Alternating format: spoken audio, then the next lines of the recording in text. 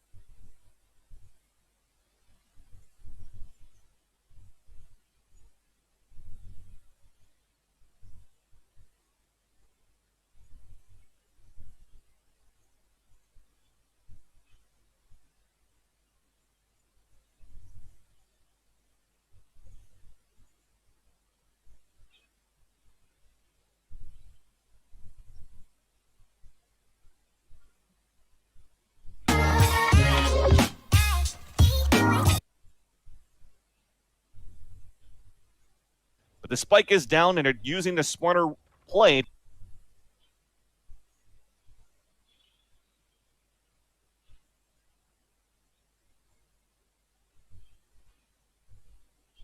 That they've done enough to be considered at least as one of the strongest teams in NA. That's a tough one, right? I look at this 100 Thieves team and I think this roster, there was a lot of risk when it came time to sign this roster. 100 Thieves really took a gamble, especially when they went and, I guess to a certain extent, poached Nitro away from CS, and then they brought Steel in as well. But what they gained was 2 players who were really capable of working with young talent. So when they brought in players like Asuna and Dicey, they basically created a team that shouldn't fail. You have Nitro, who's worked with young players like that in the past, and then obviously we know what Steel was capable of, taking that Chaos roster and turning it into a bit of a beast in the North American region. And you can see just in these highlights alone how well these players have been playing. Dicey specifically as the Jet has been a highlight monster. It seems like that's all he does, Vansili. Yeah, for me, the story of 100 Thieves, or the 100 Thieves, it's the story of redemption. For Hiko going in and retiring from CS, streaming for a bit, and streaming and getting a lot of viewers for Valorant, then starting with the 100 Thieves roster with the high grounds, the PUBG players from before, they did not get any good results. Now they're able to come in and pick up these 4 players. His story of redemption is, can he still compete? How is 100 Thieves going to look? Is he really the problem? Then he has Steel, the story of redemption for him, coming in from Counter-Strike, known for, his prowess with iBuyPower and what happened in that storyline, has a new chance in Valorant, in that scene right now, and can he actually be on the top and performing just like he did in Counter-Strike Source and in Counter-Strike Go? And then you have it for Nitro. He's leaving CSGO where he actually didn't really reach his prime yet. There is still so much more room in terms of development in his career in CSGO, and he decided to let it go for Valorant. And how is he going to be with that team moving in now? And then for the last 2 players, Dicey and for Asuna, have they done the right move? Have they made the right decision, leaving the Immortals and joining this roster? And so far, it's proving to be a nice recipe for success for this roster. Well, Vansili, I'm glad you mentioned those 2 at the end, because I quickly wanted to dive into them a bit more, because all week everyone loves talking about the boomers on this team. It's the boomers and the zoomers. You got the boomers who have the experience, who have the expectations, who in a way have everything to lose, because if they don't perform, this team is not going to do well. However, after everything you've seen from the 2 zoomers on 100 Thieves, how impressed have you been with their performances? If I want to start, I've always been really impressed, again, from when they had their times with Immortals, right? When Asuna first started, I think his first break was playing with Immortals on a map like Ascent, and he was already going around as a Reyna and starting to get a couple of kills, and you're like, oh, wow, these guys are somewhere. They're a blip on the radar, and then they're blowing up. They're growing bigger and bigger. And same thing for Dicey. He got a nice chance being as a Jet player. People thought that he was going to be a one-trick pony, but he's still playing as a Jet right now for the roster for the 100 Thieves, but it still completes them as a whole. So those 2 together, even though they're going to be the ones that are looking for the entry frags to start, and the question mark was, if they actually do die first, can the other guys actually step up to the plate in terms of what we call the boomers? And definitely they have been. So it's been impressive, for these 2 players. And how do we shut them down for Envy now? Bok, right, let's talk about Envy, who are on the other side. They are, I would say, who are maybe the challengers in this instance. They arguably had the easier bracket going into this final. Renegades did them a huge favor by knocking out Cloud9 Blue. But Bok, what have you made of their performances, and who's been, I guess, the standout players in your opinion for this roster? Well, that's the beautiful thing about this roster. I don't feel like you necessarily need a standout player. You've got some expanded talent in the players of like Food and Crashies, who I think can seriously deliver when necessary. But even looking at these clips, you'll see some clips from FNS, who himself was never praised as a strong individual performer. And then Caboose has really stepped up. We've seen some massive plays from Caboose in general in this, and also during the Ignition series as well. I think Caboose plays the Phoenix and Raze really well. So and then you have Mummy, who's anchoring down as the op. I remember casting Mummy's first LAN in CS. It was all the way across the pond in Poland. His team did not do that well. His career kind of tailspinned until he came back and started playing in Valorant. And since then, he's really made a name for himself. Maybe not as prolific an operator player as someone like Wardell necessarily, but I still think he's plenty flashy, and he's got some serious skill as well. So it gives something for them to fall back on. But ultimately, as we've watched this Envy team kind of grow, we've watched the pressure fall off of his shoulders and land on everybody else's. It's even workload distribution that makes Envy so scary. Yeah, actually, to add on to that, the even workload distribution to be able to add more for Mummy. And you know what? I tend to disagree in the fact that he's maybe not up there with Wardell. I think he is. He's been so good this past week with the operator before, and even not having to play as a Jet, switching as an Omen on other maps, he's still putting up good numbers with the operator. So when you're looking at the storyline of Dicey and Mummy in that head-to-head, we know how hot Dicey's been yesterday. There's some memes, there's some tweets that came out, and how good he was versus Wardell yesterday. And is he gonna maintain that form versus Mummy, who for me has been consistently very good with the operator? Well, the interesting thing is that these two teams have to play a best of 5.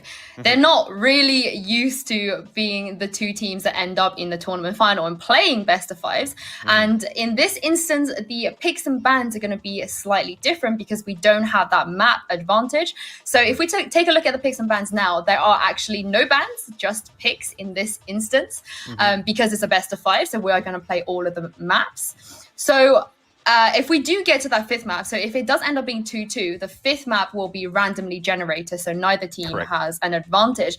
But Vansili, now looking at the map picks and looking at how it's gone and the order it's gone, who do you fancy here?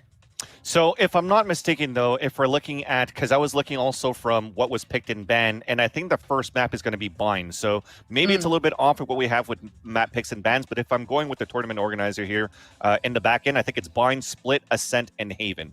So if we're looking at, because I think for me, map rotation and the map series is very important going into this matchup. And to start things off on Bind, I think it's going to be very close. It's a map that's very comfortable, that's chosen a lot by 100 Thieves, and I think they're very comfortable to play in that map. Although both of these two teams had some very nice results versus top tier within this tournament itself. Then you get into Split, where I think it's actually going to be in favor of Envy, as we haven't really seen 100 Thieves being tested or play that a lot into this tournament. Then if we get into Ascent, man, Ascent, they've been looking good for both teams, but I still have to give the edge there to 100 Thieves. Then if it goes on to Haven, that's where they both haven't been tested that much, although Envy did get like a 13-1 versus Complexity, while you did have actually 100 Thieves win like in overtime versus TSM yesterday, right? So if I have to go in as best out of 5, I still think it's going to go the distance, because these guys are not going to let go of the pedal and on the gas. I think they still want to win this for pride. Yeah, I mean, it ultimately boils down to who wants it more. We've talked about it before. The map pool doesn't matter. It's only 4 maps. Everyone plays the same maps. So there isn't like 7, 8, 9 maps, and there's those automatic bans. I think it comes down to who's going to want this one more. Is it going to be 100 Thieves, or is it going to be Envy? And Alex, Yinsu and I were all talking about ahead of time, and it feels like 100 Thieves has a whole lot more to prove. There's a bit of a chip on their shoulder just to illustrate that this team is going to succeed, and they're going to find the success that everyone wanted them to find. As we let Yinsu go and we jump straight into the action, you've already got Asuna pushed all the way up towards Hookah. But when you look at the rest of the team, it's going to be a short push onto this A site to dash in. That's the tailwind from Dicey. Mummy is there to greet him with a frenzy of all things. Mummy starts to back off, gets jump shot from Steel with the classic. And he's going to have to fall back as well, as he's down to 11 HP. Started to pull for that Nano Swarm, has to back off. The alarm bot leaves his target vulnerable, and that kind of initiates a push from him. Doesn't work out so well. The push continues to move in that direction, and Food's going to gobble it all up. It's all down to Asuna, who is across the map with full HP. Spike is in control of Envy.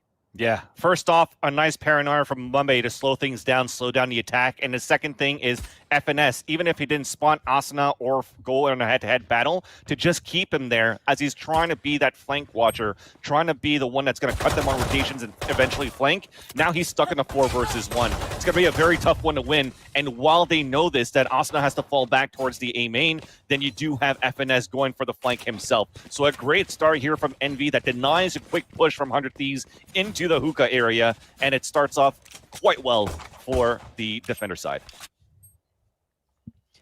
Envy solid stomp as they tried to get control of short. 100 Thieves falls short. Steel the only one who finds a kill on the round. And we've seen some impressive performances from Steel, usually playing as the killjoy of all things. It's been an up and down roller coaster style for him, as he's had huge maps followed by maps that things just didn't work out. We'll see what's going to happen here as we go for this aggressive play. There's Food with the peek. The recon dart not giving them the information in time. Still takes that fight and wins it. The shock dart going in, and that's going to do significant damage as Crashies puts one right in the breadbasket of 100 Thieves. They start moving up. They've managed to upgrade, I guess, to a frenzy of all things.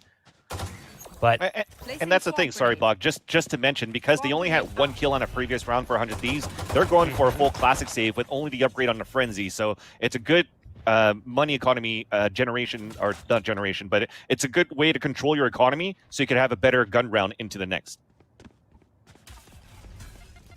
Crashies still hiding in the bin. The tailwind over top of the site puts Jet on the backside of the play. Crashies able to quickly take care of Dicey. And there's the recon dart going down as well. The spike attempting to be planted here. Do they get it? No. Almost getting that plant cache. But FNS was there with the denial. Caboose gets the final kill on the round. Envy will win the first two. They do lose 2 players. And a round that was somewhat of a softball toss. But now we'll see the buy come in from 100 Thieves, and we'll try to figure out what Envy decides to do. A couple of players bringing in the weapons from the previous round, and 2 having to upgrade puts their money in an awkward state. Yeah. I think it's those that are able to buy Vandals into this round. I would think that Mummy would like to drop his, there you go, he's going to drop it for his teammate Crashies, because Crashies cannot upgrade to anything else. So the ones that do have money for Caboose and Mummy will go with the Phantoms. This is an opportunity here for 100 Thieves to actually break the economy for a bit into the next, where they could force a smaller buy into the next round should they win this one here. And this is something that I like so far from both of these teams, as they both like to take control of the long B. And we saw on other matches, for example, where it's not contested enough, where you're trying to push your defenders back, they both use their Sovas on that side. So it's a mirror match in terms of how they want to run their strategies to control the map so far, and it seems to be towards long B. And 3 players are stacked up there, and there's 3 looking to retaliate. I've seen this before as well. That's going to be the paint shells coming through, raining in the air, and that forces them to take the teleporter and put one away. And it's going to be a 2-minute advantage for Envy. Silence. Heiko with the pickoff on Crashies. The Sova v Sova goes the way of Sova. Who'd have thunk it? 100 Thieves going to get another kill as well. That's Dicey dropping FNS. They've lost some of that intel. Food able to take care of Dicey, though, and that puts all the pressure on the clutch god himself. It's Heiko. He's been in this position so many times throughout his career, but this curveball is likely to produce problems. Heiko does dodge it and actually gets around the corner quickly, so won't have to worry about the impending doom. And actually has the ability to get the spike out of this as well. When you look at the setup right now, they're going to have to send some resources over towards A, and they also force a blast pack out. You can see the Rays in spawn actually blast packing through spawn to try to rotate quicker. It's a small thing, but every penny counts. Yeah. There's the recon dart going through the dark cover. Hiko's now catching spam, has to be careful. The bullet's getting dangerously close, and he realizes the round is lost. It's time to run away. It will be another round on the board for Envy as he tosses a shock dart in as they try to follow up in his wake. But no kill will come in for Envy at the end.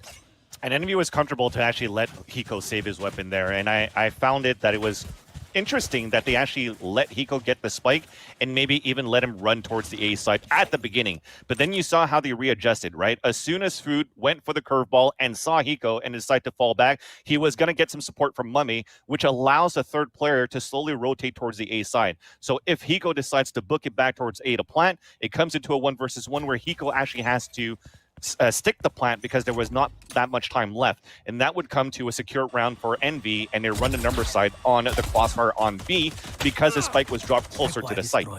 That said, though, it's going to be an eco 400 Thieves, and Dicey opens it up onto FNS, and that upgrades into a Phantom, and they keep pushing forward. But unfortunately, the spike falls first, and Mummy drops with 2. So that's short A under control, and they also drop the Phantom upgrade towards the showers, and Envy continue to hold their ground. Envy stalwart on the defense thus far. Nitro, the last man standing. He's had a couple of huge plays this event. People were concerned whether or not Nitro would plug directly in, and at first, all we really had to go off was Twitch clips. Watching people's streams to get an appreciation and an understanding for what he was going to bring to the table. Thus far in the tournament, he's had multiple highlight reel plays. Unfortunately, this map has not started out so well for him. 0-4 currently. Same with Asuna, a player whose performance we've typically praised. as Envy has controlled the early game, but another full buy comes in from 100 Thieves, and this might be the opportunity for them to get their foot in the door. It's going to come down to where they decide to execute and how. Now, one of the things that we loved when we used to watch Asuna play when he was on that 100 Thieves roster, when it came to, or on the Immortals roster, excuse me, when it came to Bind, they had this great setup with JC Stanny and the Boombot that they would take control of mid with. But here it's going to be Food who's pushing through in the showers. Mummy there with the backup as well. Now, Mummy does fall, but the advantage stays in favor of Envy. Yet again, 100 Thieves not having too much success the early round, going the way of their opposition. It's all falling onto Nitro yet again. He's in the showers, and the round's been rinsed down the drain as it's a 1-on-4 and 4 rounds on the board for Envy, about to become 5. 100 Thieves really want to try to control both extremities of the map so far with these gun rounds. And you saw that triple setup as they're trying to get into the showers, a triple push.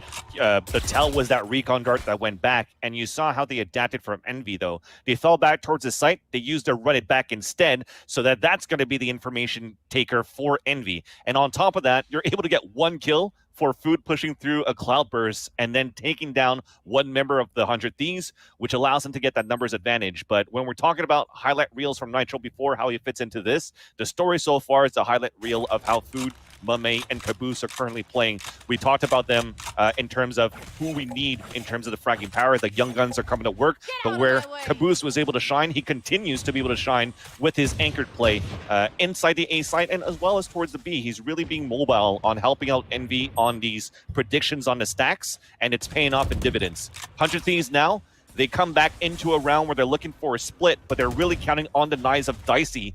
But they have a better crossfire position. I don't know if they're going to expect somebody playing towards the left side. Well, the curveball gives the jig away, but that still allows a double peek and crashes to get the headshot onto Hiko, where Dicey's still trying to retaliate with the left clicks on the Nine's long range. But the Allen drone is going to push him out of position. That forces the hand for 100 Thieves to jump outside of Hookah, but it's still being held towards that back. And that's what I'm telling you about Caboose. That's 3 kills for him. And that's only going to be 1 more remaining. He still has the knives, and Dicey's in a predicament on this 5 versus 1. Important to note, too, 100 Thieves have typically had a very strong attacking half on this map. In that series against Sentinels, they took 8 rounds on the attacking side of Bind. When they played against Luminosity earlier in the event, they took 9 rounds. So this is an uncharacteristic start for 100 Thieves. His Envy looks fantastic. We talked about it. Coming into this event, a lot of people said one of the teams that you needed to watch out for was actually Envy. And a lot of people kind of laughed at that, chuckled at, and said, they haven't really been too much of a threat. They were on the rise as Together We Are Terrific, but since then, they kind of just hit a plateau. Well, after, we saw this roster revitalized, things have really turned around for them, and they've been incredibly good, hence why they're in this position to begin with, fighting for that #1 seed. And not only that, putting on a showing early on here against 100 Thieves, 6-0 currently, and they find yet another opener as Crashies is going to take out the threat of Asuna, who is really struggling to get started early on. He was trying to get that hookah control on his own while 2 of his teammates were watching any type of aggressive push towards long B.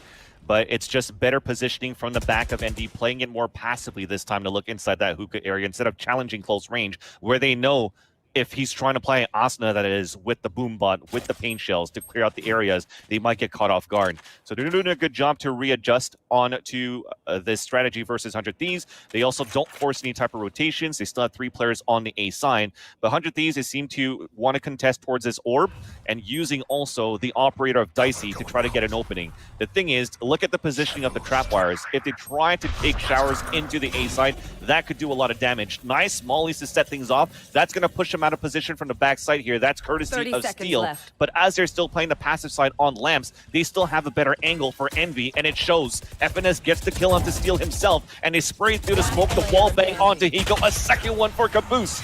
And it just continues on for this man as the Rays, as they're solidifying the defense and even the lead versus 100 Thieves on this first half. Man, it continues to get worse. Yeah, this is looking rough right now for 100 Thieves. They need something to go their way. It's getting a little bit out of control. We'll see what they decide to do. The round is not going to be so pretty for them, as again, it's going to be pistols coming out into the fold. 7-0 and not a single plant. That's important. They have not been able to gain control of a site yet. Now, I do like what we're seeing here. Here's that traditional boombot control that we saw from Asuna when he played on Immortals, excuse me. And look at this fast play flying in. Rocket's going to go out, but in the meantime, 2 players had already fallen. So Caboose picked off one with a nade, and another one went down as well, reducing things to where we're at currently. And it's a counter rocket coming out. Caboose wants to send one into Hookah and does so. Doesn't really deliver on the threat. It'll just be down to Steel, though. 31 HP, and now getting caught as this player comes in on the flank. A dink shot through the wall that barely delivers any damage. Mame on 75 HP, armor stripped away. But who cares when you've got 9,000 credits sitting at your disposal? So he'll refresh his armor and maybe even spend some money elsewhere. And yeah, it looks like he's going to go with the operator purchase. They've got dual ops in play. This is a little bit scary, but we're finally going to see an op-to-op battle with 100 Thieves bringing one in the hands of Dicey. Alex, we've talked about it, though.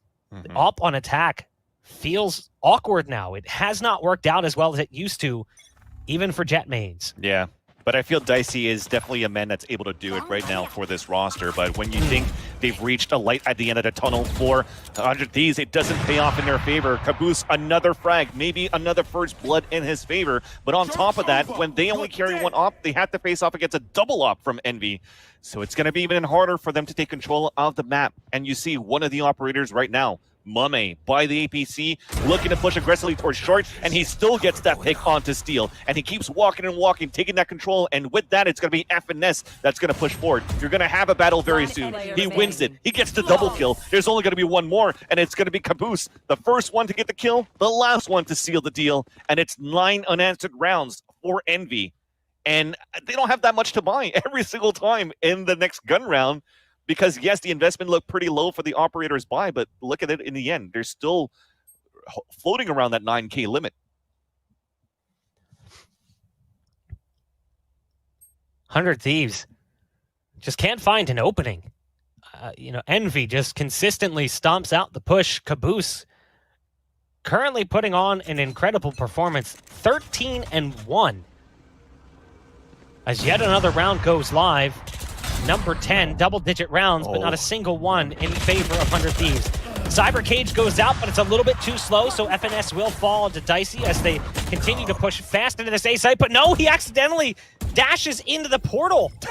So that'll be a bit of a mistake because it takes away the lead performer here, typically for 100 Thieves. Now, at the same point in time, they've still managed to get the spike down, but they did lose Dicey across the map in a battle against Food. Crashies is going to spot one with the Owl drone, and the dart sends Steel back into the showers. That gives Crashies an opportunity to move out further. Unfortunately, the timing will not work well for him, as Steel has been the MVP of the round for 100 Thieves. As Food tries to come through with just 2 HP, a self-heal is necessary.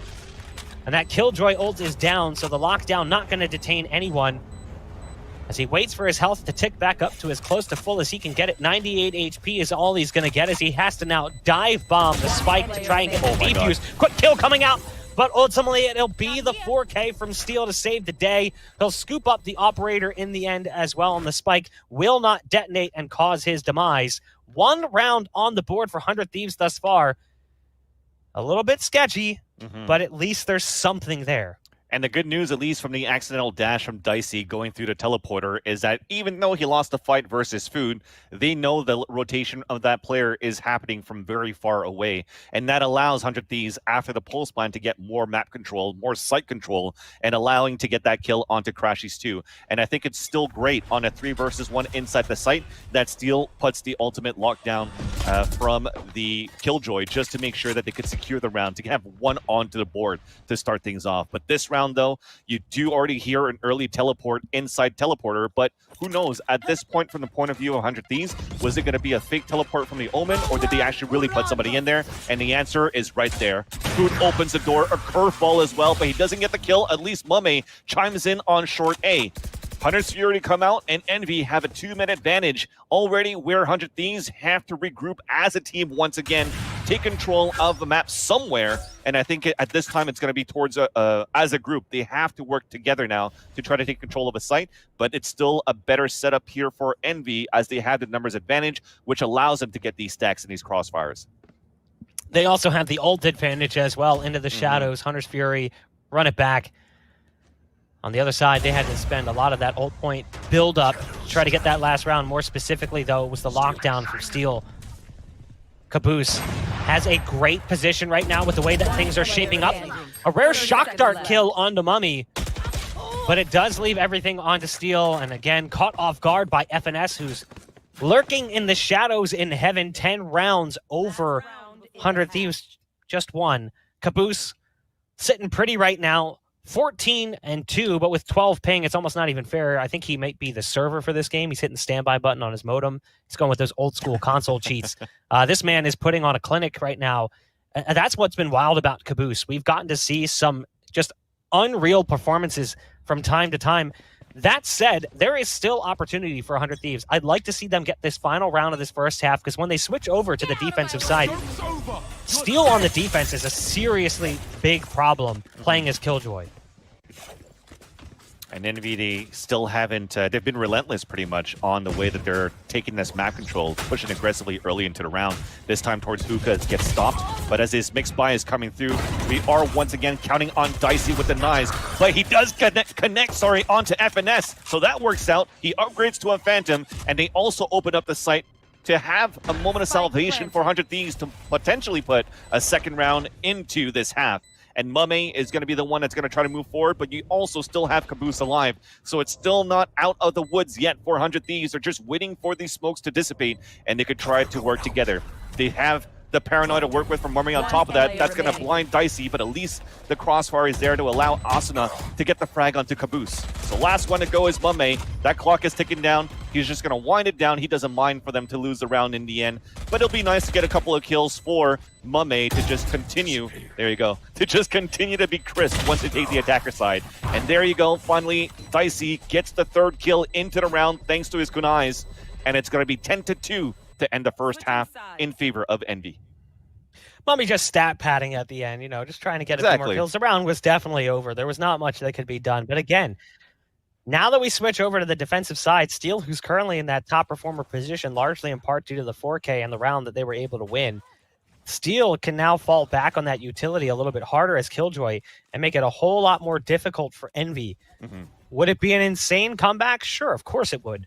But we've seen that. Actually, I think in the open qualifier, there was a team who came back from an 11-0 deficit, won the last round of the half, and then actually won 13-11.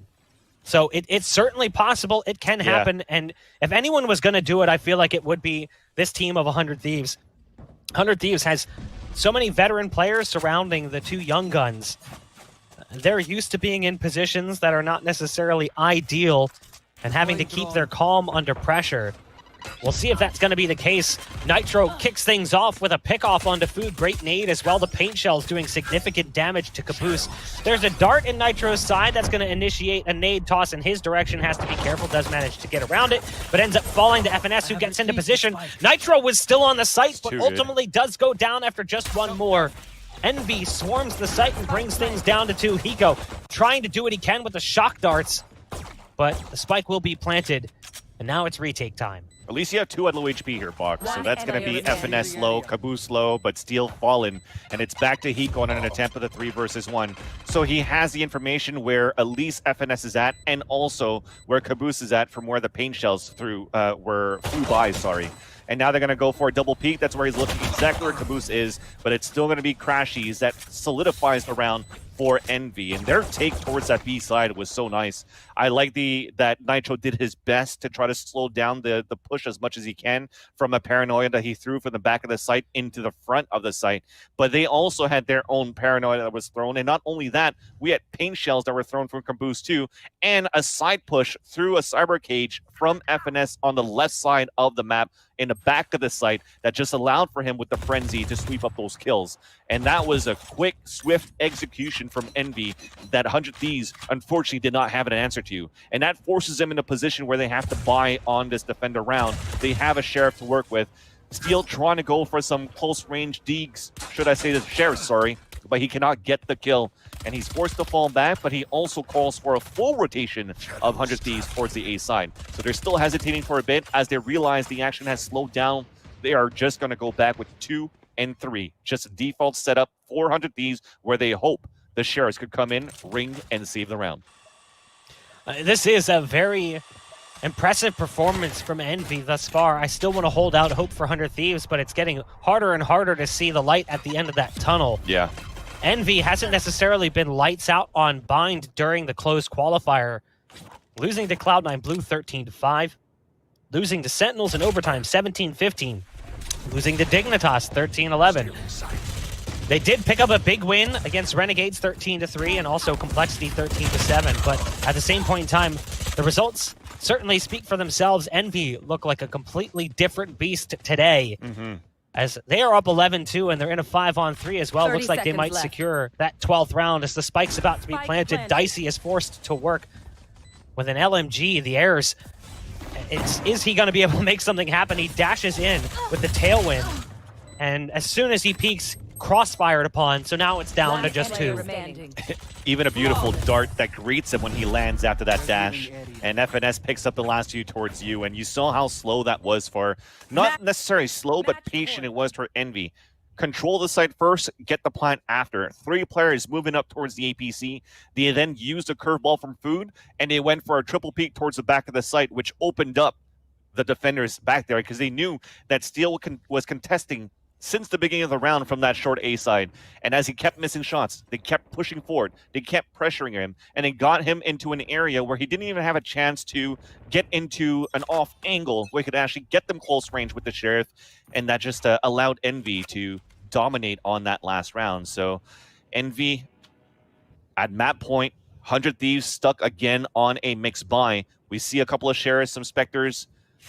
We don't know really if they're going to be able to get this back from at least how this whole match has gone on this first map in favor of Envy. You said they were pressuring Steel. Would you consider these players his peers? If so, not cool. Peer pressure, not cool. What face in the chat? 12-2 right now for Envy. Jeez. They have a 10-round lead over 100 Thieves.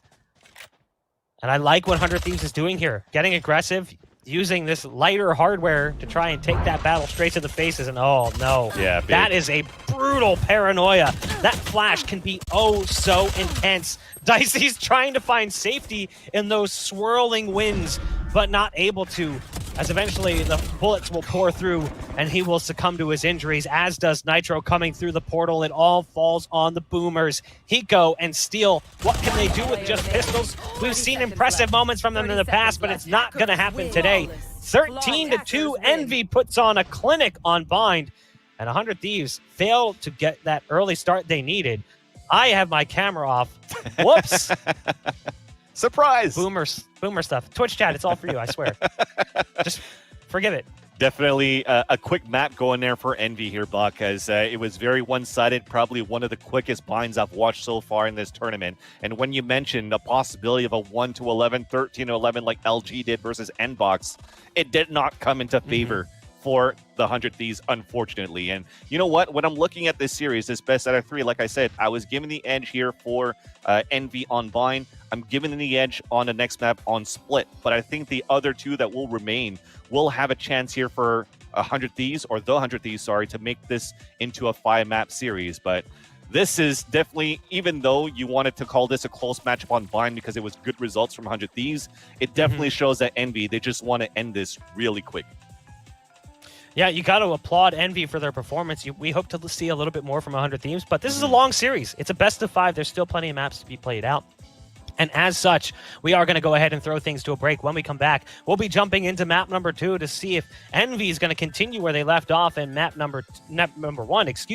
Stay tuned, and Nerd Street Gamers' first strike close qualifiers will continue in just a bit.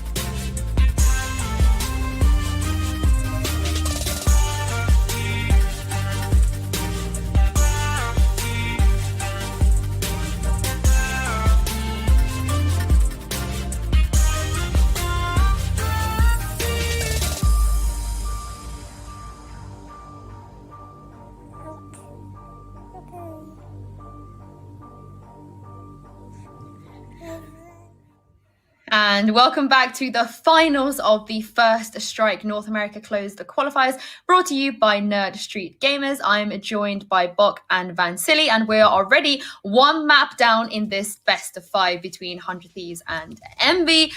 We had some reservations, throughout this week, how teams were going to perform in a final where only seeding and I guess pride was on the line. But oh boy, Envy are taking this seriously. They came to play. They want to win this.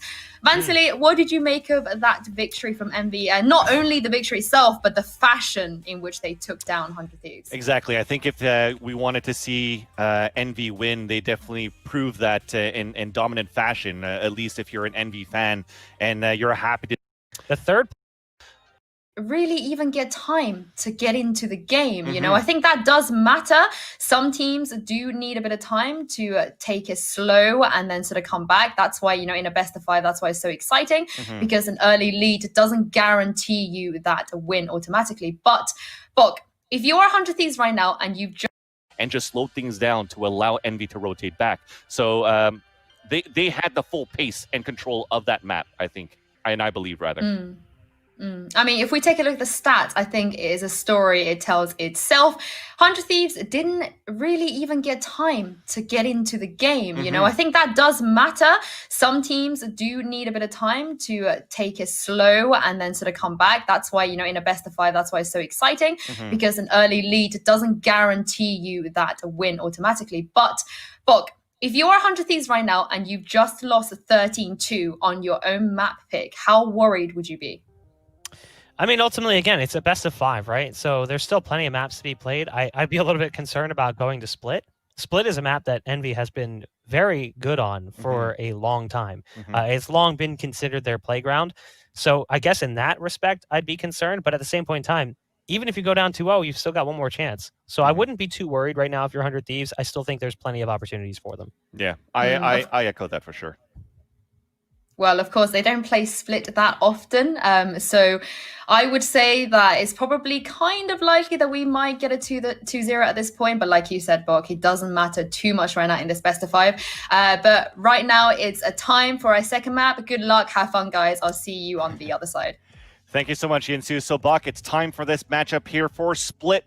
So far in this series in the grand finals of the Nerd Street Gamers Closed Qualifier, it is going to be Envy taking the upper hand 1-0. Split, their playground, a map rather, that they've been strong on ever since they had Aegis and Calypso in that roster too, where Calypso, even as an operator, as an Omen, was able to do quite well for the roster. But now again, they've added firepower with these two players into the roster in terms of crashes and food. We'll see if they could continue their dominance versus 100 Thieves. As we said before in the pregame, we didn't see them get tested a lot, so we'll see what they're going to try to do. And it starts off with that double push from the Young Guns, but it's still going to be stopped by a passive play from 100 Thieves for the 100 Thieves at the A main. Dicey waiting around the corner. There's the Frenzy to take down 2. That's a fast 1-2 punch coming in from the Jet for 100 Thieves. Caboose pushed up on ramp right now, but it's Envy who's at a disadvantage, and a strong start here from 100 Thieves. As Steel picks off food as well at the bottom of ropes. Nice turnaround from what we saw in the previous map, as it now comes down to 1-1 alone, and that's going to be a great way to kick things off. A nice way to forget that first map. 100 Thieves go huge in the pistol and pick up that 1-0 start. Dicey finding 3, Steel finding the other 2. We mentioned it, Steel, he was the best performer on 100 Thieves, even though the numbers weren't fantastic for anyone. It looks like we'll see a continuation of that here on map number 2. And you see the lineup, too, that they have for 100 Thieves and Envy. On a map like in North America, we don't really use a Sova. They actually switch both of those Sova players for a Breach, which definitely helped for 100 Thieves on that previous round with the fault line that got to Days of Few that allows Dicey and Steel to get those kills. But those 2 first kills that came in from Dicey to retaliate after losing Asuna so early in the round was definitely lucky because it was through the smoke, but you're happy to get those. That helps to build that momentum. But Envy, they're forcing through this one, and they're looking to take the round back in their hands. So first one to fall as they're trying to pressure down towards this mid. As 100 Thieves, they said, look, Envy, you kept pressuring us on that previous round or the previous map. We want to do the same thing to you on our defender side here. And Mame, a Sheriff to the face, to the dome of Steel as Steel falls, and they take a 2-man advantage. Dicey moving into position. Will spot the first one at the bottom of ropes. Gets another as well with the SMG. Ooh, switches to the pocket SMG. It's a frenzy. Caboose sitting at the bottom, gets some support from his teammate, but they're waiting on the other side. Currently, Nitro taking a duel with Crashies. Will win that battle.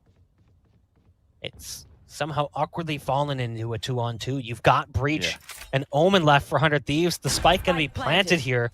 Envy's in a great position. Oh my gosh. Close. I was concerned. Watching Food sneak into that corner, thought maybe he'd be able to get into a better position to win that battle. But now it comes down to Caboose. Hiding inside the dark cover. The spike not exactly planted perfectly for him, but there is at least a bit of an angle there.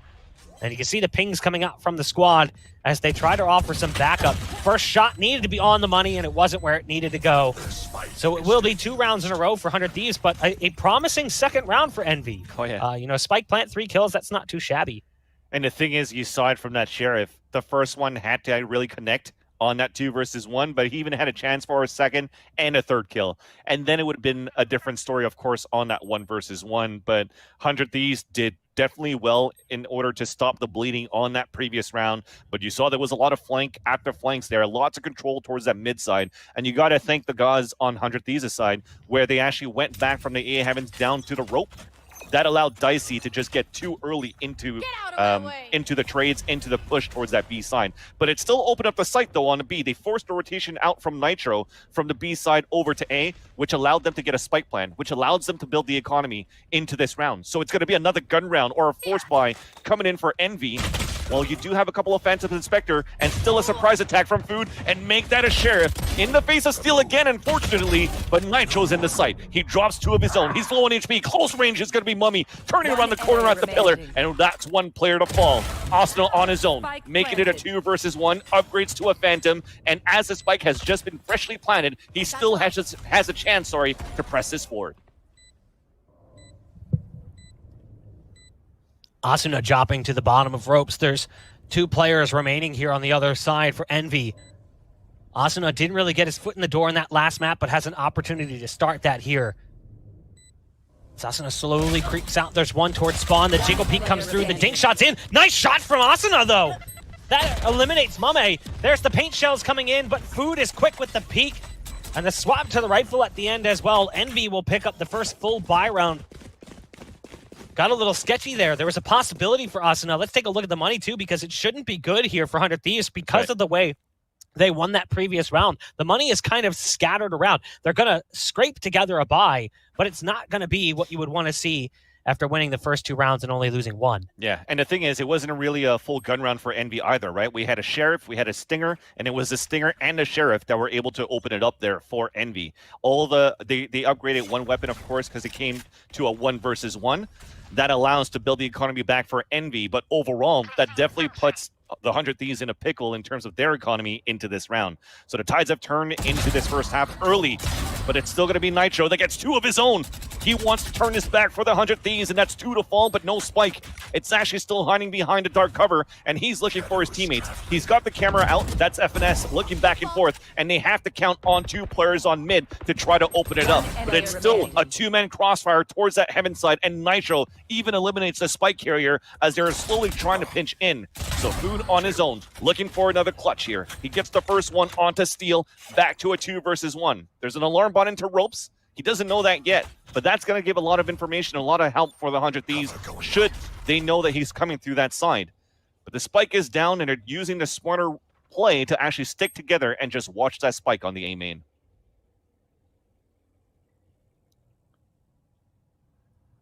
Food climbing up the ropes. Breach getting the free shots into his back. Hiko was just holding and waiting for him. We talked about it. We said that Envy was a very strong split team. Now, to be fair, it's still early on, but 100 Thieves have stepped up in the first couple of rounds and have a potential to build up a mountain of rounds to fall back on. The buy coming in from Envy, again, is not going to be stellar, so we're going to see Envy coming to the table with a rifle, SMG, and a couple of pistols. This is bizarre. There's a little bit of cash left over. I'd assume we're going to see some SMGs purchased. We've already seen one for Crashies. Mummy has the ult, so the Blade Storm will be popped by the Jet, and there it is. But this round, for Envy, they're spending a little bit more than maybe one would expect, given the way that the scoreboard's been shaping up, trying to prevent 100 Thieves' money from sort of snowballing out of control. Ooh. Mame falling back, and they actually use FNS's cameras as well to see if they're going to push out towards that ramp. They did. He came back, got the first kill. Asuna trying to even out the tally. He gets 2 of his own with the Spectre, and he avenges his teammate and puts it back in advantage of the 100 Thieves. And Asuna is moving forward with the Showstopper, looking for his opponents inside the sewers, but does not connect. The paint shell's coming down, forcing him out, but he's falling back. Caboose is now running forward, and he's going to catch him off guard. A backstab of his own. A 3 versus 3 as Food has made it inside the site to get a kill, but Hiko immediately trades it back. It's a 2 versus 2 as they have their own duels across the map on the A side with the spike being planted. That's Hiko now on his own. At 22 HP, all he has left is a fault line and also the angle. The wall bang onto Food. The information given away as he trips over the trap wire. As Envy, with the Showstopper still available, paint shells in the air. And Hiko, oh my god, he's playing it so well here for this 1 versus 1. Caboose is just playing that time. He's the one that's playing it super well. He goes for the jiggle peek from the blast pack, and he's just counting it down, and he still manages to get the kill onto Hiko on the 1 versus 1. So the Clutch Master gets clutched himself by Caboose, who remains and maintains his fire position from the first map. That's so unfortunate. He didn't get the spike to halfway. It was so incredibly close. You saw that tap back on the spike, but Hiko realized in that moment that he didn't get it to halfway. At that point, it didn't really even matter. I don't think he had enough time to win that fight and then stick the spike. It would have been very, very close, razor thin margin. So Envy, they scrape together a buy and it works. We'll see what they're able to do. Yikes. Nice shot coming out from Mummy to kick things off as Dicey goes aggressive into B main, and it's an early player advantage. Now, on the side of Envy, you've got multiple ults as well. What likely won't be necessary to use them here. You've got Showstopper, Rolling Thunder, and Neural Theft. But 400 Thieves, they're not really bringing a whole lot of hardware to the round. Mostly pistols, maybe an SMG in the mix as well. They've got Rolling Thunder as well. A bulk of the players currently stacked up towards B. Rare miss there for Mummy, as Steel peeked his head out from A and nearly got spotted. Quick dink coming out from Nitro, a repeat coming out from Hiko looking for a trade and a follow-up.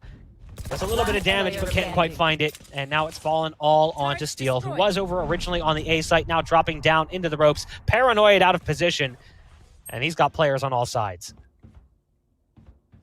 Spike will also be planted, so Steel pretty much at this point as he's being spammed. Okay, who connects with 1 shot, you know it's still going to be Grim here. He only has a Sheriff on a 3 versus 1, so really the only thing he could do is maybe hopefully upgrade to a weapon if he can get a kill early, or maybe towards the end of the round, as they're going to try to still chase after him, it seems, from the point of view of Envy, which is quite interesting because they know he's on an eco. He already has the lockdown, so the only thing they could really do is add more credits, I guess, from these kills from the Sheriff, should they not win these fights versus Steel. But in the end, you saw it from the 100 Thieves point of view on that eco, that they had a nice stack towards the male, and just one player that gets spotted and he still gets the kill, and that's Caboose that got the kill onto male. He decides to fall back into the rope area and they chase after him, and as they chase after him, you have to commend Envy on how they're setting things up to even watch each other's backs, because as everybody's chasing for the first and second kill inside ropes, you still had, I'm pretty sure it was Crashies toward the bottom of the mid side. Nobody was focused on him. It was open season for Envy to hold that ground and to hold their ground on the mid side and even make this 3-3. We will have a gun round coming in for the 100 Thieves. Steel could definitely go with a Phantom or a Vandal into this round here, but they will not have an operator still on the defender side. And that's a sorry, Buck. We talked about like the head-to-head Dicey versus Mummy. Mummy's been using his operator on the attacker side, but they haven't had a chance to give it to Dicey. I love this aggressive push coming in from 100 Thieves. Now, it didn't really work out so well for them, as Food somehow got the best of 100 Thieves, despite the fact that he was dazed from Rolling Thunder. But I like the approach. Envy. Nice start to the round. 3 rounds on the board already on their attacking side of Split. While this performance is better from 100 Thieves than what we saw on map number 1, it's still not exactly stellar.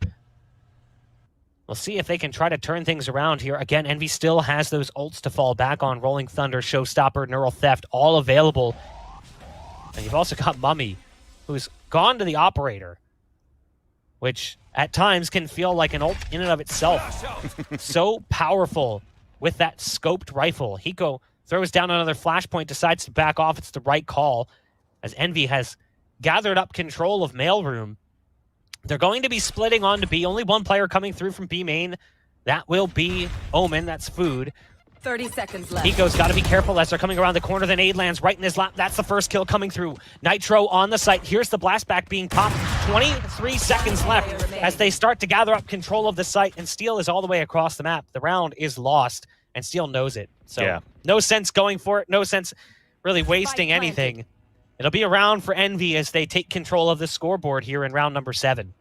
I would have liked to see a little bit of readjustment from Steel with the situation that they were in and towards that mid-round, because as you already have a lot of utilities from Killjoy towards that A side with the mollies on the ground, the turret, and even an alarm bot, if anybody's trying to walk up towards the A ramp, they could have that alarm and then play the rotate and say, look, they might be a guy towards A heaven or even pushing towards ropes, and they work back as a team where they would have a 4-on-3 situation on a retake.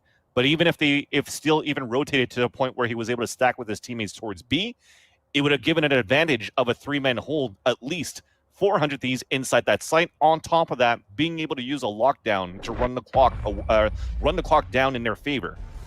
But as he stays towards that corner, he really wanted to try to play the anchored site, and Envy just took advantage of the B side right after with a nice double peek to take down Hiko, leaving Nitro kind of stranded on 2 players pushing on each side of that site on B, and there's nothing he could really do at that point.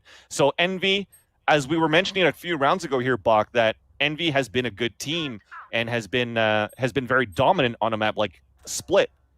It didn't look like that at the beginning when, you know, you had a very good convincing round on the pistol for the 100 Thieves, but as the money comes back and as the money looks right for the team, you're starting to see how they take control of 100 Thieves' pressure, and they're also able to pressure back and still always win these gunfights at the beginning of the round.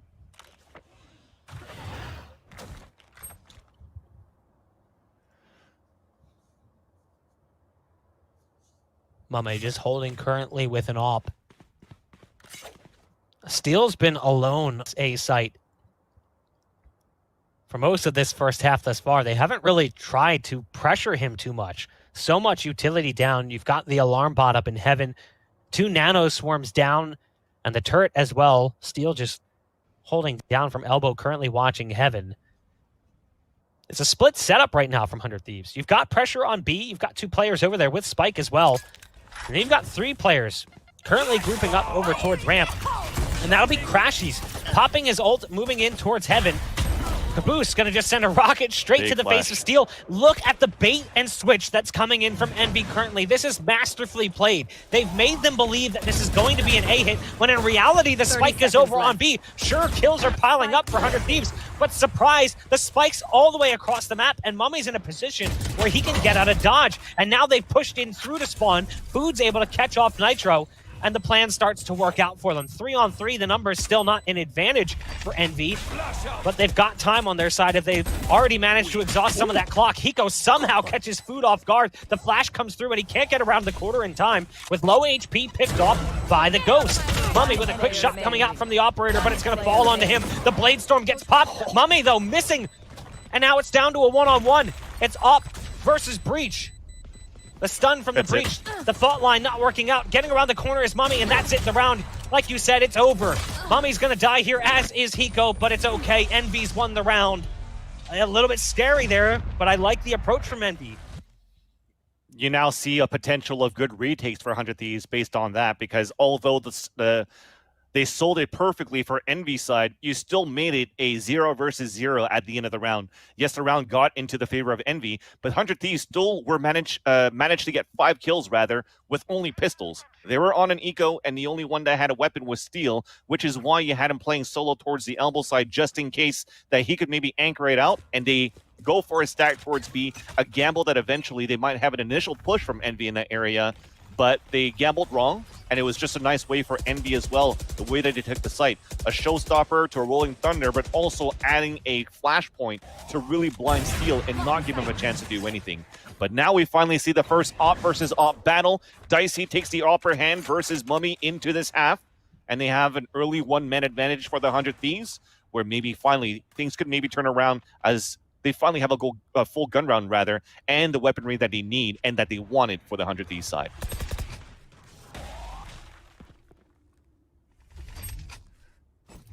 Dicey sitting in position with the op, but there's FNS picking off Asuna, who tried to fly in with the showstopper. Now they have to fall back just a bit and try and regroup. Envy found an opener, but it quickly fell apart for them, and it's down to just 2. It's the Cypher and Breach, FNS and Crashies. They have spike control at the very least, but Steel is waiting at the top side of ropes. Oh no. Great damage dealt, but somehow not able to finish off either target. Does the turret find a kill? We'll find out in just a second. No, not going to be.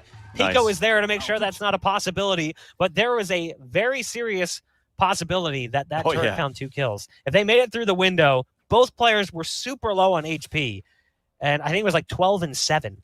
Yeah. So that turret could have made quick work for them, and I think that would have been a double kill for a turret. I don't think that's ever happened. And so far, I think I've seen 2 situations, right? One where Steel was looking down towards the ropes, and then the other one, I think, was Dicey looking down towards the ropes when they were on the beginning of the half as well. The fact that they're actually always pre-firing before they spot their opponents because they want to take the upper hand. They know that they can control the spray transfer in order to try to get these kills. But unfortunately, he shot a little bit too soon and couldn't control the recoil, because sometimes you do have an RNG into the sprays going through with the Phantoms or any type of rifles right now. And Envy took the upper hand out of that. So they did good at least to get that kill. But as you said, Buck, he did enough damage so that no matter how far they were able to make it out for Envy, it was going to be stopped or by Hiko or by the turret. So a very tough round for Envy to win, but it started off with them playing individually, actually trying to get the body peaks into that mid-main that allowed their 100 Thieves, the 100 Thieves, to get those picks. But now Nitro is looking to put a dark cover towards the A main. You did have a cyber cage and a camera, so they know where one offer is at, and it's going to be Nitro that connects onto Mummy, who is trying to dash across into the A ramp. And now from the shadows and Steel working from the air at the A heaven is also able to hold the aggressive push coming in from Envy. The Crashies have made it his way inside the site, gets the first kill. A nice fake plant, actually. He looks for the angle, but unfortunately on the timing, looks back. And Asuna takes the upper hand. You only have 1 more to go. Food with 11 HP. I like it. I mean, with a 3 versus 1, you're counting your positive moments, and you hope to get an orb into your favor before you die. And he tried to pick that up, but unfortunately it went for the peak there for 100 Thieves, and it's going to be tied 5-5.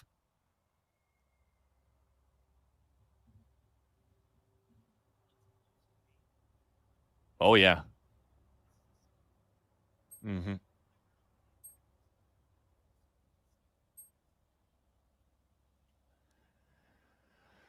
Turret out. Blinding. Yeah, they are looking for this right now, so they could just go for a buy at least towards the last round, and it's dashing up towards the heavens. But Dicey and Steel hold it with a nanoswarm and the operator. As another gets dropped, it's a 5-on-2 situation as they're trying to look up with the last 2. Crashies, one of the players that unfortunately couldn't upgrade. Asuna looking to move forward, checks the 50, takes him down, and it's all up to Food.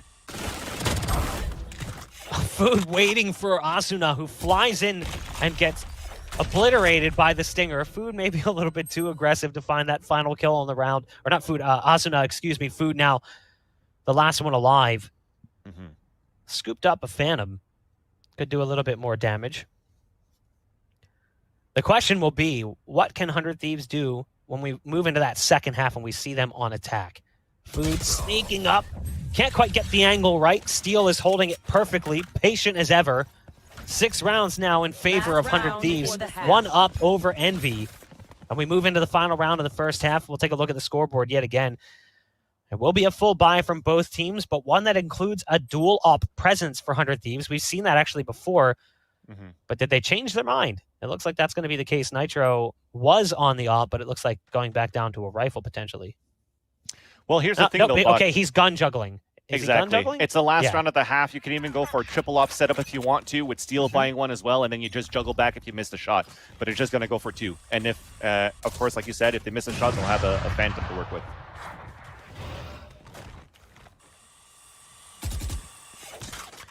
Well, again, aggression from 100 Thieves down mid. They spot one early, but they don't actually deal any damage. Envy, in the meantime, has taken control of Heaven. 100 Thieves playing a little bit more passive in this scenario. Hiko is backed off. Nitro is watching the exit as well. They have an appreciation that this could be going on, but do they get away? No. Now Caboose is going to fly into position, and the flash was perfect. That leaves Nitro staring at the surface of the sun. Caboose is going to fly into sight. That puts a lot of pressure on the young fragger Asuna, who's currently up in Heaven, but the spike is going to be planted, and Asuna's got too many corners to clear. So it will be a 5-on-3 post plant, and Envy's in great positions for this. Well, the showstopper is going to give a chance for Mummy to position himself, but it's immediately traded out. He got 1, so he did his job. It's a 4-on-2 in favor of Envy, as you have Asuna that's still looking to retake this with Dicey. Dicey has his own operator, which would make it difficult for them to go for that retake. They still have paint shells to work with where they can clear this corner. There you go. He throws it into the area, and that maybe could flush somebody out, but it's a little bit... No, it connects right on the dot. Football, showstopper to come out, connects onto another one. He pulls himself up. It's a 1 versus 1 as Dicey dashes in with the frenzy, picking up the Vandal, and now it's all up to the time. Unfortunately, it's wasted. Crashes wins that one, and no matter what, the spike was going to go off, and Envy ties the first half 6-6. Definitely better from 100 Thieves, but not as good as you would want to see, as Envy puts in some serious work on the attacking side. We'll take a look at the replay so you can see how things broke down in the first half. This was a near win for Asuna. Came down to that nade, but it didn't necessarily land where it needed to. Nitro continuing to add to his highlight reel moments with a nice little 3K. I mean, we're going to see rounds going back and forth, and that was the nature of the half. We're going to see highlights going back and forth. I feel like Steel and Nitro really stepped up. Asuna in that final round with the self-detonation came down to the clock, and it was well played by... I believe it was Crashies. It was as Breach, just 2 HP left, but it didn't matter at that point. Even if he found the kill, the round was over. So as we continue to talk about the question mark of how 100 Thieves present themselves on a map like Split, we've seen how they play on the defender side, where Envy, still able to put 6 rounds on the attack, is still very good. Now we have to see how 100 Thieves are going to play their pistol, how the 100 Thieves are going to play their attack. And it starts with Dicey getting the first kill as he dashed over towards the A ramp, while the rest of them are pushing up towards ropes, and they're able to take down Food. That means that the A site is now open for business. The rotation is coming through from the last 3 players that actually stacked towards the B side. FNS is already on his own to start things off, and as he slows down finally, he's met up with his teammates where Nitro is forced to fall back. FNS still manages to get the frag, and they're looking to push back into the A site.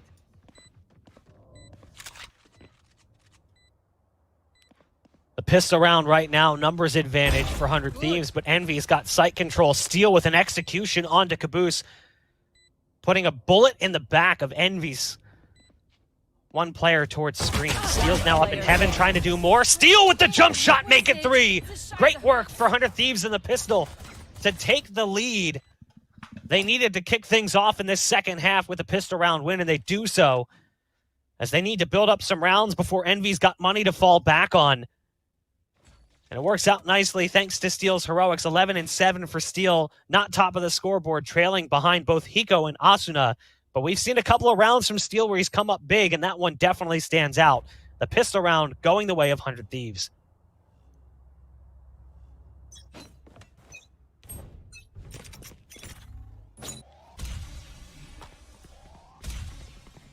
Here.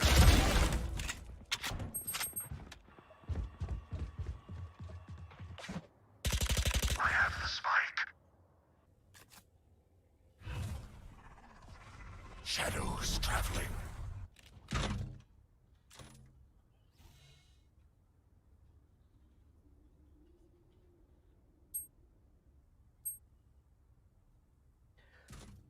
Asuna currently moving up.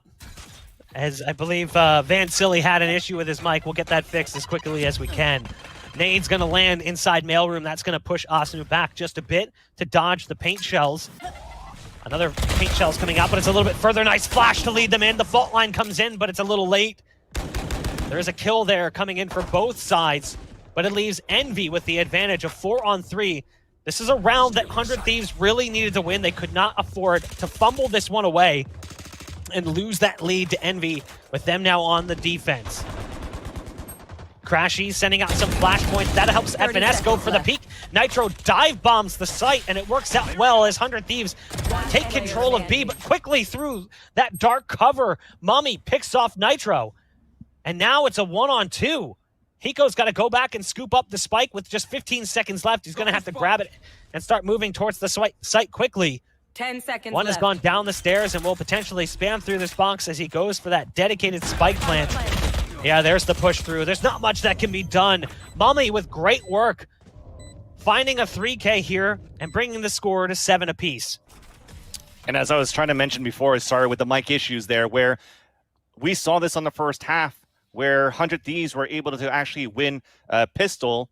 And then when it came down to a round when it got really close and you still had a force buy coming in for Envy versus the weaponry that 100 Thieves have, which was on the third round instead of the second round, they were still able to turn it over for Envy side. And we saw the same thing. Despite 100 Thieves winning that pistol, we still had a force buy coming in for Envy on that second round. And they expected that push coming in from Dicey at the A ramp where it worked on the pistol with the Frenzy. But this time, it was definitely, I think it was Food on that A ramp with the Spectre to stop him in his tracks and then just make things difficult from there on out for 100 Thieves to regain control of that map. At least they got a spike plant, but that's not enough here. It's still going to be 7-7.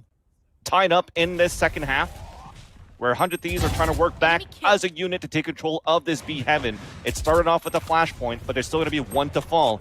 Steel, though, goes to work on his own from the front of the garage, and he gets 2 kills into the B site and opens it up. This allows right now Dicey to push all the way forward, close range with the Frenzy, going head-to-head versus Food, looking for his revenge from that previous round. That smoke is about to dissipate, and he does not get the kill, but still manages to fall back. That allows Food to push forward, but still 400 Thieves to move inside the site and get the spike plant down. Spike planted. Food spamming through that swirling cloud. Dicey just runs straight in and takes the battle. Crashies is there with a quick trade. Mummy is moving in as well. The Killjoy ult has been popped and it's about to dissipate, and it does. Crashies has to back off for the time being. It's a 1-on-2. They've still got to deal with the Omen and Breach on site. Some fall damage for Crashies as he dives into the site, but nice flash coming out. Even with the alarm bot triggering, he's got a target straight to his left. Does he peek this? He actually gets around the corner in time. This is really well played from both sides as Crashies taps the spike yet again. Nitro isn't falling for it. Does he have the time? Takes the peek. Yeah. And at this point, No, it's he all does. too far gone. 100 Thieves managed to scoop up the round, and even the turret is trying to get involved in the action. Does the spike take him out? No. Nitro will fall thanks to the spike. But I got a little concerned that that turret was going to slow Crashies down and get him caught in that detonation radius. Back and forth the scoreboard goes early on in the second half as 100 Thieves refuses to give control to Envy. Yeah, I was hanging out with Veli before we got on air before playing another Riot game, and then he was like, man, it's nice to see how Steel is so good with the Sheriff, and unfortunately we didn't see it in his point of view, but those 2 kills were definitely the deciding factor that allowed 100 Thieves to just gain control of that map, not only towards B, but positioning to catch rotations in the end for Envy. But you got to give it to Crashies. A 2 versus 1 where mechanically you drop on the ground and you shoot just to cover the sound step, and then the flashpoint that he threw actually blinded both of them. Both players from 100 Thieves on a crossfire double peak. It could have been the round coming in for Crashies, but in the end, it was going to be the patience, using the timer on your end. And Mummy, this time though, is looking to even up the tally, trying to bring it back on their end as they have their own eco, but it doesn't pay off.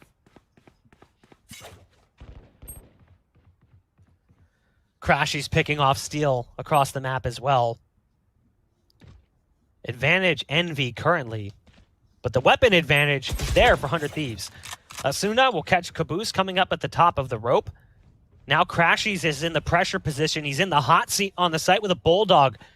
Around Pillar currently, it's all going to come down to whether or not Asuna tries to clear this all the way. Crashies picks off Nitro, and there's the flash coming through as well to make things a little bit harder, but Asuna, with that twitchy aim, able to flip back onto his target. But it'll all fall onto Asuna. Two currently up in heaven, and they're just waiting for him at the top side of ropes. Back and forth, back and forth. It's a ping-pong battle currently as both teams trade round for round. And the money never really stabilizes for either one. So they just continue to spend what they can afford to spend and just force up until one of them eventually wins a solid round and puts their opponent on eco.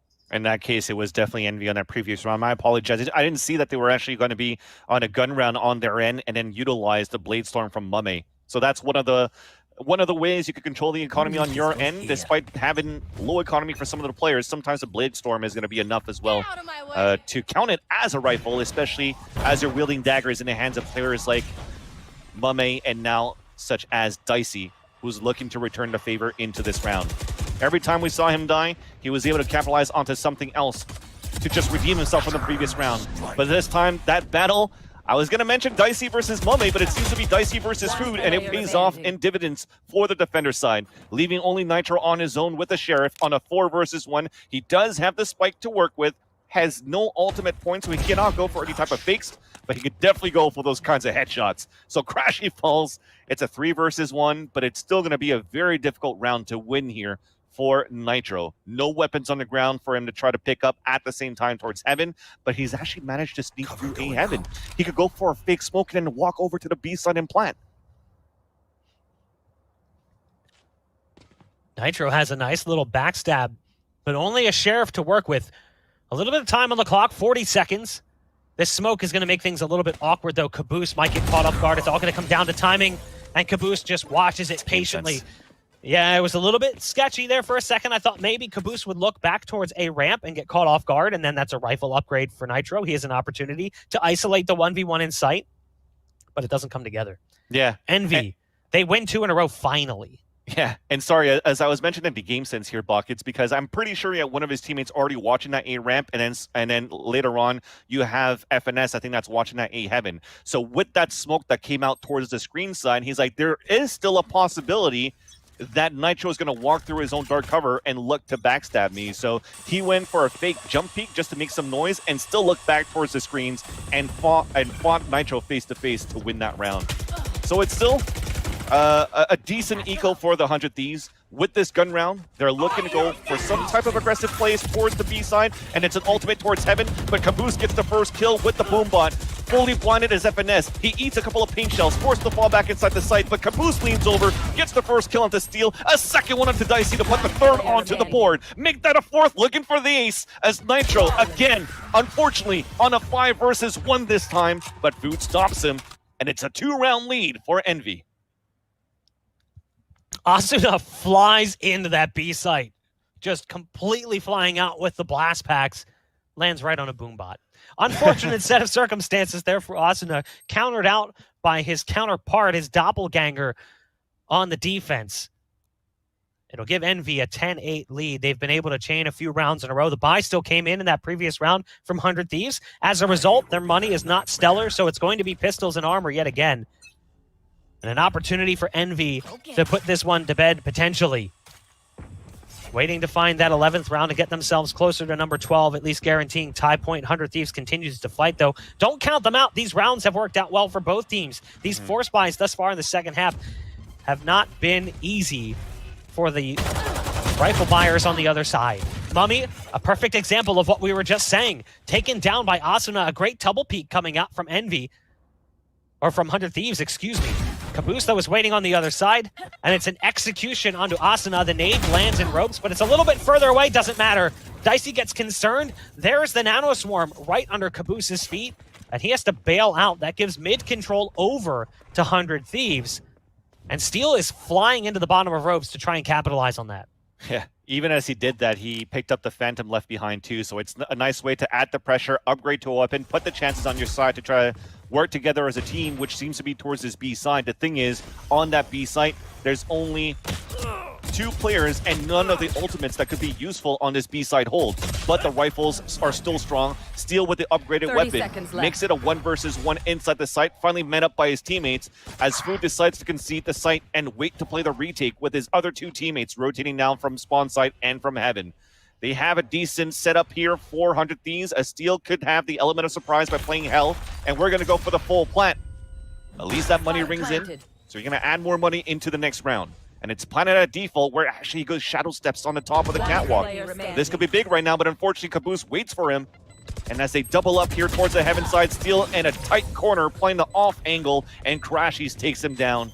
And it's going to be 11-8. 2 more rounds needed here for Envy to seal the deal in this series to make it 2-0. Envy, just a few rounds away from closing out map number 2, and like you said, taking the series 2-0 before moving into that 3rd map, which could potentially be the final map. A little bit scary if you're a fan of 100 Thieves. That map, by the way, would be Ascent, and Envy would get to start on the defensive side. We'll see what the buy looks like. We will see that op in play for Mummy. No surprise there. On the flip side, rifles across the board, full armor as well coming in for all players. As the freeze time ticks down, here's an aggressive play coming out from Caboose. He flies in. The rocket is right on the money, but a quick trade is there. So well played from Steel to sit back, but they do lose Asuna, and that's a huge first loss for the attacking side as 100 Thieves is trying to gain control. Yeah. And look at this. Food is in a great position. Do they know this? That's another 1-for-1. Nitro goes down. Dicey gets the trade. There's the Killjoy ult coming in, the lockdown. Breach is still on the B site. Mummy has to move out of position, but that's a quick shot coming down onto Dicey.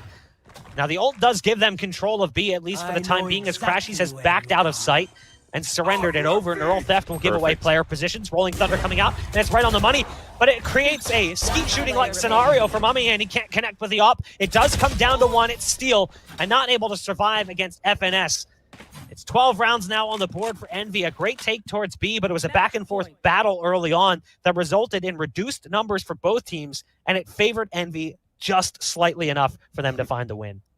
And that was a great way to use the Neural Theft there from FNS, allowing those 2 players to get spotted.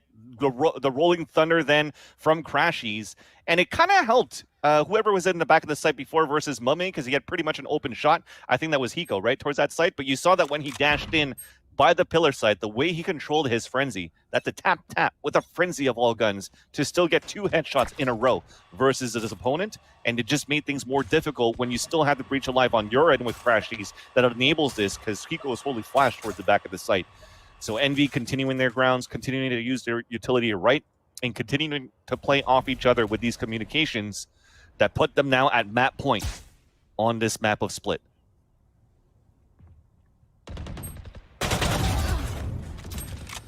Two quick kills make it 3 coming out for 100 Thieves to kick things off in this round. Backs against the wall. And that's where they shine. Performing well with the pressure against them. They've managed to bring it down to Food and FNS.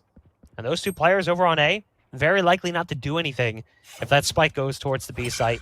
As you can see, they're going to try and grab control of the orb. They'll get it off just in time as the spike is now being planted over on the B site. Spike planted. And that should be the call. Just set up for exits and hope for the best. As 100 Thieves grab around and make this game stretch out just a little while longer. The possibility of overtime is still looming. And I feel like when we get split overtimes, it's always a real interesting game because it's back and forth, back and forth, back and forth for a ridiculously long time. And I don't know. I feel like we don't always get that just because of how one-sided sometimes the halves on split can be. But when we do, it always delivers with exciting moments. I think just in general, from looking at the top-tier competition that we had throughout this tournament for the Nerd Street Gamers close qualifier, every time we had an overtime, it had at least a triple overtime on all the matches since we were in the close qualifier, right? Think about all the matches that we've casted throughout the other previous days from the amazing talent that we had. It's been a lot of these teams just fighting tooth and nail because it was one of those moments where it was do or die. You really had to win, especially into the quarterfinals, to make it into the top 4 to qualify for the First Strike finals in December. If you fall short, just like 4th to 8th, you have to go back through another qualifier, but at least the positive aspect is you don't have to go through the whole open gauntlet. You're already going straight into the closed qualifiers of UMG in 2 weeks. And with that, though, it comes down to those two teams. These two teams that we're witnessing right now that Yinsu talked about. After 128 teams, down to 100 Thieves, and also to Envy. But Envy are at map point, looking to make this 2-0. And it starts off well as FNS runs around the map and gets 2 kills of his own. He's fully flashed, and he has a teammate to help him out. Somehow he's still alive and finally gets dropped by Hiko. Hiko trying to run inside the site, crossfired by 2 players. 1 more to go. It's going to be Steel that gets dropped by Crashies, and we end the second half 13-9 for Envy. Not entirely surprised to see Envy pick up the series, but 100 Thieves put up a pretty impressive performance, all things considered. Their defensive side wasn't exactly stellar, but it was decent enough as we had a pretty close score coming into that second half. But we expected 100 Thieves to lose that map. We expected Envy to look really good, so the fact that they put up some rounds on both sides of the map shows promise. Now we move into a map, though, that 100 Thieves desperately needs to win. Otherwise, it's going to be a quick 3-0 moving in for Envy. And that first map didn't go so well for them either. So the hopes is that we'll start to see 100 Thieves wake up on a map that maybe they feel a little bit more comfortable on. I mean, we talked about it coming into that map. That's a map that Envy's played for a long time, and they feel very comfortable on Split. Definitely. If you want to look at it, it was 13-2 on the first map, 13-9. So at least there's a positive thing there for 100 Thieves that they're starting to scramble and able to get more rounds, right? So hopefully, if you're a 100 Thieves fan, this is do or die for them going into that third map where they could hopefully bring it to a fourth map. We're going to take a break, and when we come back, we'll find that out.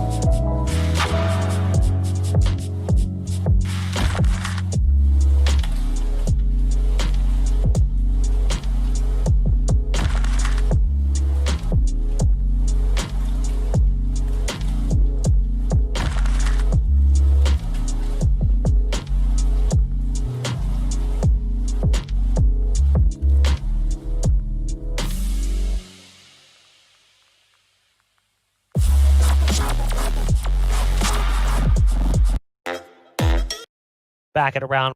Still very doable, like we said before. They're very good on Ascent here for the 100 Thieves, but so are Envy. So when you have players on these second rounds that could actually get openers like Crashies, like Caboose, and Caboose has been on fire this whole series so far, it's not going to be an easy task for the 100 Thieves into Ascent. Well, in terms of Envy, we have seen teams in the past slip up at crucial moments like this, because it is very, very comfortable to go into map 3 when you have a 2-0 lead. So if you were Envy right now, Bok, what do they need to hold on to, and what do they need to keep doing to keep that consistency and make sure they close this one out? Don't get complacent. Don't get comfortable, but also don't get overconfident. If you're a player on Envy, you can't think like, oh, we're up 2-0, who cares? We can easily just end this. Even if we lose this next map, it's fine. We still got opportunities. That should never be your mindset. It should always be to end things as easily and as fast as you possibly can. And that's the most competitive mindset. And we see teams sometimes fall into that trap in North American esports, where they kind of get a little too confident and things start to spiral out of control. I don't know if we're necessarily going to get that from Envy, but I like to think that that's not going to happen. Yeah, I like to say that one of those examples, I think, in my opinion, were that T1 versus Sentinels on Bind, where they actually were winning 7-0 into a half. 7-0. And then suddenly became 7-5, I think, and even 9-7. Sentinels came back to win 9 rounds in a row. So despite you having that lead, maintain that composure to make sure that you finish the series on the right foot that you want, and just to continue that conversation, sorry to say, stop sleeping on us, stop sleeping on Envy. It seems as though, we talk about like the TSM, the Sentinels, and then the Tenzin friends that are now respected as Cloud9. I think Envy is definitely looking for that respect too. So to be able to win that series 3-0 into this one convincingly on the third, definitely could add them into that conversation. But on the other end for 100 Thieves, like I said, they're new into the roster as a roster. They're new into this competition. They never got really tested with this roster, and to already make it to the finals, if they're able to come back, especially a reverse sweep versus Envy, man, you have definitely 100 Thieves skyrocketing into that conversation as well. Just before we're heading to the third map, I wanted to quickly raise something that I saw in Twitch chat. Feel free to show us your chest right now, Bog, you know, any opportunity. But I saw, oh no, you took it off. But I saw a lot of people in chat spam, Hastro is better than Nadeshot. And of course, these two guys have deep rivalry if we take it back to the Call of Duty days. And now it's happening in Valorant. Of course, I say the biggest and most prominent rivalry right now in NA Valorant is, of course, TSM versus Sentinels, and I feel like they're the only ones that have brewed a deep enough rivalry so far in the scene. How great would it be for you guys to get a narrative like maybe 100 Thieves versus Envy, the Nadeshot versus Hastro storyline going into a main event as big as the one that's coming up in December, Vansily? I love it, actually. And when you're talking about them as entities, as Envy versus the 100 Thieves, it also comes down to when Hastro used to be a pro and Nadeshot used to be a pro as well. And that's just really fun to see that as they grow out and retire from their professional career and still continue to build esports, they still have that sort of rivalry that could be really, really fun to talk about and really, really fun to express and for the audience and the fans to see. Well, 100 Thieves must win this if they want to stay in this best of 5. It is Ascend next. Let's see if they can do it, guys. Well, let's see indeed.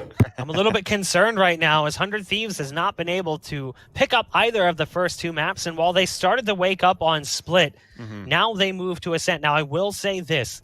This has not always been a great map for the likes of Envy. While they've had some big wins, they've also had losses, losing more recently to Renegades and that surprising first map in their best of 3 yesterday. True. And I think there's possibility here for 100 Thieves to find a big win. We'll see if that's in fact going to be the case as we get ready to kick things off in the pistol. Reminder, 100 Thieves beat TSM on this very map. So that was a huge win for them.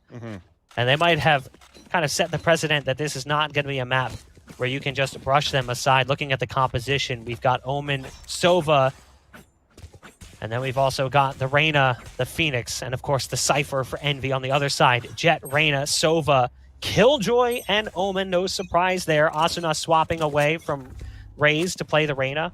Always love to see it. Regardless of what agent he plays, I feel like he always delivers. Yeah, right now, definitely using duelists for individual plays, selfish plays as Reyna instead of Raze seems to be the case for both of these teams. And it starts off with a great pistol, a trade-off of 4 versus 4. Cyber cages to come up and a turtle sight in the back of the site. But Mummy at the staircase, another frenzy, 2 kills going on in his favor. But then Crashies is just going to end it, unfortunately. Hiko, the last one to come into the site, quite normal because he is the one that's trying to find the information for the team. Cannot come in for the clutch, and it's going to be Envy, decisive pistol round. Envy picking up where they left off in the last 2 maps as they stomp out the push from 100 Thieves. The response from 100 Thieves, Sheriffs and armor across the board. Another force buy coming in. We've seen that already from them on their attacking halves. They don't really seem to slow down. They almost always go into that second round with a little bit of extra oomph. Can you blame them with the firepower that they bring to the table?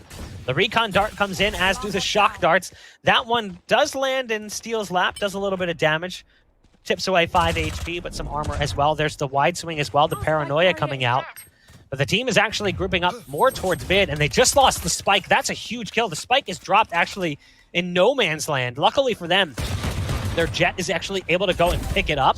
Asuna taking significant damage from Mame over on short. Dicey with a nice shot from distance delivered by the Sheriff. Puts Crashies in an uncomfortable position. Holding down short alone. Dink shot coming through, but it's not really going to make a difference. Crashies getting those last 2 kills. 2 on the board early for Envy. And a high survival rate as well means money's going to start stacking up a bit better than it did in the last map. And especially when you're trying to peek 1 by 1 like that instead of going for that double swing to make it a little bit easier and maybe possible for you to overtake the trade on an eco for 100 Thieves. Unfortunately, it wasn't the case there, as you know, they were trying to get their money right, but also for Envy, you saw, and we talked about at the pregame, how aggressive they like to be towards the A main, and they did so before with the Reyna pushing forward, and this time they might do it again. You already see the smoke happening towards the top mid. They have a paranoia set up just in case there's any type of push or any type of footsteps being heard, but it's not needed. We're able to put one inside the corner of the wine area. And as the rest of 100 Thieves, they're trying to push forward with another mixed buy, only having the Sheriffs into this round. But it's Food aiming on the site, on the top of Switch, looks down towards Pizza, and Asuna falls. Careful now. Food going to use the hot hands to heal up and drop the door down as well. 100 Thieves do have mid control, at least for the time being. Tripwire gets taken out by Dicey, who again is on a Sheriff. The buy coming in from 100 Thieves not fantastic due to the fact that they did force in the last round and weren't able to make much work for them. Steel pushing in closer. Mummy currently at the backside of A Heaven, does some damage but decides to back off. Good call. Give them control of mid for the time being. Steel is currently on 45 HP. It's the 3 remaining players for 100 Thieves trying to move up into mid. And while they've gotten up pretty far close to spawn, they haven't been able to do much with it, as they're not sure of a looming threat that could be waiting on both sides. On one side, you've got Omen. On the other side, you've got nothing. But 100 Thieves, none the wiser to that, as Mummy again gets a backpedal off the early damage that comes his direction and continues to just get that information and buy time for his team to get into better positions. Mummy now right around the corner, 10 seconds still left. can't manage to make it work with the Sheriff, but just a few seconds left as they try to make their way onto the site. Somehow, they're going to get a spike plant out of this potentially. Ooh. No, it's denied, and the round is as well. With just 2 seconds left, there's nothing that can be done for Dicey, who's executed in the end by FNS. Envy, only 2 players survive, but it's a round win nonetheless. A very nice positioning by Crashies in the end. Just holding it towards the hell. He knows that he has the time in his hands. He's okay to even let them plant if they wanted to, but he waited at the absolute last moment before he could actually swing out towards the generator. As because exactly there was only 10 seconds left for 100 Thieves to actually get into the site and to try to get a spike plant, they really didn't have any time to go for any type of trades, or should I say, to clear sites. They just tried to move forward and tried to protect the spike carrier instead of going out to clear out the area. And Crashies just was able to come out from hell, surprise attack, 2 guys down, and Envy seals the deal, but still getting 2 kills, almost a spike plant. It's not that great of an eco, at least in my opinion, for 100 Thieves, but at least they have a rifle round coming in this time, where very important for them, as Envy has been controlling, once again, the beginning of the game. And they have to stop them in their tracks now on the attacker side. And it's Asuna trying to move forward. Op shot missed, that forces Mummy back. So Owl Drone, sorry, is going to spot one, and it's still going to be Food that gets the kill onto Asuna from the mid side. But they're coming in from all angles, actually, for 100 Thieves. They pushed out towards the A main. It's trading out. They got Catwalk. It's down to a 3 versus 3, but the spike is so far back. So they are going to waste some precious time for the 100 Thieves to come back and pick up spike, and at the same time lose map control. So they have to take that, then work back together towards the mid. Lots of precious time is wasted. And Crashy's currently on Catwalk, has to be careful. You can see Hiko is currently ready to fire a dart into that position. It goes on the opposite corner, and Crashy's is able to dodge the damage. Has to be careful. There's one right around the corner. The op tries to peek out closer, and Crashy's capitalizes. It'll now fall onto Hiko. With 23 seconds left, he starts to move into position and gets spotted from spawn. Jump peeks coming out on short as well to make sure that he's not moving in too close. As he peeks up, Food is waiting for him with an op. Envy have not slowed down moving into map number 3. 4 straight rounds for them, as 100 Thieves have yet to get things going on the attacking side. And it'll be another pistol armor buy coming in for 100 Thieves as well. I wouldn't be surprised now if we see the Blade Storm coming out too, and this could be something very aggressive for 100 Thieves too, as they're going to go behind Dicey if they could work with something like that. Because if they grab the Orb, for example, through the rush, or if they get trade-offs for Nitro and Steel, that's a lockdown ability available to allow them to clear, which seems to be, at the beginning, a push towards this B side. But that camera that FNS loves to put is a great spot to put it, and it's going to be a Leer that covers it up to start things off. And they pick up the Orb, and there's the lockdown. How can they hold this now for Envy with this crossfire? Oh, it's going to be an ult to stop it. The Hunter's Fury sending pulses out. FNS is waiting right around the corner. There's players in B main. Just has to be patient right now as the Lear comes through first and blinds him. Nice dash coming out from Dicey, but it's not enough to get past FNS, who manages to pick up one more. Yet again, it's Hiko all alone, and Envy just keep things going. The gas pedal is currently pressed to the floor for Envy, and they show no signs of picking up that lead foot. 5 unanswered rounds. I don't know what kind of answer you could actually bring back here for 100 Thieves.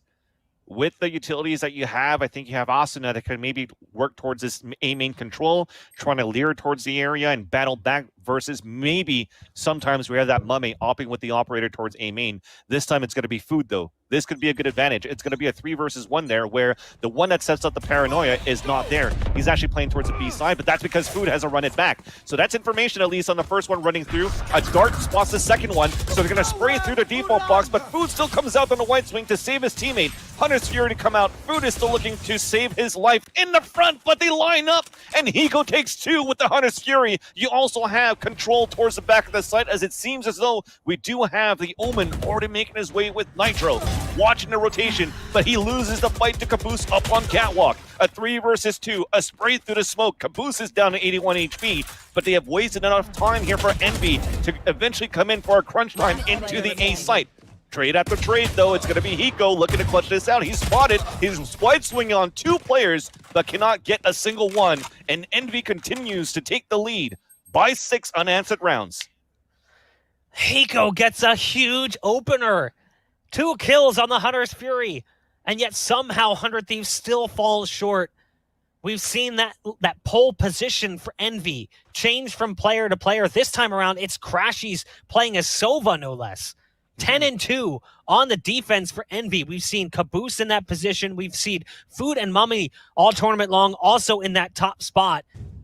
Even FNS get close sometimes. It's just not working out well here for 100 Thieves. We'll see what they can do, and you can see some of that aggression already coming out. Look at this play. A little bit too ballsy for Caboose as he gets too aggressive. The pickoff shot from short doesn't work out for Mummy, so he'll have to back off. That's a weapon picked up for 100 Thieves off a bit of an aggressive play coming out from Envy that cost them a player advantage early on. That's what we mentioned before, Buck, at the pregame of this map. Even though you have a lead, maintain your composure, and Mummy does so. A connection onto Asuna, crashes with the crossfire. He's able to get the kill, but that's 3, made that 4 simultaneous kills towards that mid side and A as they're trying to pinch from Envy on that mid side. And we didn't see those kills, but we definitely saw how immediate that was on the kill feed, where an Eco then comes in for 100 Thieves, a thrifty round to start things off and try to get things rolling on their attacker side. Again, this is a map that Steel really performed on, really excelled on for 100 Thieves earlier in this tournament. Especially on defense. But that's the thing. On defense, on attack, Killjoy, it's awkward. We've mentioned it already. Asuna, though, playing as Reyna, has yet to get a kill. Struggling currently as Envy has controlled the early game pace, much like they did on Bind. You've got Mummy in position with the op, and then the peek comes through from Caboose in Wine Cellar, and he'll get out of dodge pretty quickly. So an early pick that can't be traded.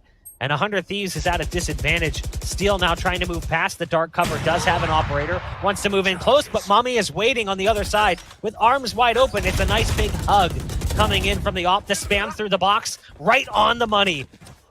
100 Thieves yet again reduced to just 2. As Envy looks so strong on the defense. 50 seconds left for Hiko and Nitro to try to make something happen. At least they're grouped up. But a better positioning here from Caboose that can actually get the kill / dismiss if he gets it. But he opts to fall back instead. He does have support already on Catwalk. There you go. That's Crashies coming out from the garden. And they don't even need to help each other out. When you're landing your shots like these guys are since the beginning of this series, it's definitely a hard battle to take versus for any team facing against Envy right now. And so far, unfortunately, the short end of the stick is definitely 100 Thieves into this matchup. And as you mentioned, Asuna, unfortunately, not being able to get any kills so far in this half, I think it's just well due to the fact that Envy are just controlling every single angle and controlling Asuna well, where they don't allow him to get those selfish plays to try to get entries for himself. Like, look at him. When he's working towards his orb, nobody's working back towards the area. Like, nobody's peeking on that time. So when they're trying to go for these guess plays and where the positioning from the defenders will be at the beginning, they're on the opposite end of the map. They're turtled back. They're forcing now 100 Thieves to get into versus a stack, and it just doesn't work out. That timing as well was perfect over in A main. Mummy with a nice paranoia, but it wasn't even necessary as Asuna got towards the switch before being taken down. The spike is dropped back pretty far towards spawn, and it's going to be another 2 on many. This time, though, it's Jet, Dicey, and Hiko trying to make things happen. You've still got Reyna on site. Omen is there as well towards Cat. Dark cover coming out to make things a little bit more difficult for them, putting a little bit more in the way. Now, Dicey does have the ult. The knives can come out. Bladestorm is available, but look at the other side. 4 ults total, all waiting to be utilized for Envy, and they honestly don't even need to.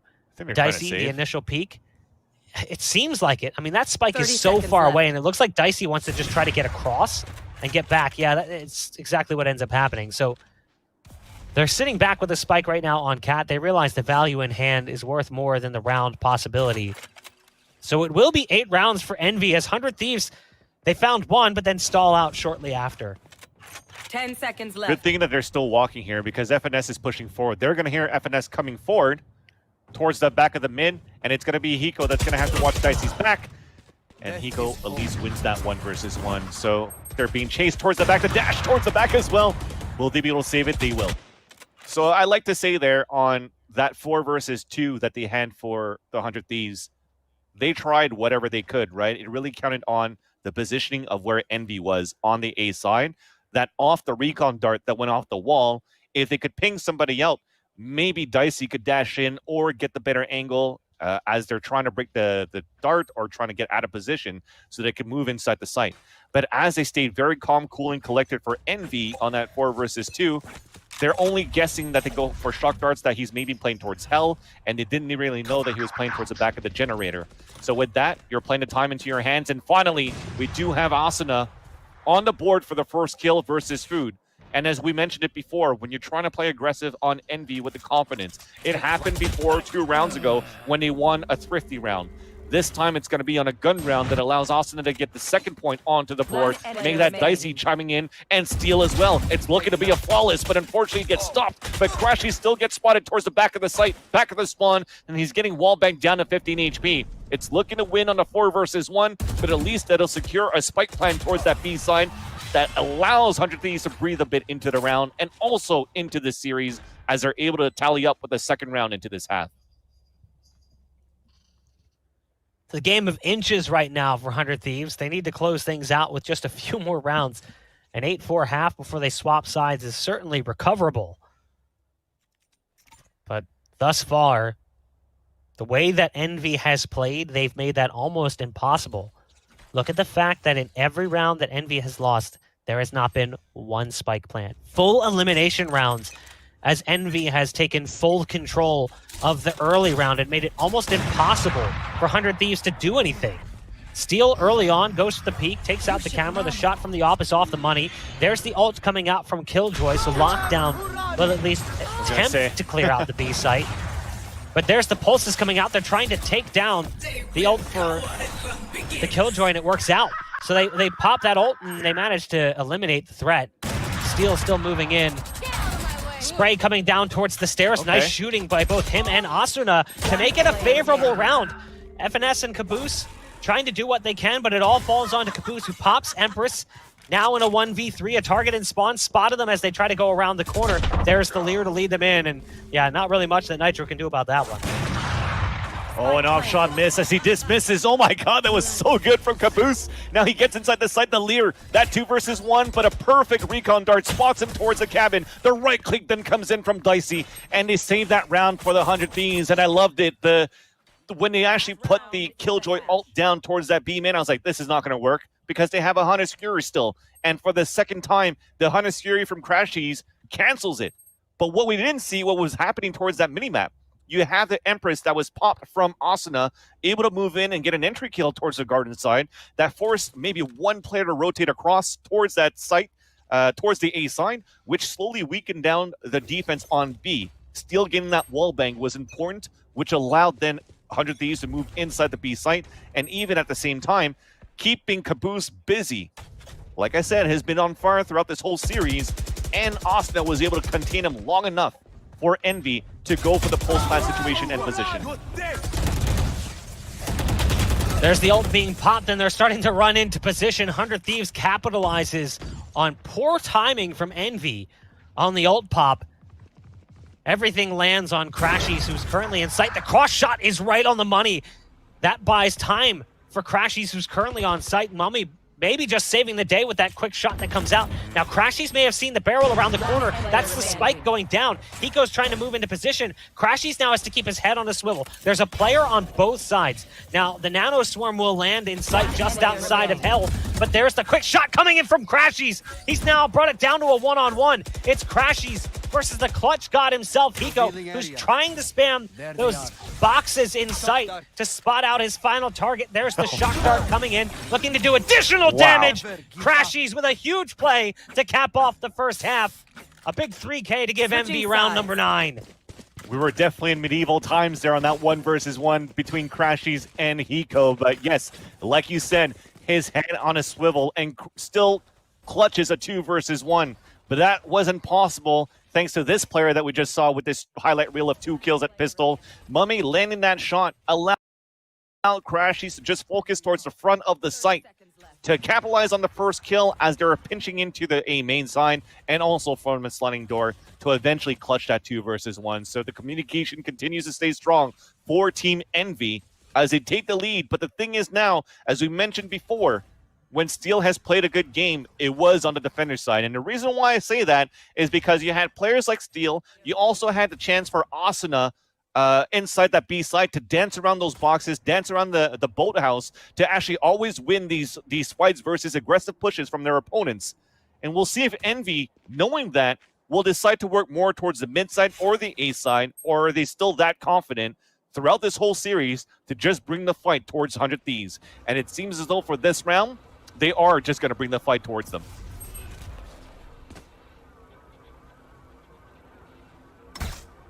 See what happens here as the drone goes in first and hiding inside the smoke.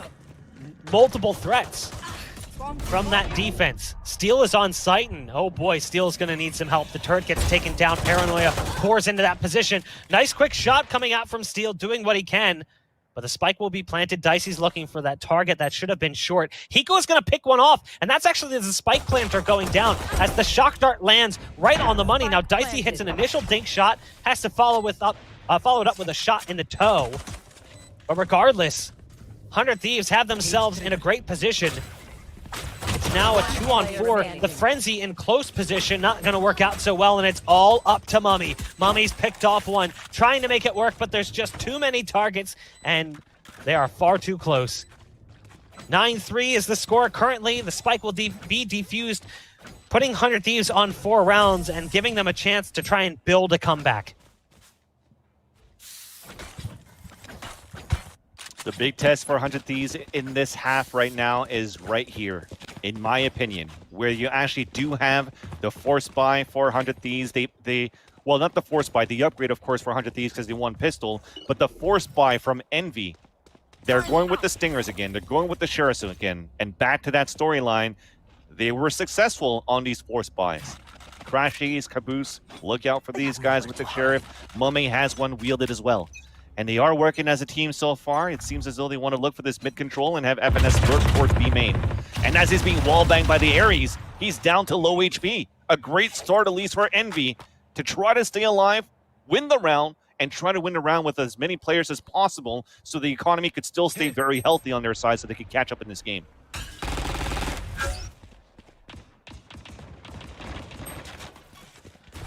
Hiko sitting back, about to send out a shock dart as one of his teammates falls by the wayside. Dicey will be sent to the afterlife for the remainder of the round. Envy moves fast, trying to take control of Catwalk and explode onto the A site where you've still got one waiting. Hiko sends some shots down range, but decides to back off. As the spike comes through, there's a shock dart out. Crashies with great shooting on the Sheriff. Some bullets pouring through the floor, doing damage, but there will be no fatalities as of yet. 4-on-3 numbers advantage still in favor of Envy.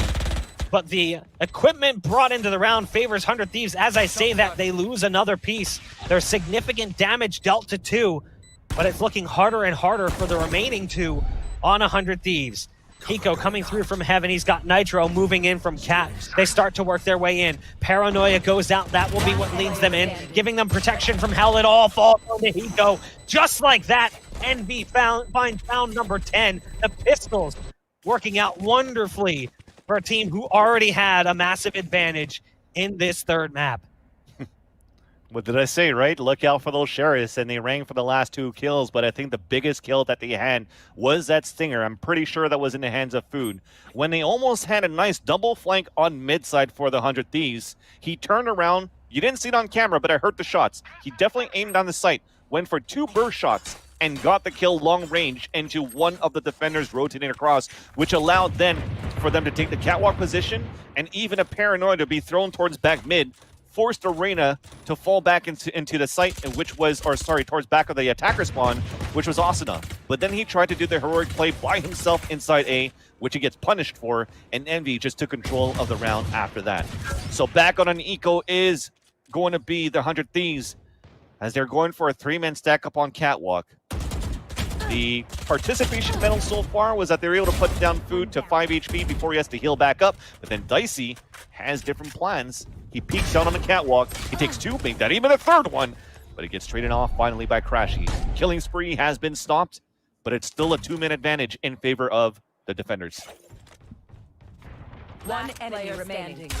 Well, so much for that strong push coming in from Envy here after picking up that nice round previously. Crashies all alone with a Bulldog. We'll see if that Bulldog is all bark, no bite. It seems to be the case. Asuna peeks out from catwalk. 4 players survive as 100 Thieves fire right back. Not willing to surrender this third and potentially final map in the series. Take a look at the scoreboard. Dicey 16 and 11 as Jet. On the flip side, Crashies 19 and 8. Yeah. Absurd numbers coming in from the Sova. Food sitting at 13 and 8 as well. Solid numbers in general. But we'll see what happens here. The buy coming in from 100 Thieves, despite the round win, is still a little bit awkward. You've got Steel on a Sheriff, an SMG for Asuna. Full buy for Envy. So what does Steel decide to do? Wants to get aggressive, takes down the cam initially. The curveball comes around the corner. Steel has to back off. That does give them control of the ult orb, which means run it back is now a problem. As he peeks wide, he does drop the spike plant, but there's the push that comes through with that ult as well. They're going to move into position. The knives, not exactly where they need to be initially for Dicey, but eventually does take down the Phoenix. The ult will send him reeling back into B main. Caboose picking off Nitro, who was hiding in the site. And it's a 4-on-3 in favor of Envy.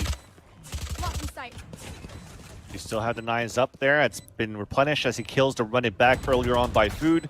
Low HP, though, is going to be the Reyna Asuna trying to move forward. Stuck at the cabin. Now being pinged by the Owl Drone, courtesy of Crashy Silva, who's been a thorn on their side. When we talked about how good Mummy could be in the server with the operator, it's not needed when players like Crashies continue to be such a dominant factor for the success of Envy on this map. But Dicey trying to move in. We're still watching him. It's just Hiko trying to do heroic plays on his own. He gets a second one here, but the clock is still ticking on that spike. They're just looking for that econ damage, and there you go. And he's even going to possibly die to the spike too, and indeed it will. 11-5 in favor of Envy. As again, they're looking to seal this on a flawless 3-0 in the series. But to start things off, the way that they try to peek there towards that B main, you can't really discredit Steel for that one, too. It was just a poor timing because you saw just the first person wasn't paranoid, but Nitro did try to throw it towards that B main where we thought everybody was still stacked up when they heard the first orb so they could try to catch at least 1 or 2 players off guard. He got one, he got the spike carrier, but as he dies from an opponent that's so close into the round, on top of that, a running back available from Food, it's just hard for you inside that site on your own after that as Nitro to try to hold it. Getting reminders of split that early back and forth in that second half. Quick shot coming out from Envy. It was Mummy with the pickoff. Dicey wants to go through the Cyber Cage. There's the Hunter's Fury being popped from Hiko. He's had so much success converting on that ult throughout the series. Steel is able to pick one off as well with the Sheriff.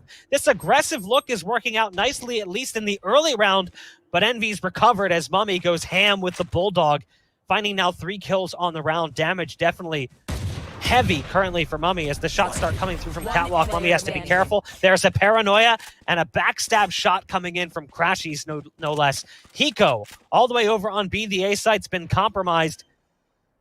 And Hiko is going to have to go big. It's a 1-on-3. He already picked off 1 with his ult to start the round. He's going to have to find 3 more to finish off the 4-Cray to give 100 Thieves a must-win round. Breaks the dart. Shock darts coming and ringing just behind him. He hears the footsteps towards Hell and the generator. But now finally, maybe thinks that's still the second player though in his point of view. It's a perfect crossfire. It's a perfect bait and switch as well for Envy. And things are just going to be impossible for Hiko. That clock is running down. He misses it versus Crashies. And we now have map point, series point, and tournament point for Envy. Match point. That's brutal. Unfortunate turn of events there. Hiko did whatever he could, but it's looking all but gone at this point as 100 Thieves now have their backs against the wall, against the ropes, as Envy continues to prove that this team is no joke. Since the addition of Crashies and Food, Envy has been a serious threat. And we mentioned it coming into the series. Multiple teams made note to watch out for Envy during the open and closed qualifier, and you can see why.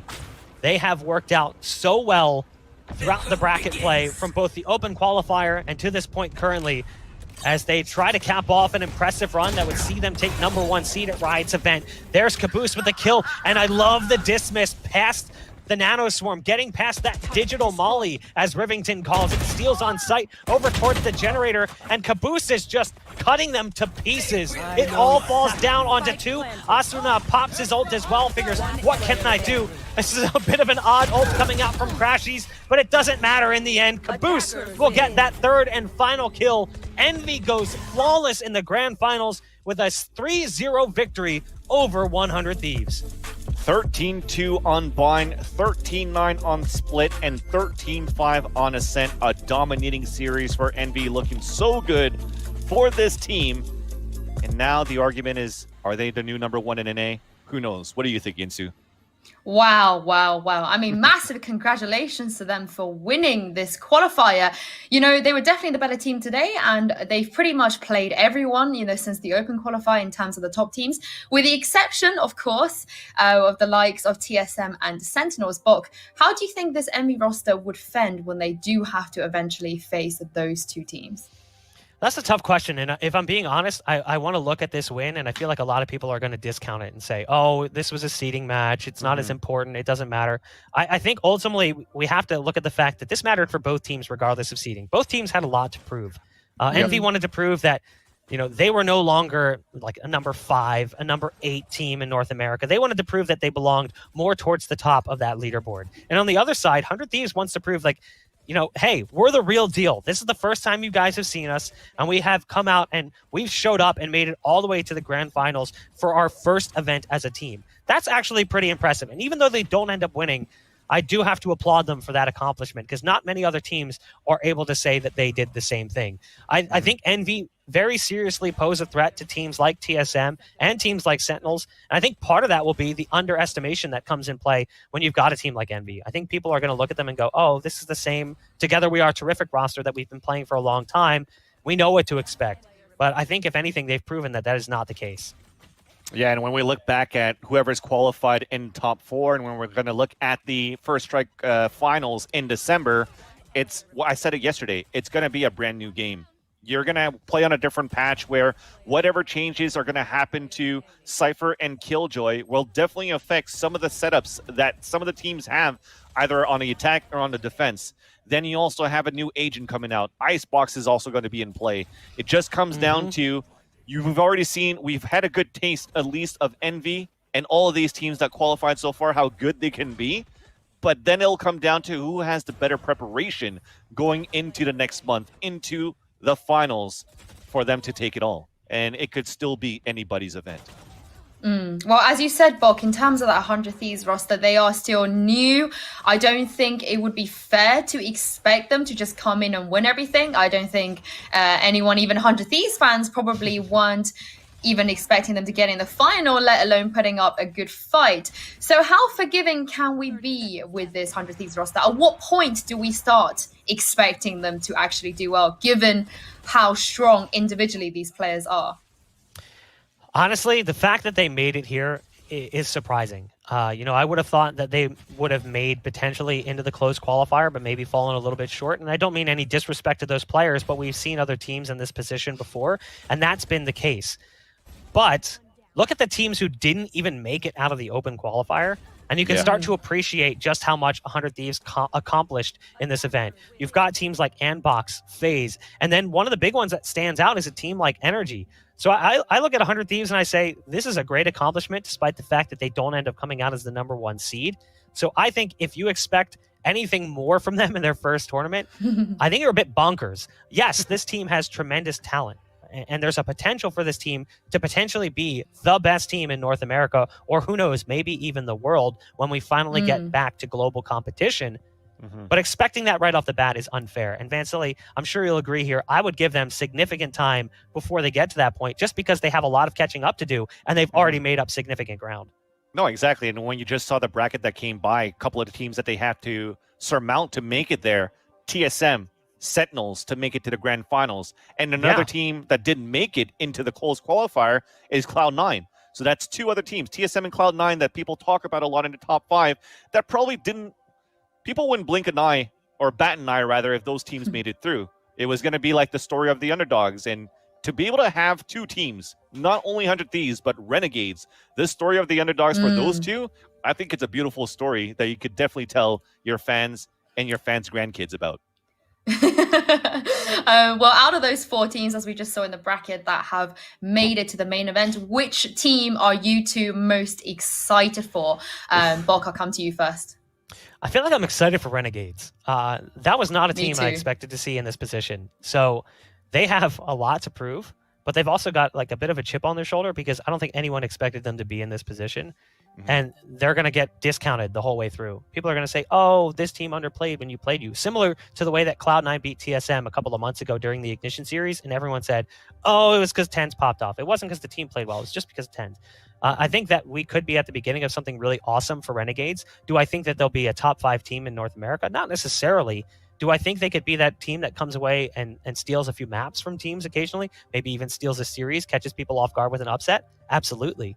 And I think this is the beginning of that storyline. And I'm curious to see what they're going to do as they move into that event with Riot, how they're going to continue that. I think that there is a very real potential that the upsets don't just stop here in the closed qualifier. I echo that, but I think personally for me, I just like the storyline for every single one of these organizations for the top 4 that already made it forward, right? As you do have what Renegades are like, right? They have a lot to prove. 100 Thieves, I think, to be able to make it to the grand finals, if they're able to, into the first strike finals and even win that one, holy crap, is that a nice story for them. Sentinels, I mean, there's been some memes here and there throughout the week where, they might not take things seriously, but that when it's time for them to turn up, they turn up big. And as they're already #1 here in the NA rankings for the Spike.gg, well, they want to make sure that they seal that deal. And, all the haters, all the people that are doubting them, and the level of consistency that they say that they keep having, especially with the rivalry that they have with TSM, if they're going to continue to do that and win that event, that sealed the deal for that #1 team in North America. And last but not least, we just talked about it before, Envy. They want to be the talk of the town. They're definitely the talk of the town, winning this one so far, the first qualifier, and to me, probably the toughest qualifier, right? Because when you're actually going to move into the gauntlet next week, for those of the teams that actually didn't even make it to the close qualifiers, teams like Nbox, Immortals, and Energy, they might have a better chance to at least make it to the close qualifiers, but then they're going to have to play against TSM. They're going to have to play against Cloud9.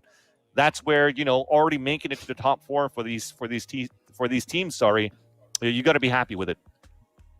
Well, as we're coming to the end of this tournament, I wanted to ask you guys a bit of a tough question, I'd say. If we take into consideration of the open qualifiers, the group stage, the playoffs, and the top 4 semifinal and the final, if you had to choose a one player, not necessarily like an MVP player, but someone that's impressed you, someone that stood out to you, someone that you've just loved watching, and you could only pick one, who would you pick and why? Go ahead, Bach. Yeah. It's a That's tough one. It's a tough That's one. a real tough Yeah. one. I didn't really want to say MVP because, you know, I think that's really tough to judge in a situation where not everyone played everyone. You know, there were best of ones early and also the circumstances as well. So if you need some time, go ahead. But yeah, Vansily, it looks like you've already made your mind up. Okay, well, I guess it's going to be me. I think just based off what I've seen throughout the whole tournament is I'm probably going to have to say Caboose. Caboose for me, for Envy, throughout the whole, I mean, you already saw it from this week already. Of course, he had like 8 ping into the server, but it doesn't matter. Even if he had the same ping as everybody else, he's definitely the type of person that could definitely put a team on his back. And you saw it from the way that he's been rotating around and being a support player in terms of like support by getting the amount of kills that he's getting. He's definitely one of the key factors for sure, or one of the key players of this tournament in my eyes. The tough thing is, I'm trying to look at teams that also didn't even make it as far. I'm trying to make sure that I look at teams because I'm thinking Jonah P, who plays for Complexity, played really well. You know, I'm looking at Hazed on TSM. Hazed had a couple of big rounds playing for TSM during their series. I'm looking at Nitro, who's obviously a big name, but people were maybe not sure what to expect from him as a player because he's transitioning over from playing CSGO for such a long time and just diving headfirst into the game. So many. So there's really so many names that it's almost impossible to pick just one. But I do feel like I want to lean towards Nitro. You know, I was really impressed with how well Nitro has adapted to Valorant so quickly. And I think that if anything, he's only going to get better. I think there's only room for him to improve. And we saw multiple like 3K, 4K rounds for him throughout the tournament. Expect that to increase, which is scary. When you think about a player like Nitro, who is maybe not necessarily a statistical stud when he played CS, potentially being a top performer in Valorant and just being a very serious and scary threat to face off against, that makes 100 Thieves unstoppable almost when a player like that is performing at that level. Actually, if I could add, if I want to add a cheesy answer to who's going to be my number one pick, it's definitely going to be the community, right? The fans that were able to hang out throughout this whole week, all the watch parties that we had throughout the week, from like Myth to Mixwell to Days to everybody, Sean Garris, the Mortal Minds, like everybody. I think we've had a lot of tremendous support, and I think everybody enjoyed like the great matches that we've seen, especially in the quarterfinals when all of these teams, the top 8 teams, were battling to see who were going to be the top 4 that qualifies. So it's been nothing but fun, and I want to thank the community for being cool. I'm so glad you did that because I wanted to do that as well. Of course, all of the names that you mentioned, all of those community streams being great. I want to add Sliggy in there, Team Liquid's coach Sliggy. Shout out to the Slug Club. I know you guys are watching. I also just wanted to add, in terms of that MVP, to throw Sick in there. Sick has just been unreal for me this tournament. And I feel like he always slightly misses the mark because there's so many amazing players on that team.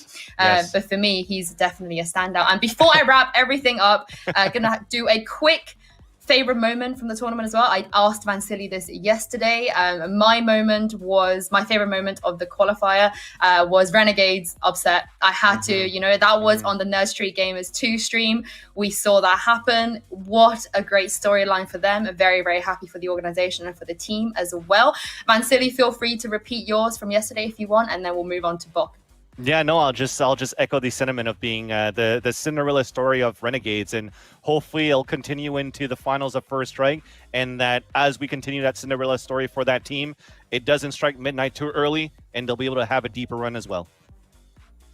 You know what? I hate for all of us to match, but I feel like it's going to be the case. You know, watching Twitter and seeing CP2 tweet out that his dad, CP1, is watching him, you know, win, and he's just cheering on with the family. Like, that's such a wholesome moment. How can you not love that? He's sitting there just going, "Oh my gosh, Chucky's team won! They beat one of the best teams. This is crazy. It's Junior.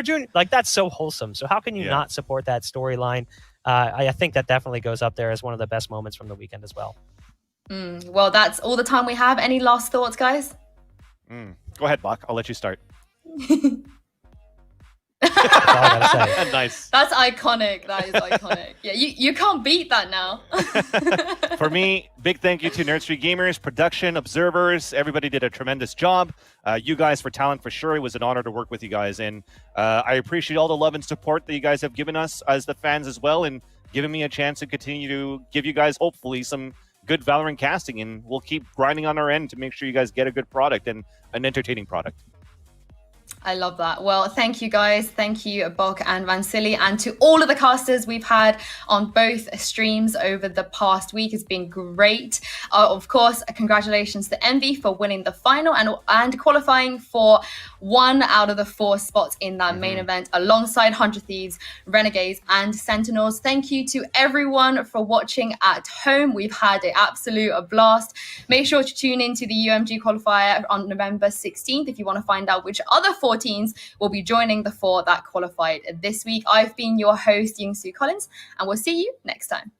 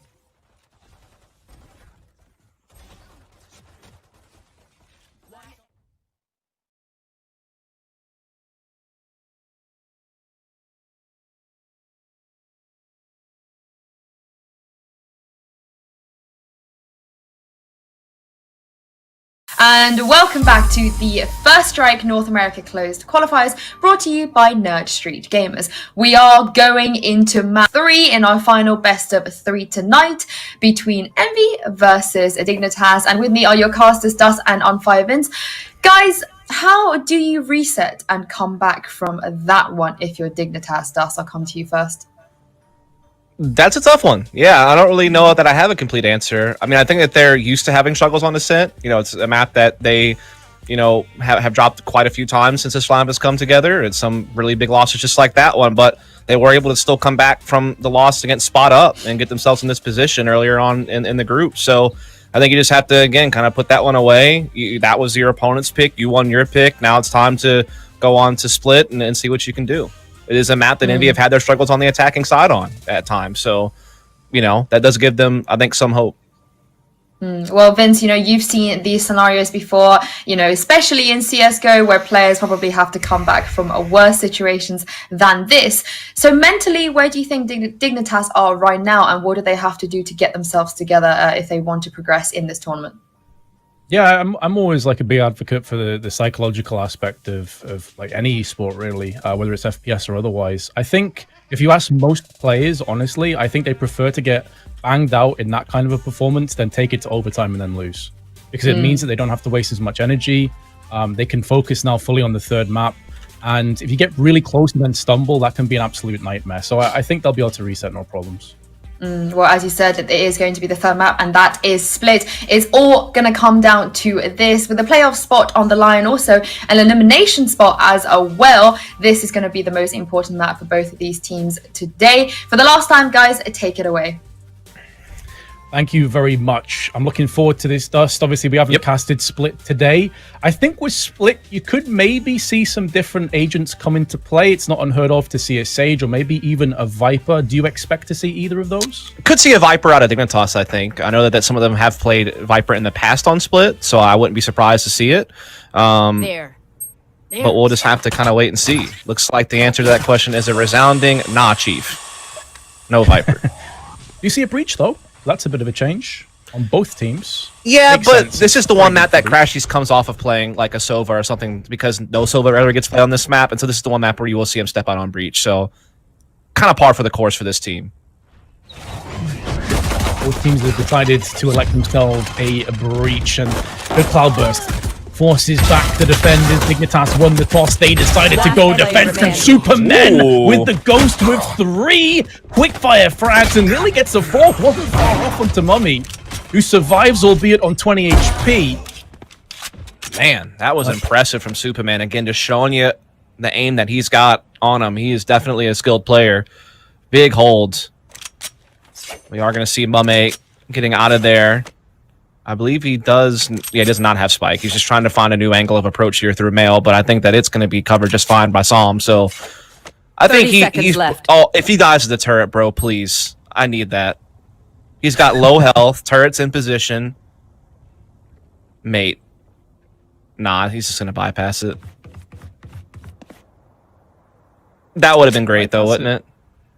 Yeah, and maybe with the trajectory that he's taken, 10 seconds the route that he's left. got to this point, they won't expect it. They do expect it, but he's still too fast on the trigger. 5 seconds. No forthcoming kill onto Psalm. And to be honest, even if he did get that kill, all Breach has to do is just sit in and wait, and the time would have done the rest for them. Yeah, so I mean, when I'm looking at the agents, I mean, it looks pretty standard for Envy at least. I don't know so much about Dignitas' comps with this new lineup, but as far as what everyone's playing for Envy is what you expect. I mean, Finesse is always going to be, you know, on that Cypher. This is one of the maps where Food will pick up Omen so that they can see Mummy on Jet. Typically always going to see Caboose playing Raze. So, I mean, yeah, this is pretty much what I thought you would see based on previous Split matches from Envy. Placing sentry.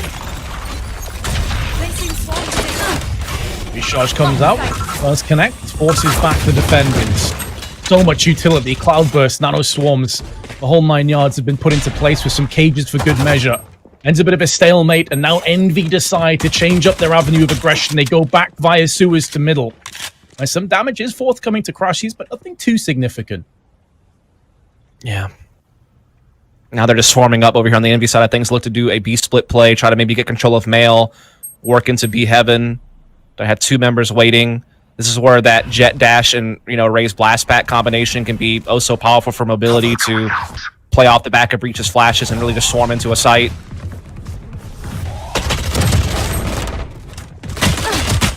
Good, getting it done with a stinger, but runs out of ammunition and does get punished. Storm deals with him. Here comes the aftershock, and One player has dead. been planted. Frenzy goes in for one, but that's all they'll get post-plant. It's a decent round, though, for Envy, all things considered. But Dignitas only losing 2 players, I'll be happy with the outcome. The thing was, Envy invested into that. You know, at least they had one stinger that they invested into. So even with the spike plant, their economy might still be in kind of a weird place. Well, they can't really buy, and yeah, that's going to be the case. Just going to be upgraded pistols and sheriffs coming in. If they had invested less and got that spike plant, they might have been able to buy immediately here, but not going to be the case. So Dignitas off to a good start here on the defense. Again, this is one of the maps where Envy does have a lower attack win percentage. I think it's like a little over 40%. Obviously a map that can be very defensive sided for a lot of teams, if we're honest.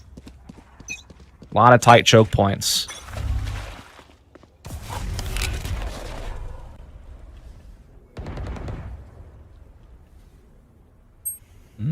Envy playing slowly up middle, not giving any information away. It's the one tap onto Depth, who never saw it coming. Wow. He's taking a dirt nap. And Envy switch across to a Spectre. With middle control and very little damage done against them, they're in a good position. Yeah, Death's got the Looney Tune canaries flying around his head right now. He got absolutely beamed. That's giving Envy a lot of control over towards Mail and Ropes, is forcing scrambling out of Dignitas' rotations, and even with low firepower, Envy can pose a threat here Not ready. based on positioning alone. That is dirty at 2. Player remaining. And a third, and the spike down, and indeed the round will follow. You could see him ping, he knew exactly what was coming up. Now it's just going to be about how Envy wants to open attacking side. Again, they can play default with kind of Cypher being that A-lurk, and they usually use Raze for pressure on B-Lobby, but they're also a team that doesn't play default very often. Again, I feel like I'm, you know, kind of a broken record, but it is just so true that Envy likes to do those, you know, early burst type strategies in the early round moments, whether that be bursting through middle to get Mail control and splitting B, or whether that just be, you know, set pieces on either side of the map. And you can see here they're focused up with 3 on this B-Lobby, but we're going to see Dignitas push in as well.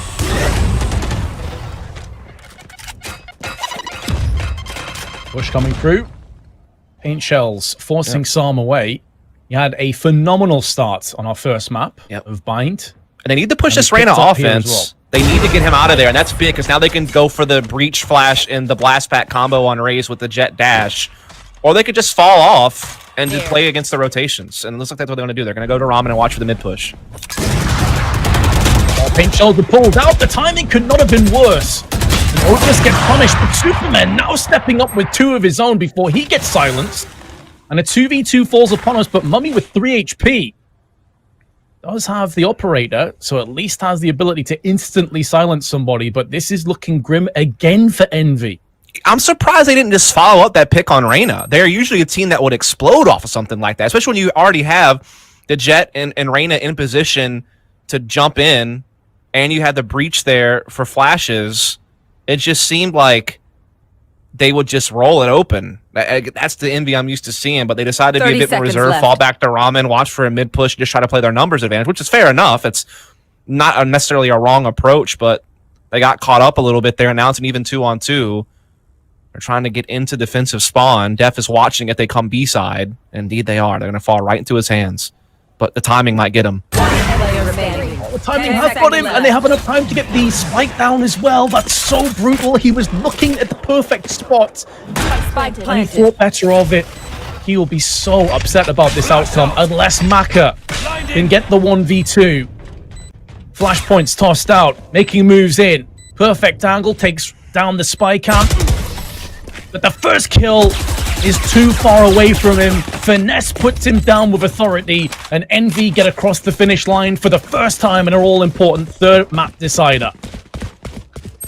That's a big round to get for Envy. I mean, obviously they were slow to start because their economy was in tatters after the kind of forced buy in round 2. But now that they got the full buy there, they're able to get an immediate victory, which is great news for them. And now they're going to pivot and look to put pressure on A ramps early between, you know, Cypher's cam and the blast pack and jet opping and all the mobility that she has, they can really put the hurting on B Ramp's control. But that's a great combination there, the stun and the nade. But Mummy still comes up with the frag anyway. Yeah, it's almost like they put it a little bit too slowly. Raids was getting up there after the fault line connected, but didn't quite make the most of it. Got put down. That puts Dignitas into a really awkward position. Backs to the wall. Oh, legged. How did that shot not kill? I think he jumped up and got legged instead of the outright frags. He's been dropped down very, very low, Def, but still alive. There's another player that they have to weed out from the site. The flash is good, but so is Caboose's aim. From the shadows, popped in the meanwhile. Looking to scatter the adversaries, and a post plant will be coming up momentarily. Yeah, Spike going down, and Omen's on a massive flight to defending spawn through the B site, and will be able to come over and stop these weapons from being saved. Gets caught, though, throwing smokes down to help cover heaven and screens for his teammates who are playing post plant at A. Understandable, and it's not really going to harm the round at all. They're still going to come out with the victory, but it would have been nice if he could have had his gun out, maybe stopped a couple players from saving. That would have been pretty sick. So it will be 3-2, still in favor of Dignitas, but Envy are quickly looking to surpass them. Really awkward moment. I think both Def and also Food were switching weapons or switching to, you know, abilities, and that's why he had this prolonged moment where they just looked at each other. Yeah, Food had just thrown a smoke, I think, at Heaven on A side, Yep. right as Def came around the corner. Crashies will still stop one from saving. Yep. Yep, exactly. So, as awkward as it was for Superman, or pardon me, Food, it doesn't really matter. Ooh.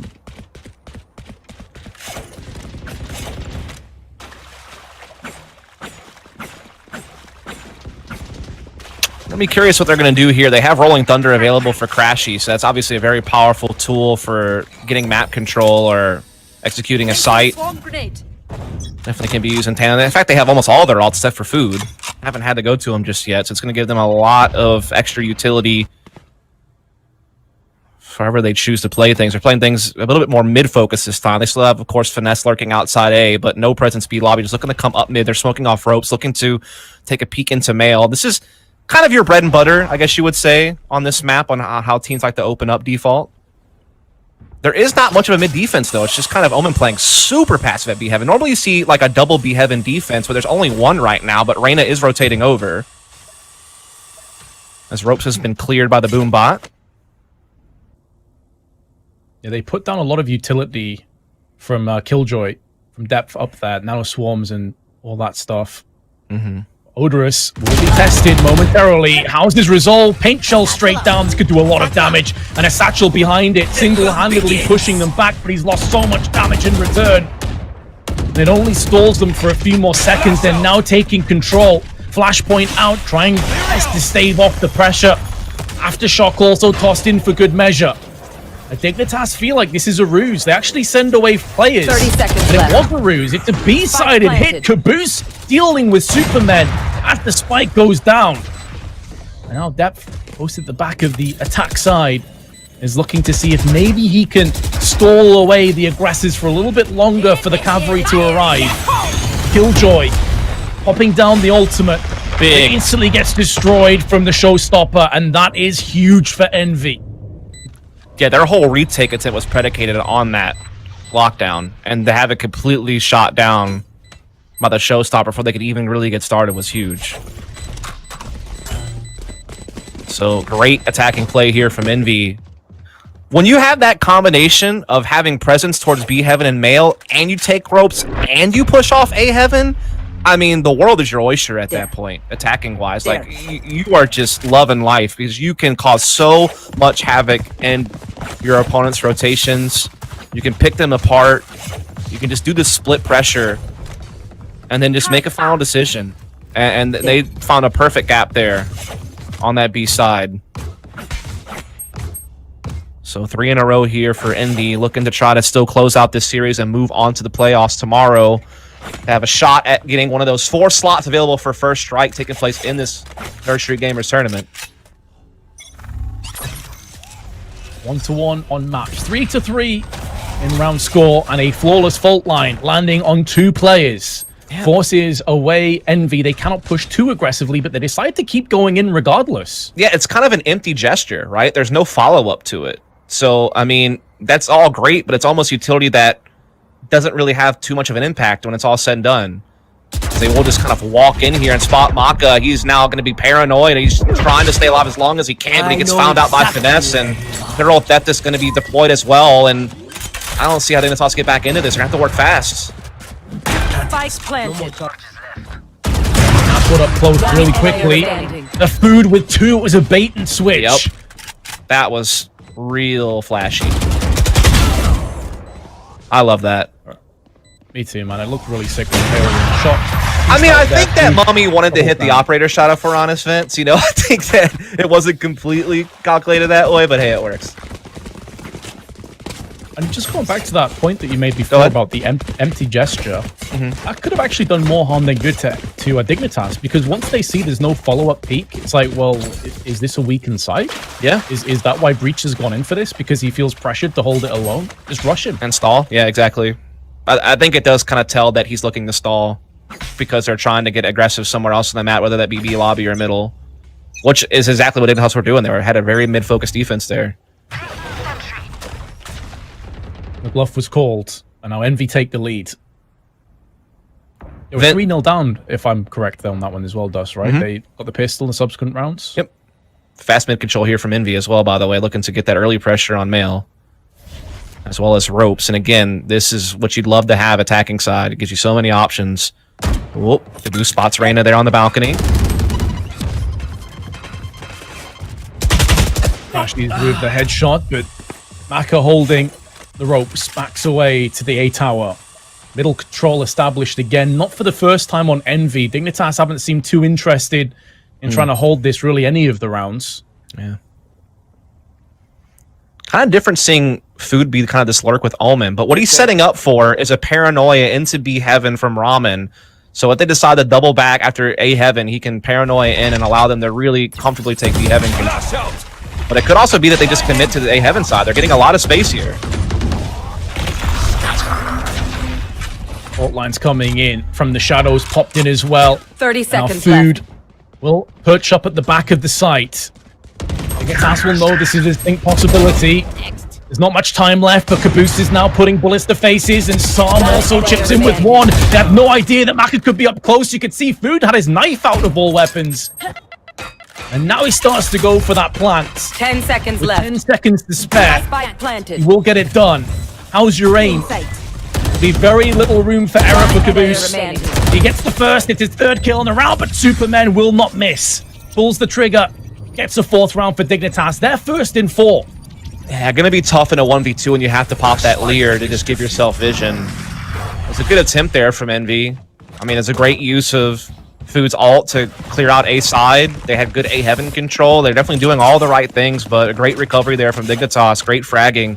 Great play from Psalm once again with this Reyna, his new role.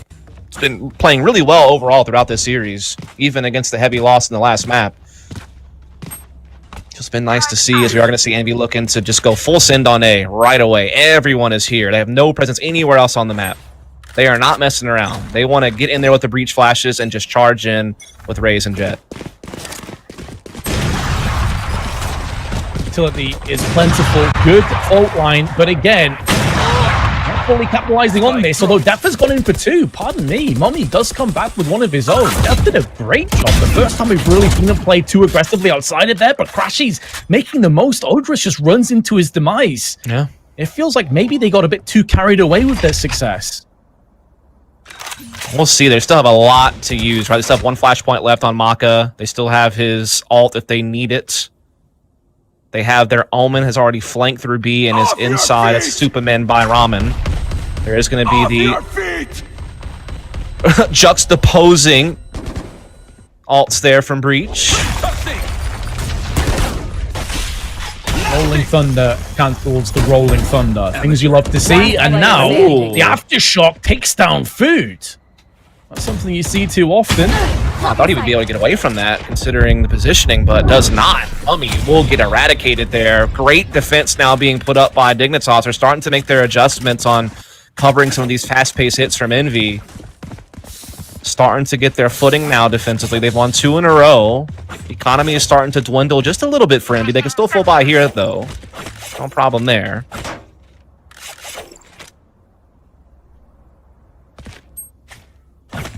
Credit to Dignitas, though. We discussed how they could shake themselves off after that very rough map of Ascents. Yeah. Not like they were about to go back into familiar territory, but they've won the last 2. Yeah. Whether they can connect the dots for a 3rd time is yet to be seen. If they do, it would put Envy's economy in awkward shape. Yeah. You know what is interesting is seeing Odorous, by the way, has been playing Raze. You know, instead of having the operator prioritized for him, as he would often do, it's just been the solo operator with Killjoy defensively. I don't know that Envy would have expected that. I think they would have, expected to see Odorous with it.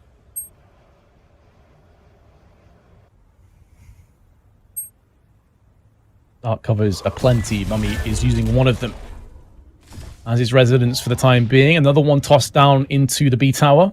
Yeah, there's Dignitas pulling the plug. big B Heaven defense set up though from Dignitas, and they already have their Omen pushed into B lobby to watch for the split potential. So they have a good defense set up for this. It's going to be tough for Envy to crack open if they're going to commit to B side. And they really have no way of knowing that they're up against this. Now, you feel like this is where maybe Breach is going to be worth his weight in gold if he can get a good flash off or maybe a fault line. I dropped the spike. Could be one of their key ways of just cracking into B tower and maybe making the most of it. But Psalm is up close. They also have depth with the operator just behind him. It's a bait and switch and it works to perfection.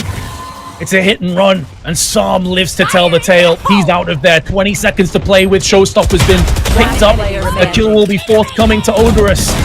Dignitas, a flawless hold, losing minimal damage in the process.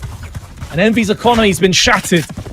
Yeah, that was fantastic from Dignitas to go for that stack over towards B. They had Omen Prist, like I said, Superman there in that corner of B lobby, having complete read on if anyone was coming that direction.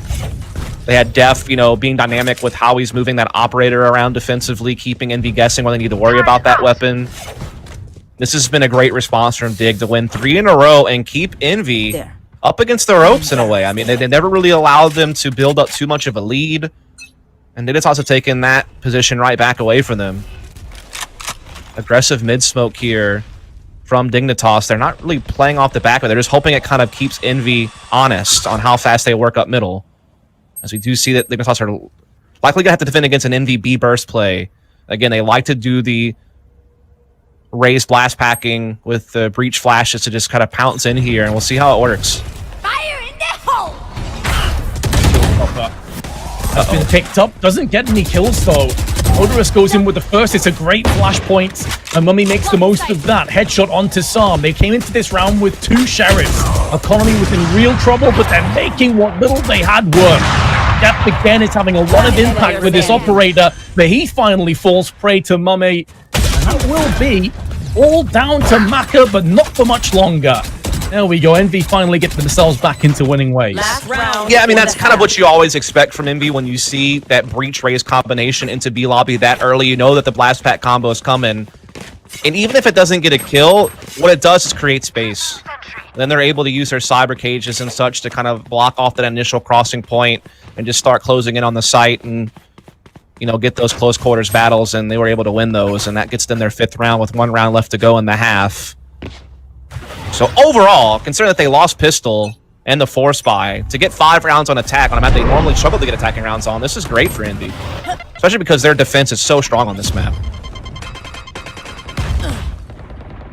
Well, you feel this is going to get no easier for Dignitas come the second half, that's for sure. But Psalm is taking the initiative. Wow. He plays aggressive, getting behind the attackers, and this could be a bloodbath. There's 1, and a second, and a third. Psalm sprays them down. They get aggressive elsewhere with Superman and Odorous, but Psalm take a bow. That was absolutely immaculate play. Yeah, surprised he was able to move that quickly with stones that big. But he indeed was able to slide right into Ramen and have himself a feast. Fantastic aggressive play to catch Envy off guard there to maintain a solid lead going into the second half. Saw a lot of good things in the toss that half, but also did see Envy, again, have quite the recovery, considering how the half started, for them to come out and get that streak of attacking rounds going. Again, you got to see them put their best foot forward. You got to see them play their style of Valorant, and it worked out for quite some time. They still have a great chance to close the gap, especially if they can win this pistol. And especially considering how strong their defense is. They have an 88% round win rate on split.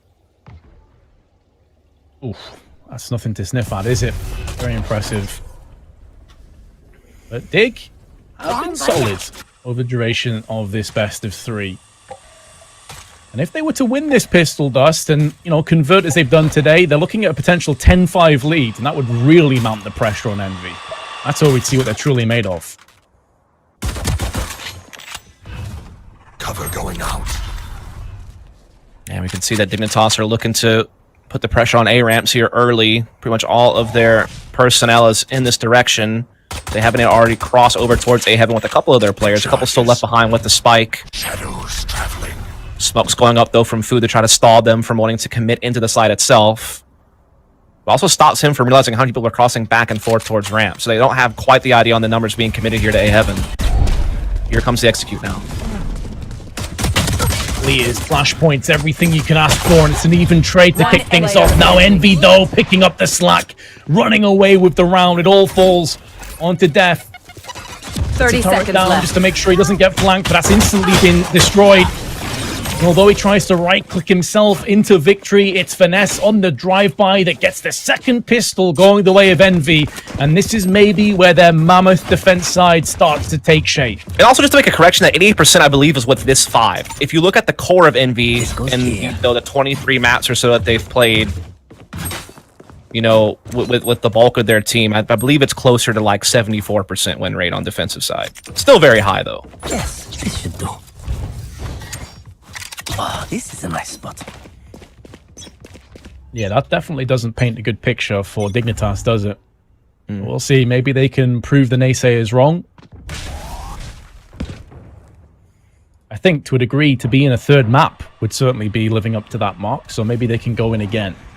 In terms of this round, though, it's pretty grim. You got Classics. I think they got a Sheriff in play, maybe, but it's really, really low-tier investment.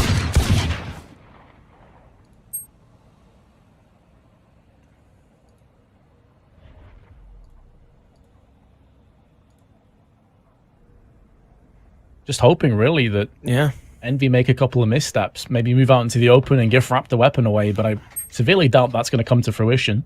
That does seem pretty unlikely, doesn't it? We are seeing Def and company looking to start taking some peeks over towards B side of the map. They do have some sheriffs obviously in place. Superman coming off of mid and just... He's left Breach inside Mail, but Jet could come clear it. And indeed, Mummy will push through and find the Breach, so that cuts off that access point, and then the rest just get absolutely mopped up. Only Superman left. Trying to get the hell out of there. Flawless. 3K for Mummy, flawless round on Envy. As expected, though, very low investment. It's picked up. Dignitas can fare better here, but you can see that Def is going to be down into a Phantom. Not the full armor behind it. Maybe lacking a little bit of utility as well, but 7-7. All even, all to play for. One team will be eliminated and one will move through to the playoffs. Big round here. Bonus buy, obviously, for Envy, holding on to the Spectres. First full send for Dignitas as far as having rifles in everyone's hands on the attacking side. Aggressive here. NB lobby is going to be Envy, but Mummy gets caught. But will they know about Caboose, who also resides in this position, playing at the corner? He's going to get some assistance from Finesse because he can't really get away without crossing into the crosshairs of Def. Finesse will... And I wonder if that means that they won't expect another to be here. But no, never mind. Def too wise to fall for that. I like the idea from Finesse there to try to make them think that he was the last one there, but didn't work out. Def has played that so well. There is a vast discrepancy in weapons, though. Effectively, this is a bonus round on Envy. You had a bunch of Spectres coming into this. So not necessarily expecting to stomp this round, I think it's safe to say. Flashpoints are good and allowed Finesse to take the initiative. He's dropped down 2 players, but also the spike. And also has his Sheriff, so has that one-tap ability. 30 HP separating him and his demise, but now he's been pushed off his mortal coil by Death, who's got 3. He gets traded back out again. I have the And now spike. all 30 falls seconds upon Crashies, who has funneled away the attackers. The spike is now transitioning and traversing back over onto the A side of the map, and he probably gets caught out by Odorous. It's a freebie, and Dignitas regained the lead. Yeah, Crashes was stuck there. I mean, he knew that there was the threat of the spike transitioning to A side, and he had to just kind of throw on the sneakers of choice that wants to sponsor this stream and get the heck over to the other side of the map, but just gets caught on the rotation.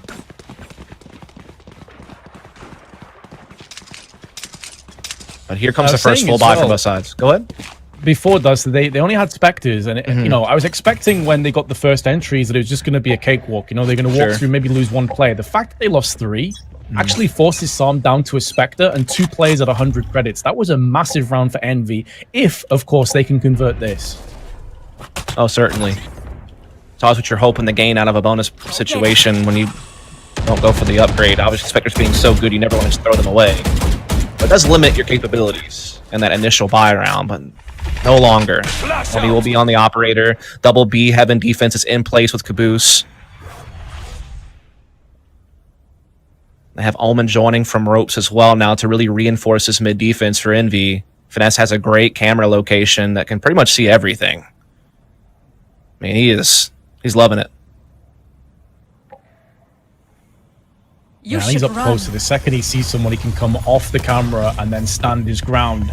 Killjoy, though, dropping the lockdown. 6 seconds left to scurry away and vacate the premises. They decide to push in instead, and now the detainment begins. Doesn't catch anybody, and Mummy through the smoke, taking down one, hopping into the air and trying to use his Blade Storm. Connects onto absolutely nobody. Dignitas with a successful post plant comes in, and Food gets caught by the fault line. Can still keep pushing forward though. Doesn't anticipate the close angle. He does. Spins around for a second. Could be a wall. Gets more through the wall. He takes down Maka. Food with an astounding retake. What a roller coaster ride of a round. I mean, initially it was looking great for Envy, even though the lockdown forced them to play retake. They had a great combo of, you know, Mummy just going in with Jet, using Finesse's camera to still get an idea of how that push was forming up so he could actually get a shot. Did get one off, popped the Blade Storm, had opportunity for more kills, but just kind of got caught by a push. But then look at Food, just absolutely rinsing them on this retake. They never capitalized on that fault line hitting him. He's able to just kind of creep in, catch his Psalm, having to focus on the rafters. And this shot right here, I don't even know how he knew that he was there. Maybe he got a call out from his teammate and just spammed the pillar, but that was wild. Yeah, I think it's when you're against 4, you assume that each of these angles, you're not likely to bunch up 2 or 3 at the back of the site. So you have to anticipate they may be using that pillar as cover. So it's just really smart in-game like you. But then through the dark cover into the head of Finesse. My God. Why has he done it to him like that? Dirty. That's nasty. Filthy. I suppose the one thing you could say, though, is because it's through the dark cover, he can't get his hands on that fallen weapon. Sure. So, you know, there is a bit of a reprieve. I mean, I guess. Shadows traveling. I'm sure Finesse's head's still reverberating from that blow, though. Yeah. That doesn't really help my head, though, does it? No, it really doesn't. Just still a in splitting the headache. Needs prescription meds. As we are going to see Dignitas put the remaining forces here to just burst onto A. Spotted one on the corner. Great flash. Finishes up with 2. He goes down, but now it's up to Crashies, and he will hold the line. 3 kills for Crashies, and Envy take the lead again. Yeah, it's kind of cruise control so far here for Envy on the defense, as expected. Very strong on this map, on this side. I guess a lot of teams prefer defensive side on split. I think most people consider the game overall geared defensively, although I would say maps like Haven and Ascent definitely have a lot of opportunities for attacking side, just based on how long the rotations can be at times. But either way, Dig are going to be able to at least put their best effort here. They have 4 rifles. They can go to whatever play they feel is best. Try to set something up. They're going to get some mid control at the very least. Finesse gets a new cam position here inside B Heaven. One you may not really check for if you're Dignitas initially.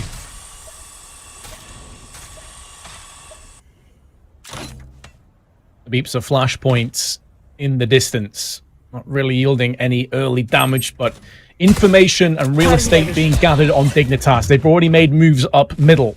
And with that, in mail. they kind of know what they're up against on Envy's side. I mean, they already have 2 in the B site. They have an aggressive angle on B lobby. Cypher's watching the B Heaven push in the spawn. Big kill from Caboose. Showstopper through the dark cover. Does not connect, but his teammates are. They're picking up the slack. Zom joined alongside Superman, who is tagged. And now the Rolling Thunder is going to hit both. They both get hit by Empress used counteractively. Insta headshot onto Crashies. The pressure now gathered for food. We've already seen him land some crazy retakes, but this will be going a step beyond. And that teleport, Chief, about that one. Yeah. He just got banged. Do I even need to add to that, or do you think you handled that analysis by yourself? What do you think? I don't know, man. I think you got that one. I don't think I need to step in. Let's just say that teleport left you desiring something different. I thought that Rolling Thunder was really going to initiate a nice retake for Envy, but again, Psalm has been spot on with this Reyna. This is a nice spot. This goes here. That goes In this there. game, he's getting some big assistance from Death and Superman. They are both playing really, really well. Speaking, There it is. The Caster's Curse, of course. The good old curse, the classic. Love to see it. Hate to see it at the same time. You're all right, though. I mean, Psalm's been having a great best of 3 series, but Oh, yeah. it's been little bit quiet in the first 2 maps. It's good to see him really emerging in this one, but they're going to need him more than ever here. Play it down, finish line within touching reach of both teams. Oh, They yeah. need a hero play. It is indeed neck and neck on the final stretch here. So you're going to see them again, just, Dignitas able to get mid control, able to control both Vince and Male. So again, options open. Can cause a lot of misdirection, can make a lot of quick transitions from site to site, but Mummy has a good angle here, watching ropes, great shot on the Odorous, able to get away as well. They're going to keep following up, though. One player remaining. So sick. That's so sick from Mummy. Such a beautiful play from Mummy. Gets the first pick, drops knowing that the Rolling Thunder is coming, smokes himself off, forces some of the attention down towards him, and allows his teammate on the site to do the rest of the work. A 3K on top of it. So well played. Yeah, Mummy's been a consistent star player for this Envy team, and I think that they've only increased their overall firepower with Crashies coming in for Aegis. And I think Calypso was obviously a pretty big fragger for them next to Mummy, but I feel like the others have been able to step up, like Food, like Caboose. They can definitely put in numbers when they need to. And there's a good illustration of what Mummy is capable of.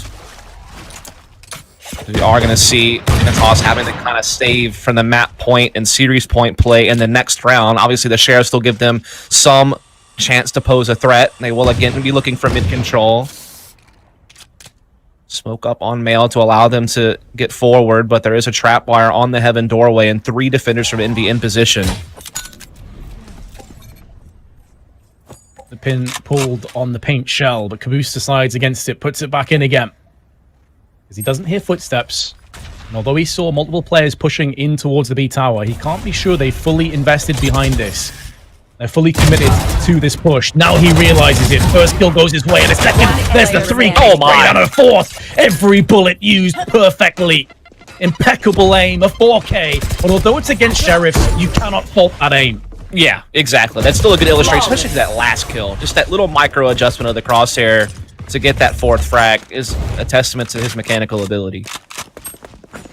I mean, some of these guys had really high skill ceilings in Counter-Strike, but they just never were really able to, like, strategically fit into the game as well as maybe they wanted to. But we always knew the aim was there. And so coming over to this game, as they learn the agents and abilities and synergy and compositions, the aim just carries over immediately without having to work at it. And that was a great little run there from Caboose. Gets him flying up the scoreboard. And now this is basically Dignitas' last-ditch effort. Bomb buddy out. That was big. He was way up there, Vince. He was way up there. I can applaud the effort, definitely the style points, but obviously it didn't connect at all. It did, however, force Dignitas back. Yeah, they it were did. toying with the idea of going to A, and that And instantly... look what else it Nope, did. we're They getting got out. Mummy in B lobby like this as well. I would say it's kind of like a slight side effect of how that played out early. But you could tell that Death's a little concerned that there might be someone there. He's definitely playing a little bit more cautiously. He got the trap wire down. His alarm bot, though, was taken out. So it's still kind of a stalemate on B lobby, but Mummy still holds a power position and can dash out, obviously, right away after taking a shot. Oh, you do hate to see that if you're Mummy. Well, he holds the angle there. They Yeah. assume that he's moved out of position, and that baits them in. And That's- Mummy, with one, can just fall back. Lockdown's about to be initiated here from Def. He's looking to use that to control this B side, or at least push them back. They ran this a few rounds ago. 30 seconds left. Oh! That was so nearly a crazy play. I know. I can't believe it's Oh my missed. god. That being said, the lockdown is still in effect. And now the lockdown has subsided. The curfew is lifted.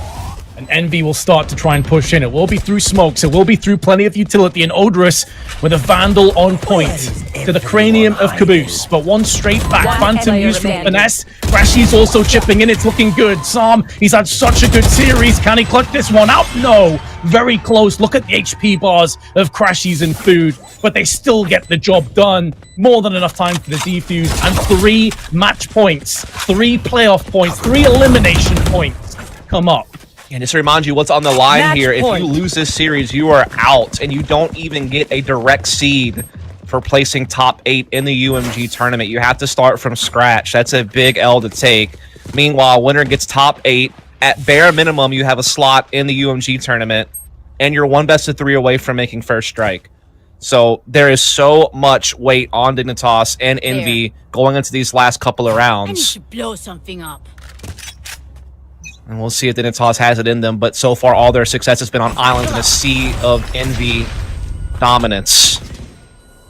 Bomb buddy out. That fault line is so brutal to contend with, and there's a dark cover right behind it. Crashies is using his own. Up close, gets 2. And a flashpoint behind it finally gets charged down. Sam gets the retreat. I don't think that will be good enough. Envy No. still have a player up. Indeed they do, and now Mummy's in position with the operator Last to player add remaining. onto it. Food pitching in as well, now all on Superman. Defenders That's going to do it. That's going to seal the deal. Envy take the best of 3 and secure their spot in the playoff. It was labored. It was by no means guaranteed, but they got there eventually, Dust. Well played, though, has to go out to Dignitas because they made a real go and a real effort of this game. Yeah, I mean, I think you have to give them props for taking the map that they did. They did have their opportunities there as well. Just the Envy defense on split is a tough egg to crack, especially to do so consistently when you're struggling to get started, get your economy established and all that good stuff. It's definitely a tough one. And again, it's also, we know that they've been through a lot with this roster transition, with these role swaps. There's still, a lot that they need to probably sort out, going forward. And this is tough to just come into a big tournament like this with little time to figure it all out. But we'll bring Yinzu back in to kind of close out the stream. Our wonderful host who has been marathoning it. I want to give her props. She has been from London out here working all day. 4 best of 3s. You're at the Well, finish line. Vince, I'm sure you can empathize, but thank you so much, Dust. I feel actually really sad to have to say goodbye to Dignitas. They've not had the desired results, but they put out a great showing. I know, Dust, you mentioned now that they do have to work on some things going forward, but what did you make of their performance in general today?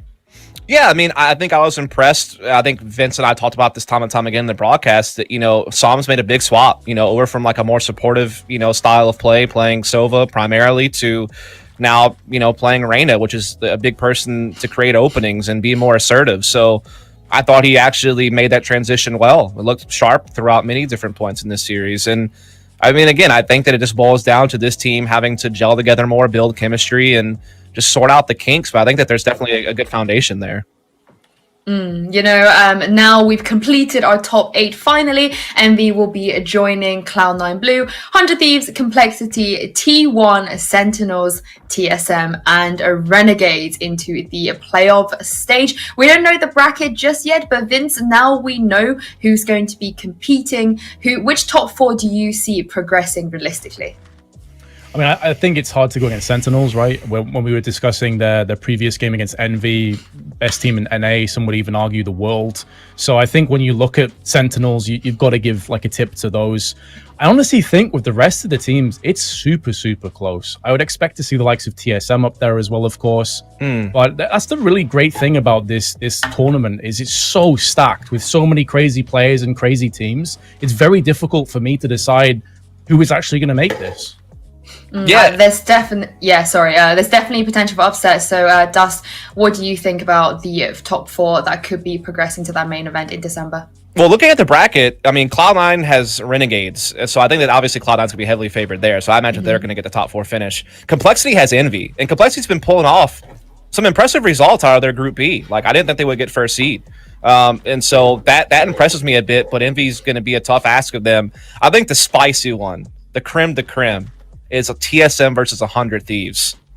That's going to be a banger quarterfinals match. That's a hard one to read. You would favor TSM due to their history together. They've been together for a very long time. They've been very successful. But 100 Thieves has shown some couple of bright moments throughout this tournament. So that'll be fun. And then Sentinels will obviously be the favorite against T1. So I think that a lot of the big names will probably find top 4 tomorrow, but we'll have to find out. Well, knowing that TSM versus 100 Thieves matchup as well, I'm sure we're going to get plenty of trash talk from both of these teams. They love giving it on social media, and that's definitely one of my favorite parts about this tournament. Now, before I wrap up, I wanted to get some last thoughts from you guys. What did you learn from today's tournament action? I'll come to you first, Vince. I learned that there are a lot of players that had gone underneath my radar, the likes of Sam. It was great to see Depth as well, having he had a bit of a slow start in the best of 3, but on Split I think he was really, really solid. Again, we mentioned before that Killjoy is an agent that he's trying to learn, and he's like kind of improving game by game. I think we saw that today. I'm just really impressed with the overall skill level in NA, I've got to say, and like Sentinels again. You saw some of those heavy hitters really stepping up when it counted. Sick in particular was just crazy in that first bind performance. Yeah, he was pretty sick. I had to. Das, what about you? What's your biggest takeaway? Yeah, I mean, I think the biggest takeaway for me is that, like, there hasn't really been that many shocking results. I mean, I think that most of what we expected has kind of occurred throughout the day. Like, Cloud9 topping their group was kind of what we thought. 100 Thieves, though, still continuing to be impressive, and they definitely did take it to Cloud9. They took a map off of them. They played them close on a couple others. So, I mean, I think that they continue to be building. Again, I was a little bit shocked to see Complexity take seed 1 out of Group B, but, I mean, otherwise, I think that we've kind of gotten everything that we could have asked for out of the groups. I think that we got the best teams through. I think we're going to have an absolute banger playoffs. And there's still going to be some second chances for some of these other teams in the UMG tournament still maybe getting first strike. So, and it's been great games, and great support from the community. There's been a lot of viewership, a lot of people on social media talking about it and engaging on the subreddit and stuff. And we appreciate that. We're building a community here, and y'all are all a part of it. And definitely appreciate the support over here at Nerd Street Gamers. Well, like you said, it's not going to be the last time we see these teams. Envy, Dignitas, even will have another chance at the UMG qualifiers next week. Well, that is all the time we have for today. Thank you so much, Das and Vince, for joining me. And congratulations to all 8 teams who have made it to playoffs. Thank you so much to you guys at home for watching. There'll be plenty of first strike action right back here tomorrow from 12 p.m. Pacific time. We'll see you then.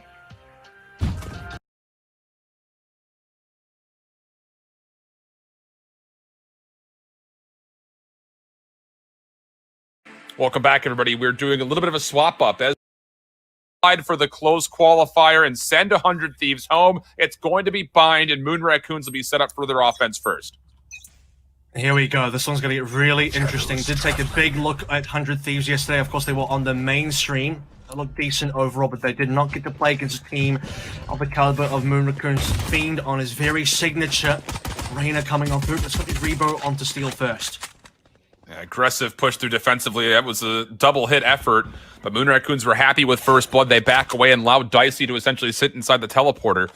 Information for Profi is he's going to see Asuna sitting on top of the site. Just a little bit of a head peek from him. And look at this, Moon Raccoons, they're going to set up a recon bolt, and they're going to likely just execute behind this, pending on the information they find, of which they actually don't find any. And so with that, they say, okay, hold on a second. We've got 60 seconds to 5v4. Let's make sure we win this pistol. And Dicey potentially has a 1v1 versus Rebo as well, just tight. Waiting for his moment to strike here. Still waiting inside the teleporter. Rebo on the other end of that one. Moon Raccoon still trying to make their way across to B, leading that direction. 100 Thieves are going to pull 2 members off. That's going to be Asuna. And also Hiko now moving over towards A. It's Nitro by himself. He's certainly a veteran, but can he get it done? Dicey onto Rebo. And now I think Moon Raccoon's going to start making some moves. Oh, they're going to try to flash through and isolate the kill into Dicey. That will do well, but this is a bait. Moon Raccoons still have the spike over. Okay, never mind. Now they're going to fully commit through. I was about to say, they would have had the opportunity, maybe still full wrap over. Time is still going to be okay, but now Asuna and Hiko trying to defend.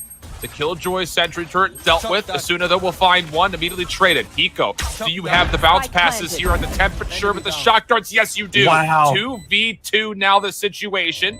They know that there is a player popping to the backside. That's Nitro. He'll be dealt with. So now a 1v2. Hiko would need to find the last 3 total kills, and he knows that there are players sitting outside showers. Clear will come through. He tries to hug the corners close to it, but Feed, he'll find the elimination. Moon Raccoon strike first. And Alexander getting that kill to Nitro is so clutch as well, because Nitro had smokes available. It's Omen. The smokes will refresh in time.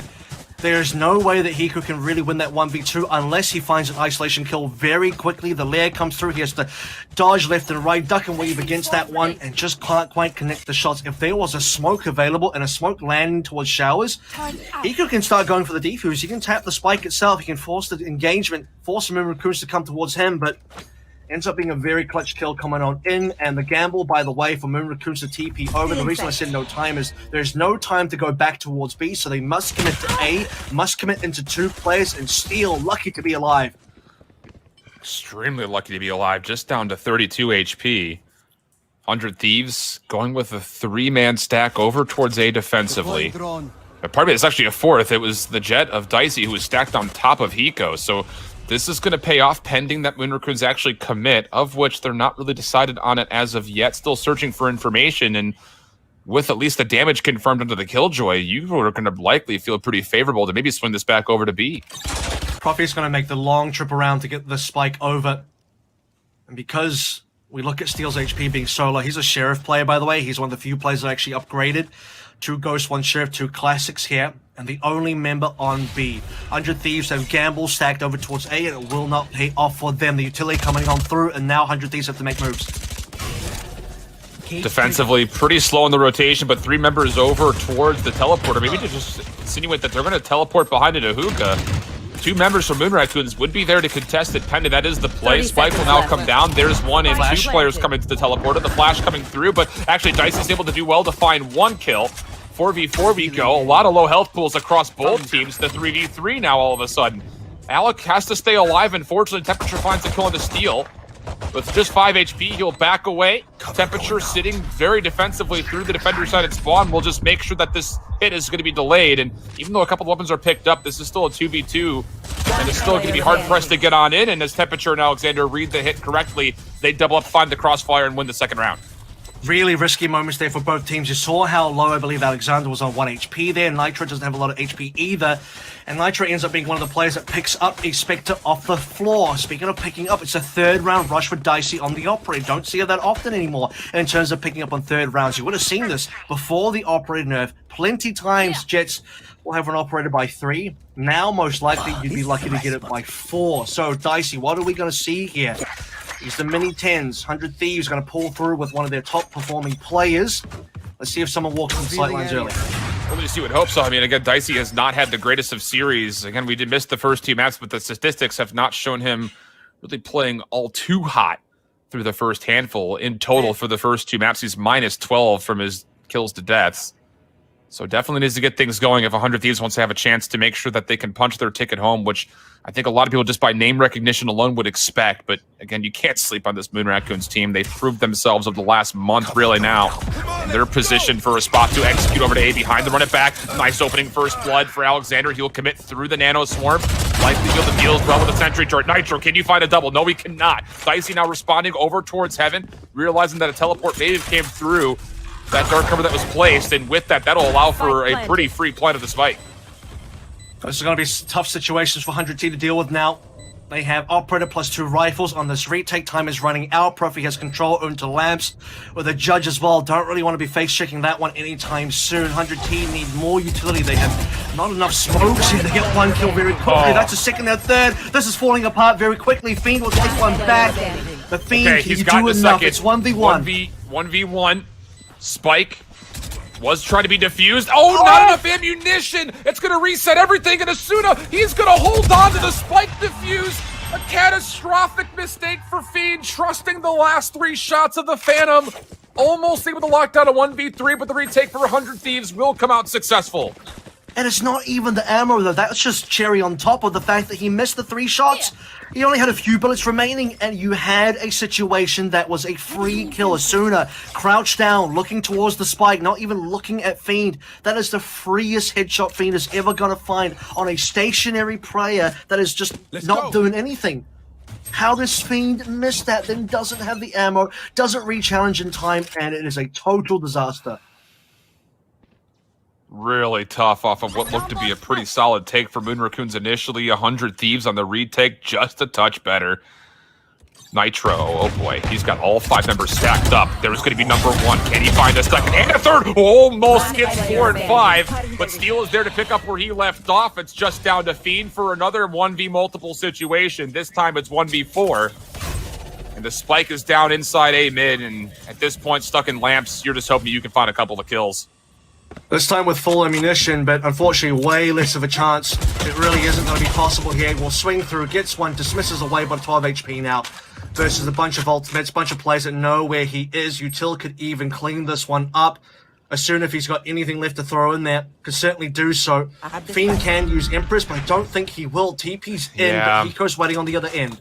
If he gets an overheal instead of a dismiss, maybe the Empress is the play, but Hiko now down low. Okay, now all of a sudden, there's the healing off of Hiko's headshot. So now a 1v2 for Fiend. Empress. Do you pop this Empress here? Yes. I agree with you, Avril. This is the must-needed time in a 1v2 situation. Steel coming from the side of Hookah, whereas you're going to get Asuna coming Just from the use backside it. of Defender spawn. He's not committing for it, not as of yet.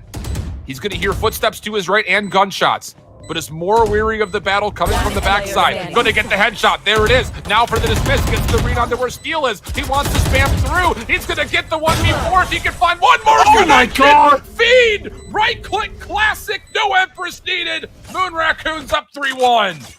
I cannot believe what I just saw.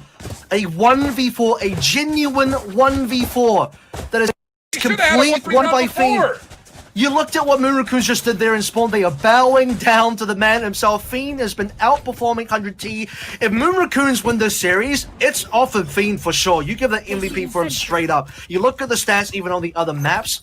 He's got like a 10-to-5 ratio for like how many first kills to first deaths versus Asuna's 4-to-4, or rather Dicey's 4-to-4. It's an insane advantage. I cannot believe he just won that 1v4. He should have had a 1v3 the round before it. I mean, yeah. This is, oh boy. Okay, so this is what 100 Thieves has been dealing with all match apparently. A lot of ultimates available for 100T going into this next round, which you need to find a way to regain quickly. Stinger in hand for Asuna. Hunter's Fury trying to come through to clear out Hookah. Damage was tagged onto one player, but Asuna still able to find one kill and stay alive is actually pretty valuable for 100T's defensive effort. So that's going to be no Empress this round either. Dicey, excellent connection onto Temperature. Makes it a 4v3. Still ultimate advantage for 100T. Spike and control, though. That's important. Profi has it in his hands, but they have to try and isolate kills here. 2 on each side. Standard defaults here for 100T as well, because they're not overcommitting to one side or the other. He'll see something, but the equipment value is still not that high. They need to find an opportunity for 100 Thieves to get a kill, and there it is. Beautiful pick. Just grabs the information on Rebo before the cyber cage gets fully affected. So now 2v4 situation. 30 seconds Nice left. curveball coming through. Steel able to avoid most of the status effect. Nitro up top for 1, but it's going to be Profi for the instant trade. 1v2 situation. How many more magic tricks do Moon Raccoons have? It's going to be a wrap back over to B, but the defense had not fully rotated out yet. So for 100 Thieves, you can absolutely still contest this before the spike gets planted. And with the shot from Hiko, nice ghost shot up top, will find the kill, and Moon Raccoons will fall. Hiko not going to let that one slip. No way. We saw what happened on B before. That was courtesy of Fiend over here, but this time around, it is going to be Hiko just closing the door on that one. Not going to let another round slip. This is going to be a little bit more competitive. Obviously, we're still into early rounds here. It is a 3-2 situation here. Let's not get overly excited. Fiend died super early there, so kind of got punished. I think if we got to a late game scenario where it's 1v2 again, Fiend's alive, I just give that one to Fiend. At that point, you just have to give it to him. It's no way he loses a 1v2 when he's already clutched up, or nearly clutched up twice in a row. Going into round 6, somehow 100 Thieves is still in this game. It doesn't feel like they should be, considering the magic that we've seen from Moon Raccoons thus far, but still keeping it close. A lot of ultimates for both sides. Could be a very explosive round. Moon Raccoons going to use the Aldrin to scout out from Showers over to A. The spike lingering mid-map, and they're actually going to get a little bit of information that no one's really in the front side over towards Lamps, but Nitro for 1. Steel up top, and more blind shots for him to connect. Clutch for 100 Thieves, now up 4-3. Showstopper committed into this one as well. Should be closing the door fairly soon. One around the corner. Fiend will go down. Rebo as well to follow. Temperature will do no more in this particular round. So they're 3-3 committed. 100 Thieves will bring it back fairly quickly after much fanfare in the earlier rounds. 100 Thieves just calming the nerves down a little bit here. Nerves of everyone else, not them. Obviously, they got the big pros, the big veterans on their squad. A couple of rookies in there between Asuna and Dicey as well. But Asuna's definitely putting up the numbers so far in this particular half, as the next one should be fairly bloody. We're back into a gun round, and we're back to a situation where there are 7 ultimates on the board. 4 for Moon Raccoons and 3 for 100 Thieves. Full ARs coming through, though. Bulldog will be held. And for Moon Raccoons, my goodness, have things slowed down for them here. Not contesting through Showers. Still a lot of energy thrown over towards the middle of the map. Asuna has done well to really respond to it. And as he realizes that his Boombot's not going to find the value he was hoping for, Alec is trying to make his way forward with the run it back. Hiko, though, he's able to get a lot of value damage-wise off the Hunter's Fury. And beyond that, it actually stalls the push for Moon Raccoons. That's the run it back completely spent out. No chance to engage with it now. 2 Aldrons crossing each other in the middle of the night there as well. We're now double backing. Moon Raccoons exiting the scenario. Profi's going to maybe start, just lurk a little bit over towards the B site, grab a little bit of attention. Shock darts being thrown in, keeping people busy, making sure that 100T are not going to over-rotate here. 3 members still committed over towards the B. Defense recon in there as well. And now that we check, Nitro doesn't see anyone. This is where 100T will make the rotation. Showers push coming through. Empress for Fiend. Orb also being picked up behind him. Steel just spamming. Again, he's finding a lot of damage. This time he's not going to give her a kill, but it's Nitro from the crossfire spot over towards Lamps. Dicey, 2 of his own. Empress shut down, just down to temp. 1v5, no chance, no way. 20 seconds to play, and he nearly actually gets tagged through his own dark cover once more. Well, that's going to be it. 14 seconds, 13 HP. Remind me, Alan, really quickly. Profi did teleport, right? He went from the B teleporter towards A instead of making the long rotation. Is that correct? Pretty sure, yeah. That will give the information over. So if that's the case there, I apologize. I was looking too hard over towards the A side of things. I didn't quite notice what Profi was doing. But yeah, if he teleports over, that gave away too much information. It allows 100 Thieves to check over as well. Nitro did use From the Shadows to look over towards the Octagon just to make sure there's no one else there. And obviously, you didn't see anything. So early information for 100 Thieves to know that Moon Raccoons had indeed rotated over. You saw the Nanoswarm be committed by Steel to lock everyone up into Showers. They heard the Empress being played in there as well. And then, like you've said, Steel dropping damage through the smoke. Dicey then getting the kills. And 100 Thieves just lock up Moon Raccoons, who are not allowed to even enter sight onto A. And again, somehow 100 Thieves, not just in this series, they're now up 4-3 overall. Lockdown available for 100 Thieves if they so choose to use it at any point in time. Moon Raccoons this time more stacked up towards an initial B hit. 4 players through long. You've got Profi, who's still working over through the middle of the map over towards Hookah. There are 3 members defensively here for 100 Thieves, and you can already see that Steel on the Killjoy is considering rotating his own self. Repo down. little unfortunate, but I was going to say it was just a lurker. There are going to be a few trades. We get 3-3 now. Lockdown's available, by the way. Steel might consider it. The hit does come on through. Well, here comes that hit, but he's playing from on top of the site. This is all about timing right here for Steel. He's checking every single direction, and he gets timing on Alexander. Hiko able to help him out with another elimination. Spike now dropped. Profi's position been made aware, and he will have to back away as he realizes that he might be able to get 1 point of contact in the Nitro, but this is not a battle that he wants to only 34 health. They want to take this gun away. They don't want to allow Profi to be able to save this gun. In 36 seconds, no spike control, no HP, no hope really for Moon Raccoons to recover the situation. 30 seconds left. Best case scenario now is Profi holding onto the gun for next round. Look, if he dies, the silver lining is he will have a Hunter's Fury available for that next round right off the bat. It's not really a good trade, though. You'd rather have the gun and maybe just commit over towards an orb or something like that. Could actually still steal an orb, but I think he doesn't have quite the confidence to do so. There's about 12 seconds now, and the round's about to be over. So 100 Thieves, 10 seconds left. Very slick defense there. Hold on to their ultimates, and they hold on to the round lead. Yeah, can't blame him for playing passive, without a doubt. I mean, again, the more important thing is keeping the Vandal going into the next round. 100 Thieves building some momentum here midway through the first half. Again, they had to get through the first map in overtime, 15-13, and then got smoked on the following, 13-5, if I'm not mistaken. So the fact that they've taken the last 4 in a row, brilliant to try to keep them not just in this series, but also bring back this defensive half, which was looking really dangerous early. Speaking of that 13-5, for people that want context there, Moon Raccoons took 9-3 on the opening defensive half of Ascent. So 9-3 start, which then went towards a 4-2 finish over towards their attacking half. So that's kind of how that one went. But moving over towards Blind in the current series now 5-3, 2 ultimates online for both sides. Dicey sniping again. Might get a shot onto Profi if he peeks. At least some information off the drone, not a terrible amount. And I was about to say, this is an aggressive peek for 100 Thieves through showers. They will be rewarded with a kill on first blood on the Profi. That's the Sova down, a big informational tool for Moon Raccoons so far and what has been their offensive attempt. So what do you do here? How do you get through these executes without your recon dart? You're going to have to trust just a blind peek, Leers and Paranoias are going to get the job done for you. Yeah, you got 3 flash characters here, so it's actually not the worst thing. You won't have the info, but you will have the util, but you have to use the util. Fiend doesn't care though, we'll be healing back up. Eco for 1, possibly a second, can't confirm it.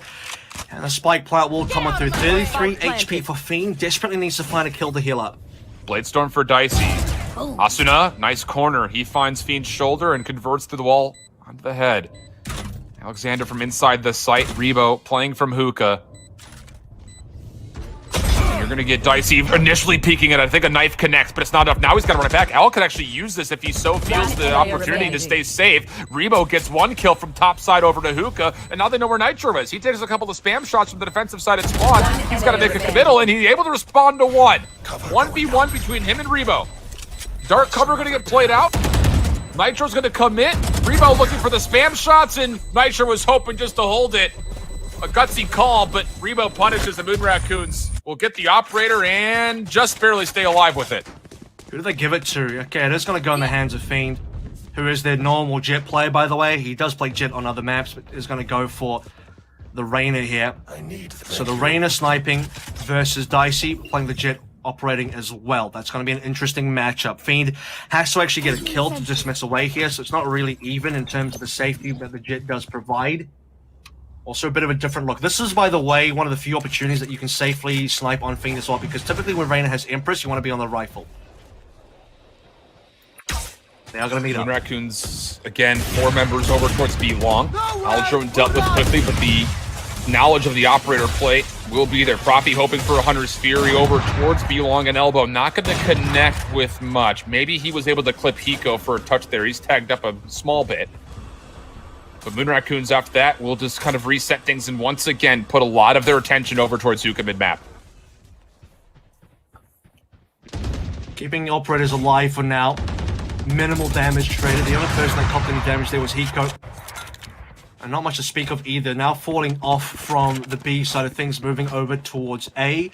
They do have Steel, by the way, fairly pushed up over towards Shower, so it might be advanced warning coming through. This is also an off angle. The only issue here is if multiple players go into Showers, which they are right now, Steel can only trade for 1 before he dies.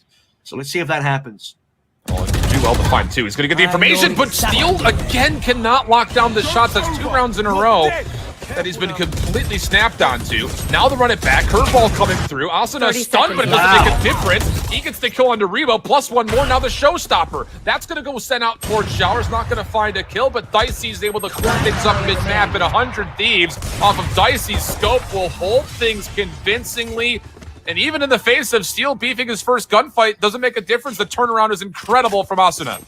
Yeah, this is where you want to look towards the younger players for the fast reaction times. Asuna, despite being flashed up, doesn't have any issues taking down Alexander using the runner back there as well. Then Dicey coming on through for the rest of the kills. 100 Thieves are going to hold on. 6 and 4.5 means they are going to be able to at least confirm half the rounds here, but they should be expected to get 7. I think 7-5 is a very reliable finish. Would require Moon Raccoons to be able to win that last round, though it is very unlikely that Moon Raccoons will win this round. Marshall pulled off for Alexander. Yeah, double ops you mentioned defensively. Nitro taking care of this by cam.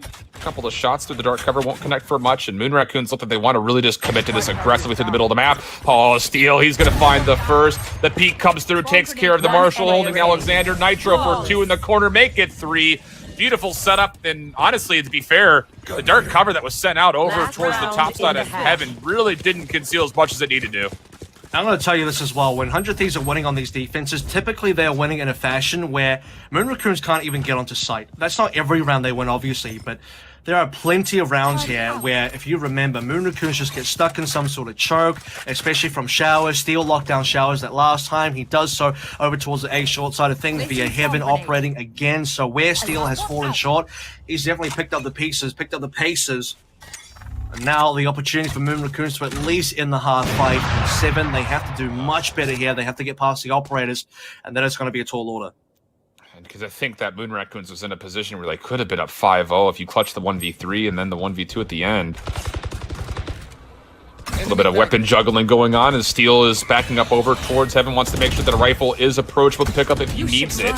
Profi going to find information close by. Lockdown finally to get placed, and this is early. The Moon Raccoons have mostly committed. The spike isn't in the area. Nitro, does he stick this from the shadows from behind? He sure does. Steel on the way out, able to find 1. Nitro a second, nowhere to exit. Fiend has to find a kill. He does, but he does get detained in the meantime. So for Alexander and Temp, they have to find a way to keep their teammates safe. Here comes the challenge over towards Lamps. Fiend has recovered, but his team is in a 2v3 situation with no spike and operators to deal with. Dicey for 1 more. Fiend, can you 1v3 this time?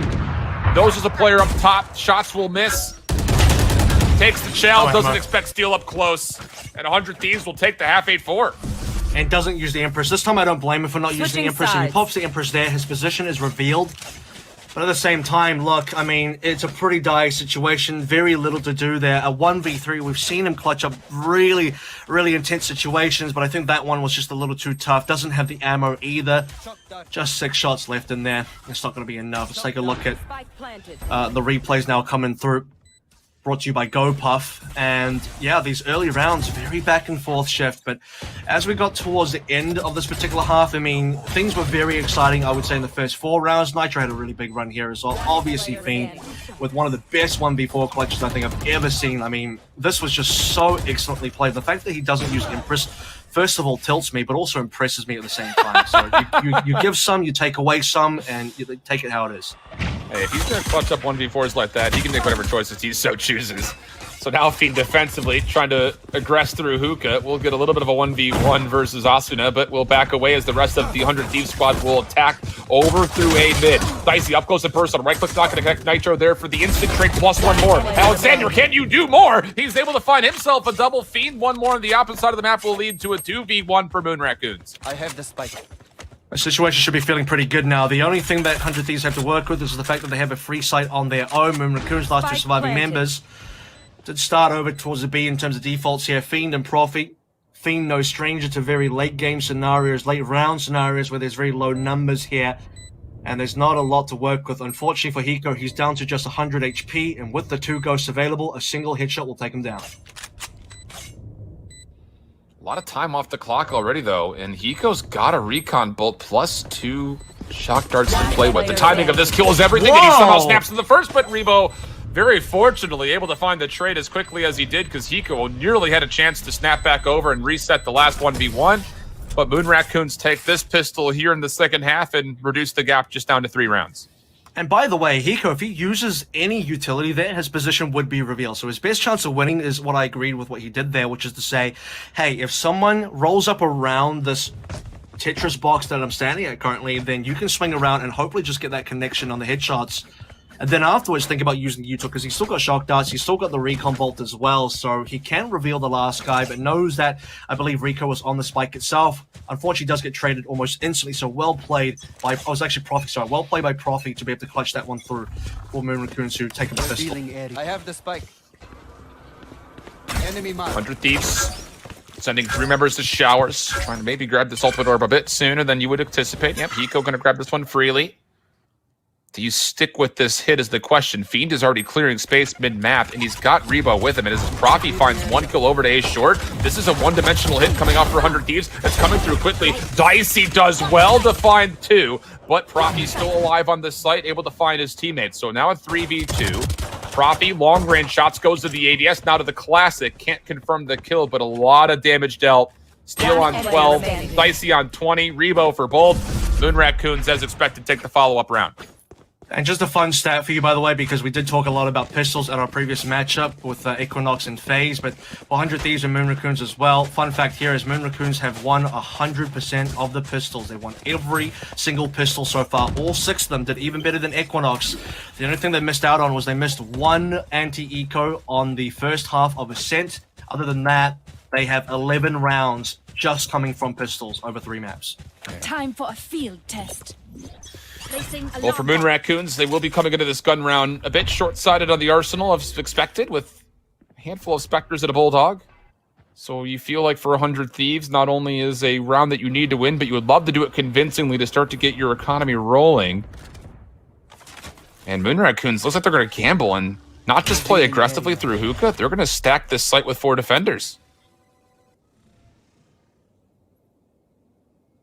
Let's see if they get the action in their way. 100, or Steel rather, possibly up for an early first blood here. It's just Profi by himself for now. We'll fall off that location. And that's good info, by the way. Does pull an extra player. Rebo's going to come that way as well. Now 3 players from Moon Raccoons checking over towards B ramps. Sooner is there. Sooner gets traded. Nitro comes back with 1. Is there going to be any more kills? There plenty of flashes invested into this one. Dicey would love to find the kill, and love it is. 100 Thieves make it 3 and 3. Really tight moment there. Dicey not quite locking down the shots cleanly, but gets the last opportunity to even up the numbers. 3v3 we go. Spike collected. Alexander still considering if he wants to challenge through hookah. It would be a risky one, but he's got Rebo with him, and 100 Thieves have picked up the spike and now moved their way over to B long. 30 seconds This will left. leave both defenders relatively isolated in hookah, but them stacked together with weaker weaponry could provide for some team shots, and 100 Thieves are actually going to back away, take the teleporter, and now they have to commit to A. There's only 15 seconds left in the round. And this is where Profi can do some damage. If Profi gets any kills here, just 1, just 2, slowing 10 things seconds down, left. he'll stop the plant. It's enough. You must go for the plant now. 100 T have no One down. choice. Spikes on the ground. That's going to be the round. Profi for 3 cleans it up. Beautiful job by Profi. Just sticking his ground over towards A was obviously well commended, but beyond that, like you mentioned, the fact that he's trusted to watch that hit through showers. Any kill is a good kill. Even better when you can find all 3, though, we'll say. And with that, now Profi has earned himself up the Hunter's Fury to potentially use in this following round, of which Moon Raccoon's taking the unexpected round, obviously off of the lighter buy situation, holding on to the SMGs from the round previous. They are going to be looking at 100 Thieves on another eco. They are going to tie this game likely up here. Get out of my way. Yeah, and better of all, Moon Raccoons now kind of make up for that early deficit from the earlier map. I believe it's Ascent, that first half where they dropped the anti-eco. Now they get that, plus the extra 3rd round bonus as well. You love to see it with your Moon Raccoons right now. Dicey get flashed up, traded a bunch of knives. Now it's just down to the 1 Bladestorm knife for 46 HP. Fiend deals with the Aldra. Pushes through the Blaze Wall. Only a touch of damage, not that much. And 100 Thieves, they've got Asuna pushed through hookah. If he could find a first kill here in a temperature, that would be great for the effort, but the problem is, like you mentioned, the fact that Dicey's only got a single blade left. Nice paint shells coming through, but teleporting away for his temperature to at least keep his life for now. And 100 Thieves will have to consider how they want to hit this. Is it going to be that full flood through Hookah to open things up? It sure seems that way, but Temperature is able to respond to Asuna. Now Fiend is here watching the same angle. Shots won't connect for a kill, but 100 Thieves are unless someone can make a play. Alexander is able to find 2 kills defensively. Profi coming to the teleporter to pinch behind Hookah. Not going to be needed as Fiend cleans things up, and Moon Raccoons hold solidly on the hill.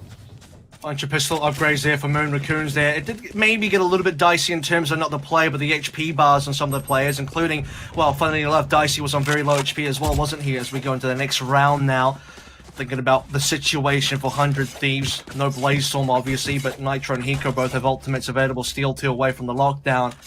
Steel, by the way, buying down to 0 here against the Sentinel players that always have to buy so much utility, so doesn't have the money to play with here. Dicey has a little bit more concern that he did use the Blaze Storm early, and this is an important round.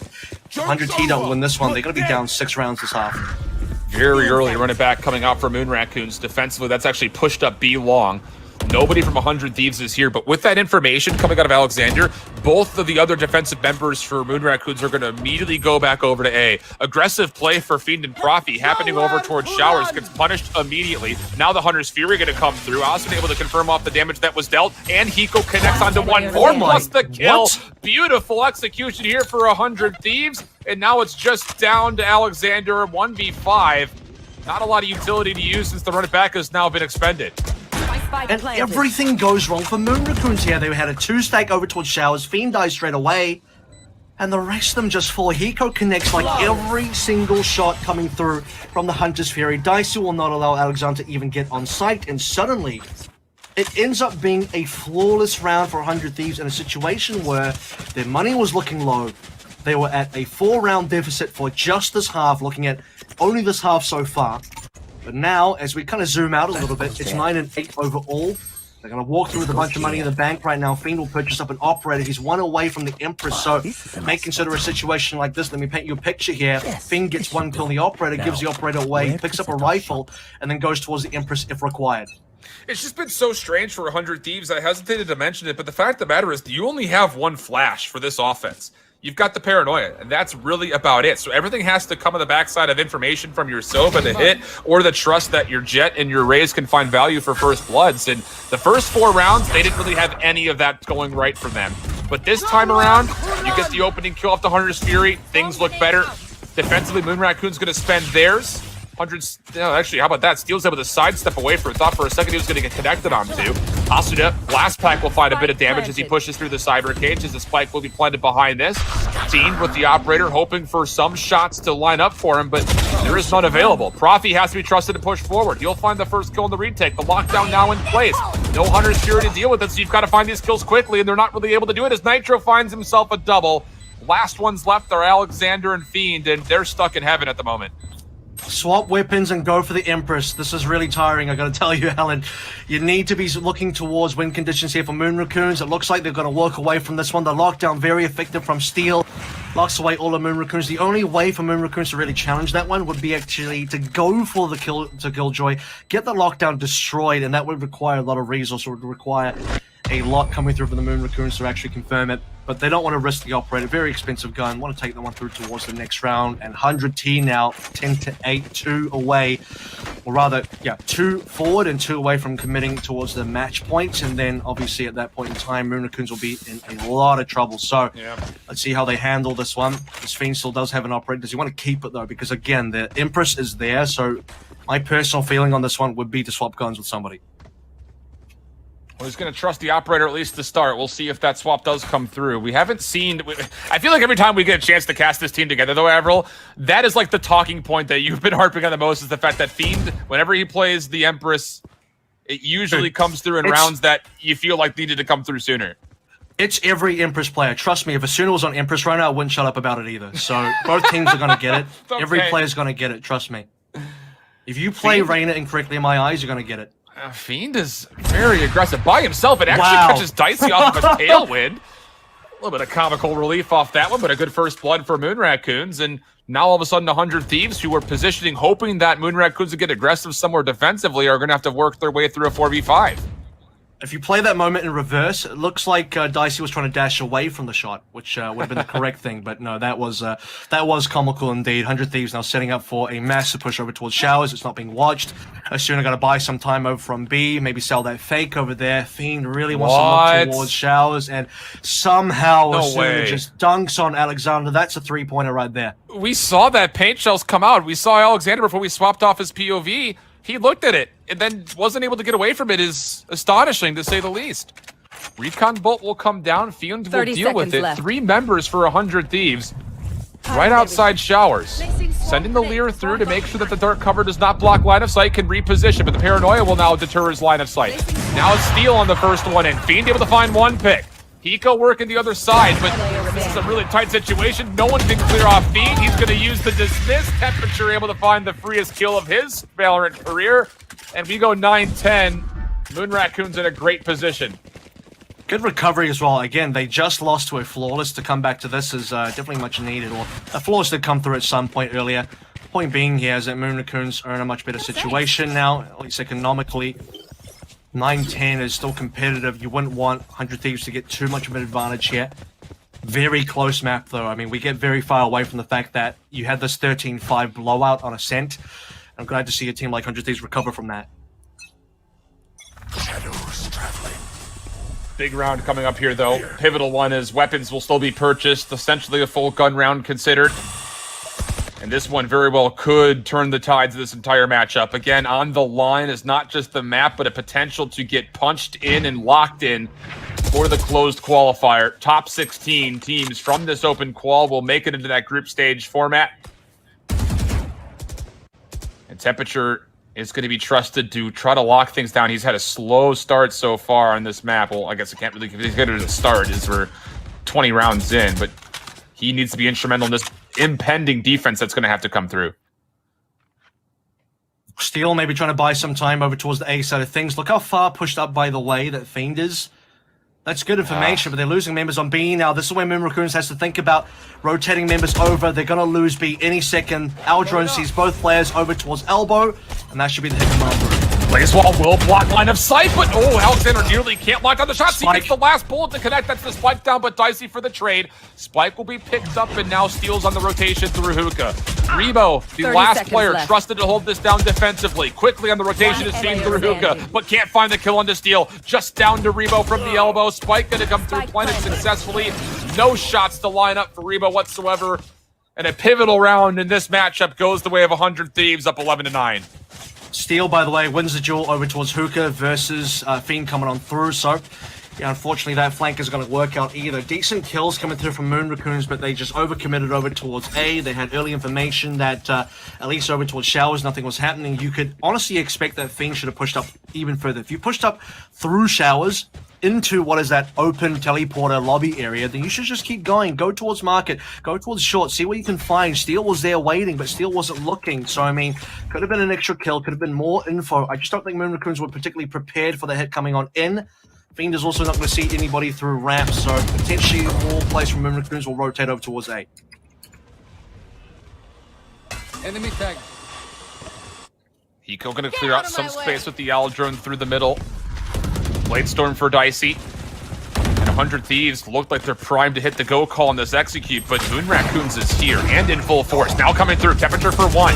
That'll do well to keep Lamp safe. Beyond that, Dicey can't get anything with the Blade Storm. A 3-for-1 trade in favor of Moon Raccoons. Now a 4v2 defensively for them. Still tons of time to play with, mind you, and they still have the spike, but on the flank, you can see the defensive Reyna of Fiend have taken away a lot of the space mid-map, and this is a reset that 100 Thieves is not really all that particularly interested in. 2v4 makes life extremely difficult, and it's not looking like one that they're going to be able to really kind of step away from. They're going to have to commit or save here.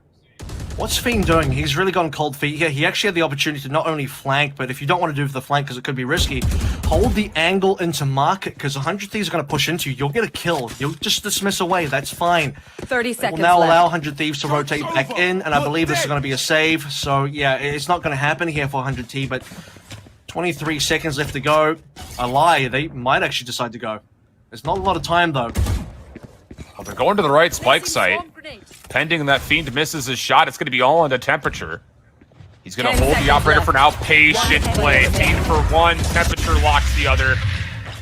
Beautiful play for Moon Raccoons, but again, it's just off the simple fact that the trades were so favorable on 100 Thieves opening hit early in the round towards A. And what I learned about that round as well, that Temperature prefers the Prime Vandal over the Elder Flame Vandal as we head into now.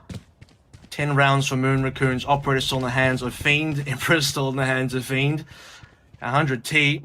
Not a great money situation. Steel looking towards the Guardian even. Nitro hasn't bought armor yet. Has enough money to go towards it if he wants to. I will be their nightmare. 11 to 10, and what is essentially, Cover going you could argue, almost a force buy here for 100 Thieves. They're going to bring a Guardian to the mix with light armor, and it looked like another AR player was left on light armor as well. So, an important one here. Sooner. Fiend is going to just duck underneath the spam shots from the Guardian, and for 100 Thieves, you've got the lockdown to play off of. And that might be their execute call here for this round, depending on how they want to set this one up. There is a Hunter's Fury, though, to be considerate of if you're 100 Thieves on the side of Moon Raccoons. Opening shot misses from Fiend. Lair to escape as well. Dicey's going to go in here. 100 Thieves haven't used the lockdown just yet. They want to think about this one a little bit longer. Could commit this one over through the lamp. Certainly does do so.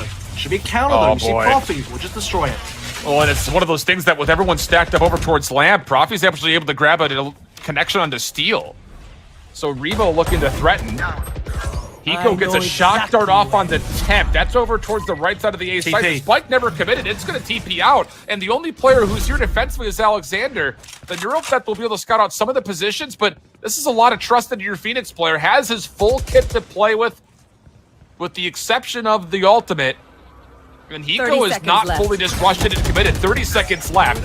Alexander will put the blaze wall down in one position. Profi here to help out is taking down Steel. 100 Thieves is going to be caught to Hookah. Profi now with the shock dart for another. Dicey by themselves in a 1v4, and this is an expensive round for 100D. Alexander will clean it up, and now Moon Raccoons, yeah, we're tied 11-11, but they're going to have a huge advantage coming forward, what will hopefully be the 12th round for them. I'm going to be honest, Chef. This is going to go 12 for Moon Raccoons just on equipment value alone. 100T have no money here. They're going to have to play for either a force buy or the potential giveaway 12 to Moon Raccoons, play for the final round of the half and go for the OT. This would be the second overtime in this series so far. Haven went 15-13 in favor of 100 Thieves. Right now, they're evened up. They're about to be trailing unless 100 Thieves pull through massively on this now eco offense where they probably have to speed up. That's really their only hope. I mean, they need Dicey rolling in. They need to work the paranoia. That's all they got to work with. Probably really close. Oh, boy. Okay. Temperature is able to find the first, but yeah, Profi nearly gives away a weapon for free here. 100 Thieves in a 4v5 again, not the weapons you want. Out of charges. But they are looking to commit to this. They do have the ability for 100's Fury if they can get the plant down. Tricky positioning there for Asuna as he tries to double blast back forward. Nothing to come through, and no kills to speak of whatsoever for 100 Thieves. Flawless defensively for Moon Raccoons, and the last hope for 100 Thieves coming forward. If they want to send this to overtime, if they want to punch that ticket to potentially get into the top 16 and make the close qualifiers, they need to win this round here. Real talk right now, this is where it gets serious. 100 Thieves, if they lose this round, if they lose this map, especially this attacking half, and they have been losing this attacking half, it's been 8-3. Look at this half alone. It's because their composition does not attack well. Not a flat to be found inside the paranoia, yeah. The Razor's good. I mean, the Razor's fine. I don't mind that one. Yeah, I think the Jet does wonders as well, potentially, but I think you're right. You need one flash in here. I'm thinking dropping the Jet might have been the right call here, but Dice is such a Jet main. It's just not going to happen. Look at the defense. Profi's pushed up as well. Operator in hand, sees nothing. We'll drone it out. If they catch info here, they're going to know something's up in Hookah. They know at least 2 people in Hookah. They know Nitro's here. They know Hiko's here. And if they see Asuna, that's 3.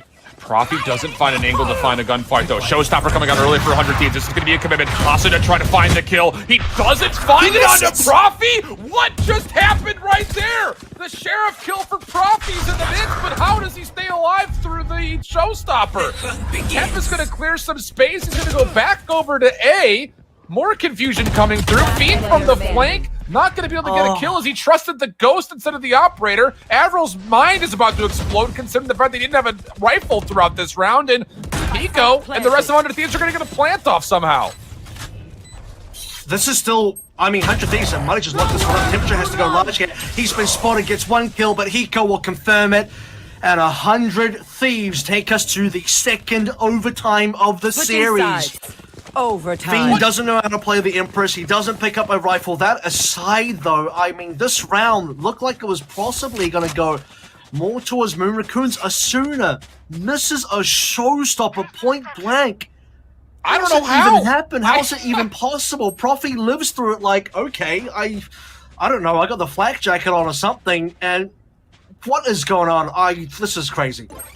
Fiends finally walked away from that operator. Look, if you wanted to play the operator, Profi just picked up the operator. You could have given the operator over to Profi, picked up a rifle. There's so much that I felt like Moon Raccoons could have looked towards that round, but they were given an opportunity. Unfortunately, it doesn't work out for them, and we will go to overtime again. Sloppy round 24, but we're in overtime. It will be Moon Raccoons on the offense first. Dicey is going to make the commitment to purchase up the operator and check side B long. Not going to find the information. Moon Raccoons, as traditional as they've been when it comes to their offensive hit, again, continue to put a lot of pressure over towards Shower. Win by 2 here. By the way, because Dicey picks up an operator at 5k price point. No extra util, no armor. No one has ultimates here. You have to get a multi-kill. That alarm bot will at least notify one.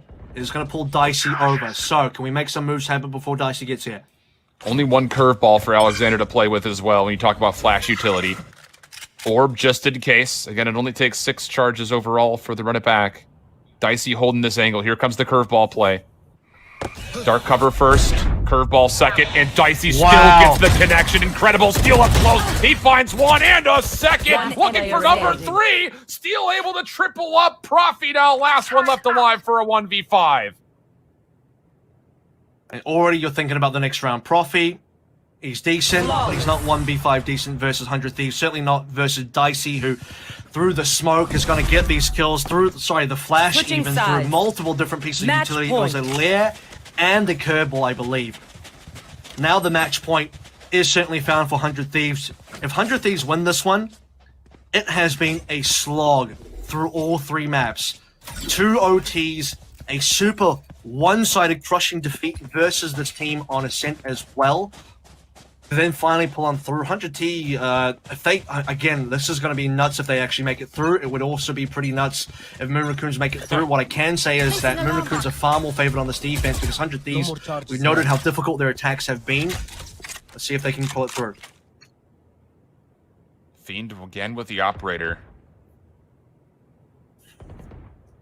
He's only got 1 dismiss or devour, by the way. I was about to say that he's only got the single charge. He's not going to have the ability to be as nearly versatile as you normally expect from Arena. 100 Thieves committing some resources over towards a shower. The thing is, Rebo actually has a spy cam placed to try to read this hit. And the rest of 100 Thieves are actually still stacked up mid-map. They have not at all committed to this. It's just Profi over B as well. This 100T, they look like they're going to lean towards B now. Nitro taking Spike in that direction. The eyes are down. Steel gets Rebo as well. This attack is going pretty good for 100 Thieves. Moon Raccoons got impatient there. They wanted to find info, and Steel is rewarded with a freebie. Yeah, I mean, you've got the cam set up to check that angle for you. I am 100% in agreement with you. That was just too antsy of a play from Rebo. So now a 5v4 for 100 Thieves offense. Steel finds another. That's on the Fiend over towards A. He's going to bait out the lockdown. But Profi hasn't fallen for this. Alexander will find the kill. Now it's on the other side. Profi, can you find a kill? No, he cannot. Nitro gets the easy one. Now down to 10. He's going to get 1, but not a second. 3v1. It's all down to Alexander. He's on the site. Has all of his kit to play with. Gets a headshot, but can't figure out the final bullet for the kill. Now low health pools. This is doable. Sidesteps the paranoia, has one more shot coming through. He's got a blaze wall, has to run it back as well. Baits out the defuse. 1v3, and the blaze wall kills Dicey Alexander for 4. What an absolutely clutch ice moment for Alexander. Hot hands, but ice cold veins there. 2 bullets.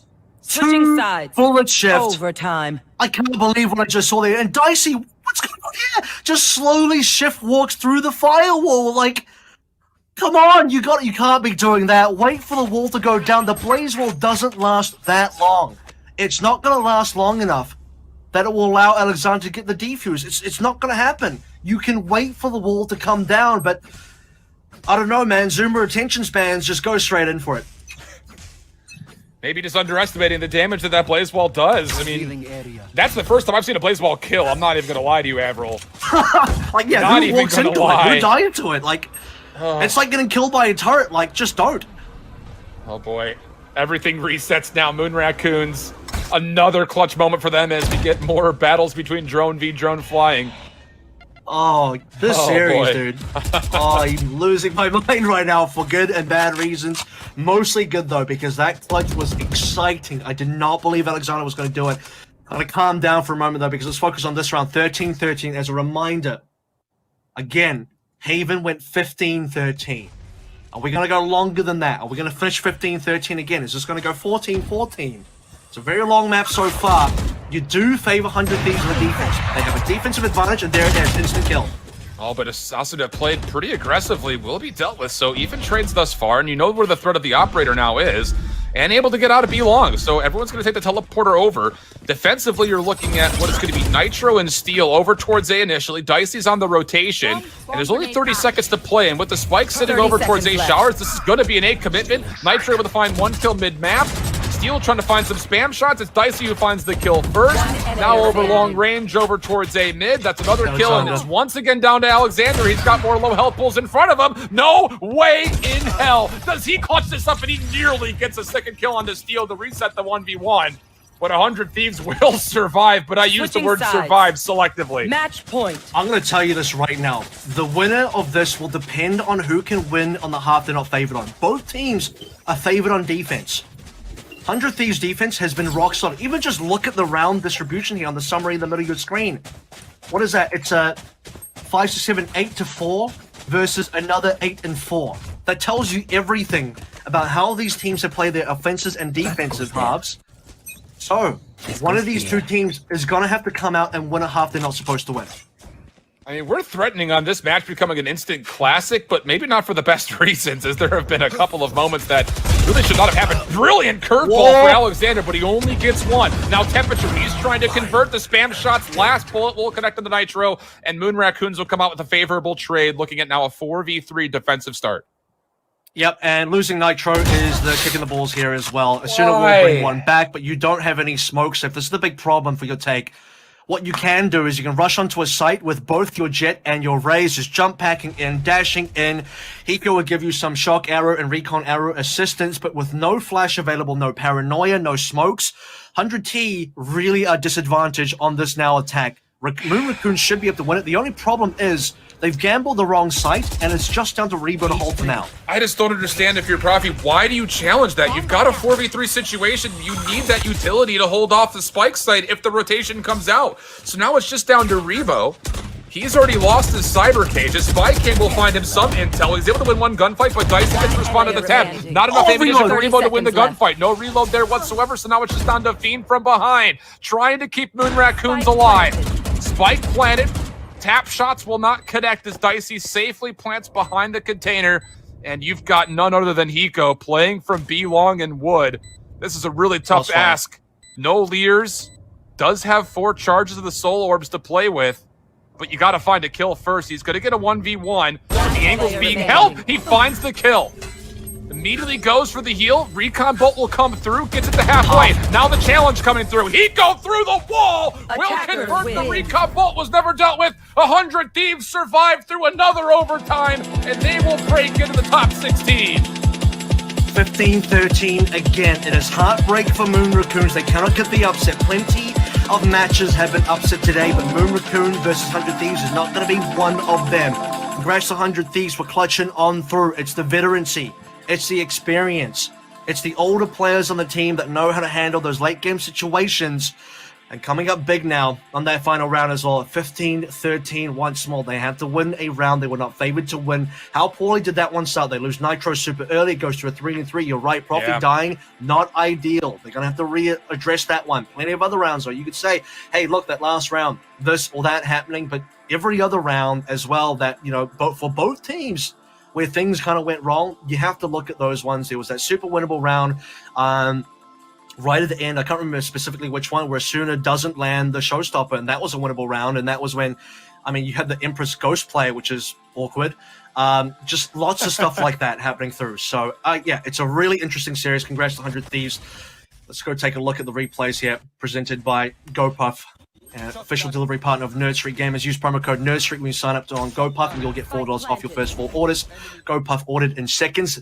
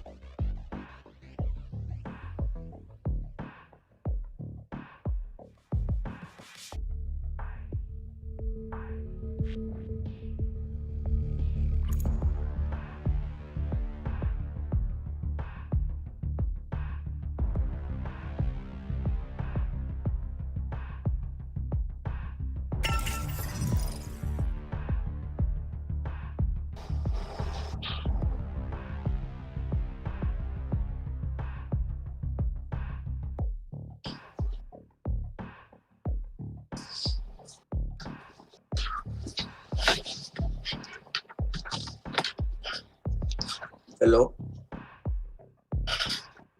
Hello? Hello. हाँ भाई खेल रहे हो? क्या लगाऊं? अच्छा।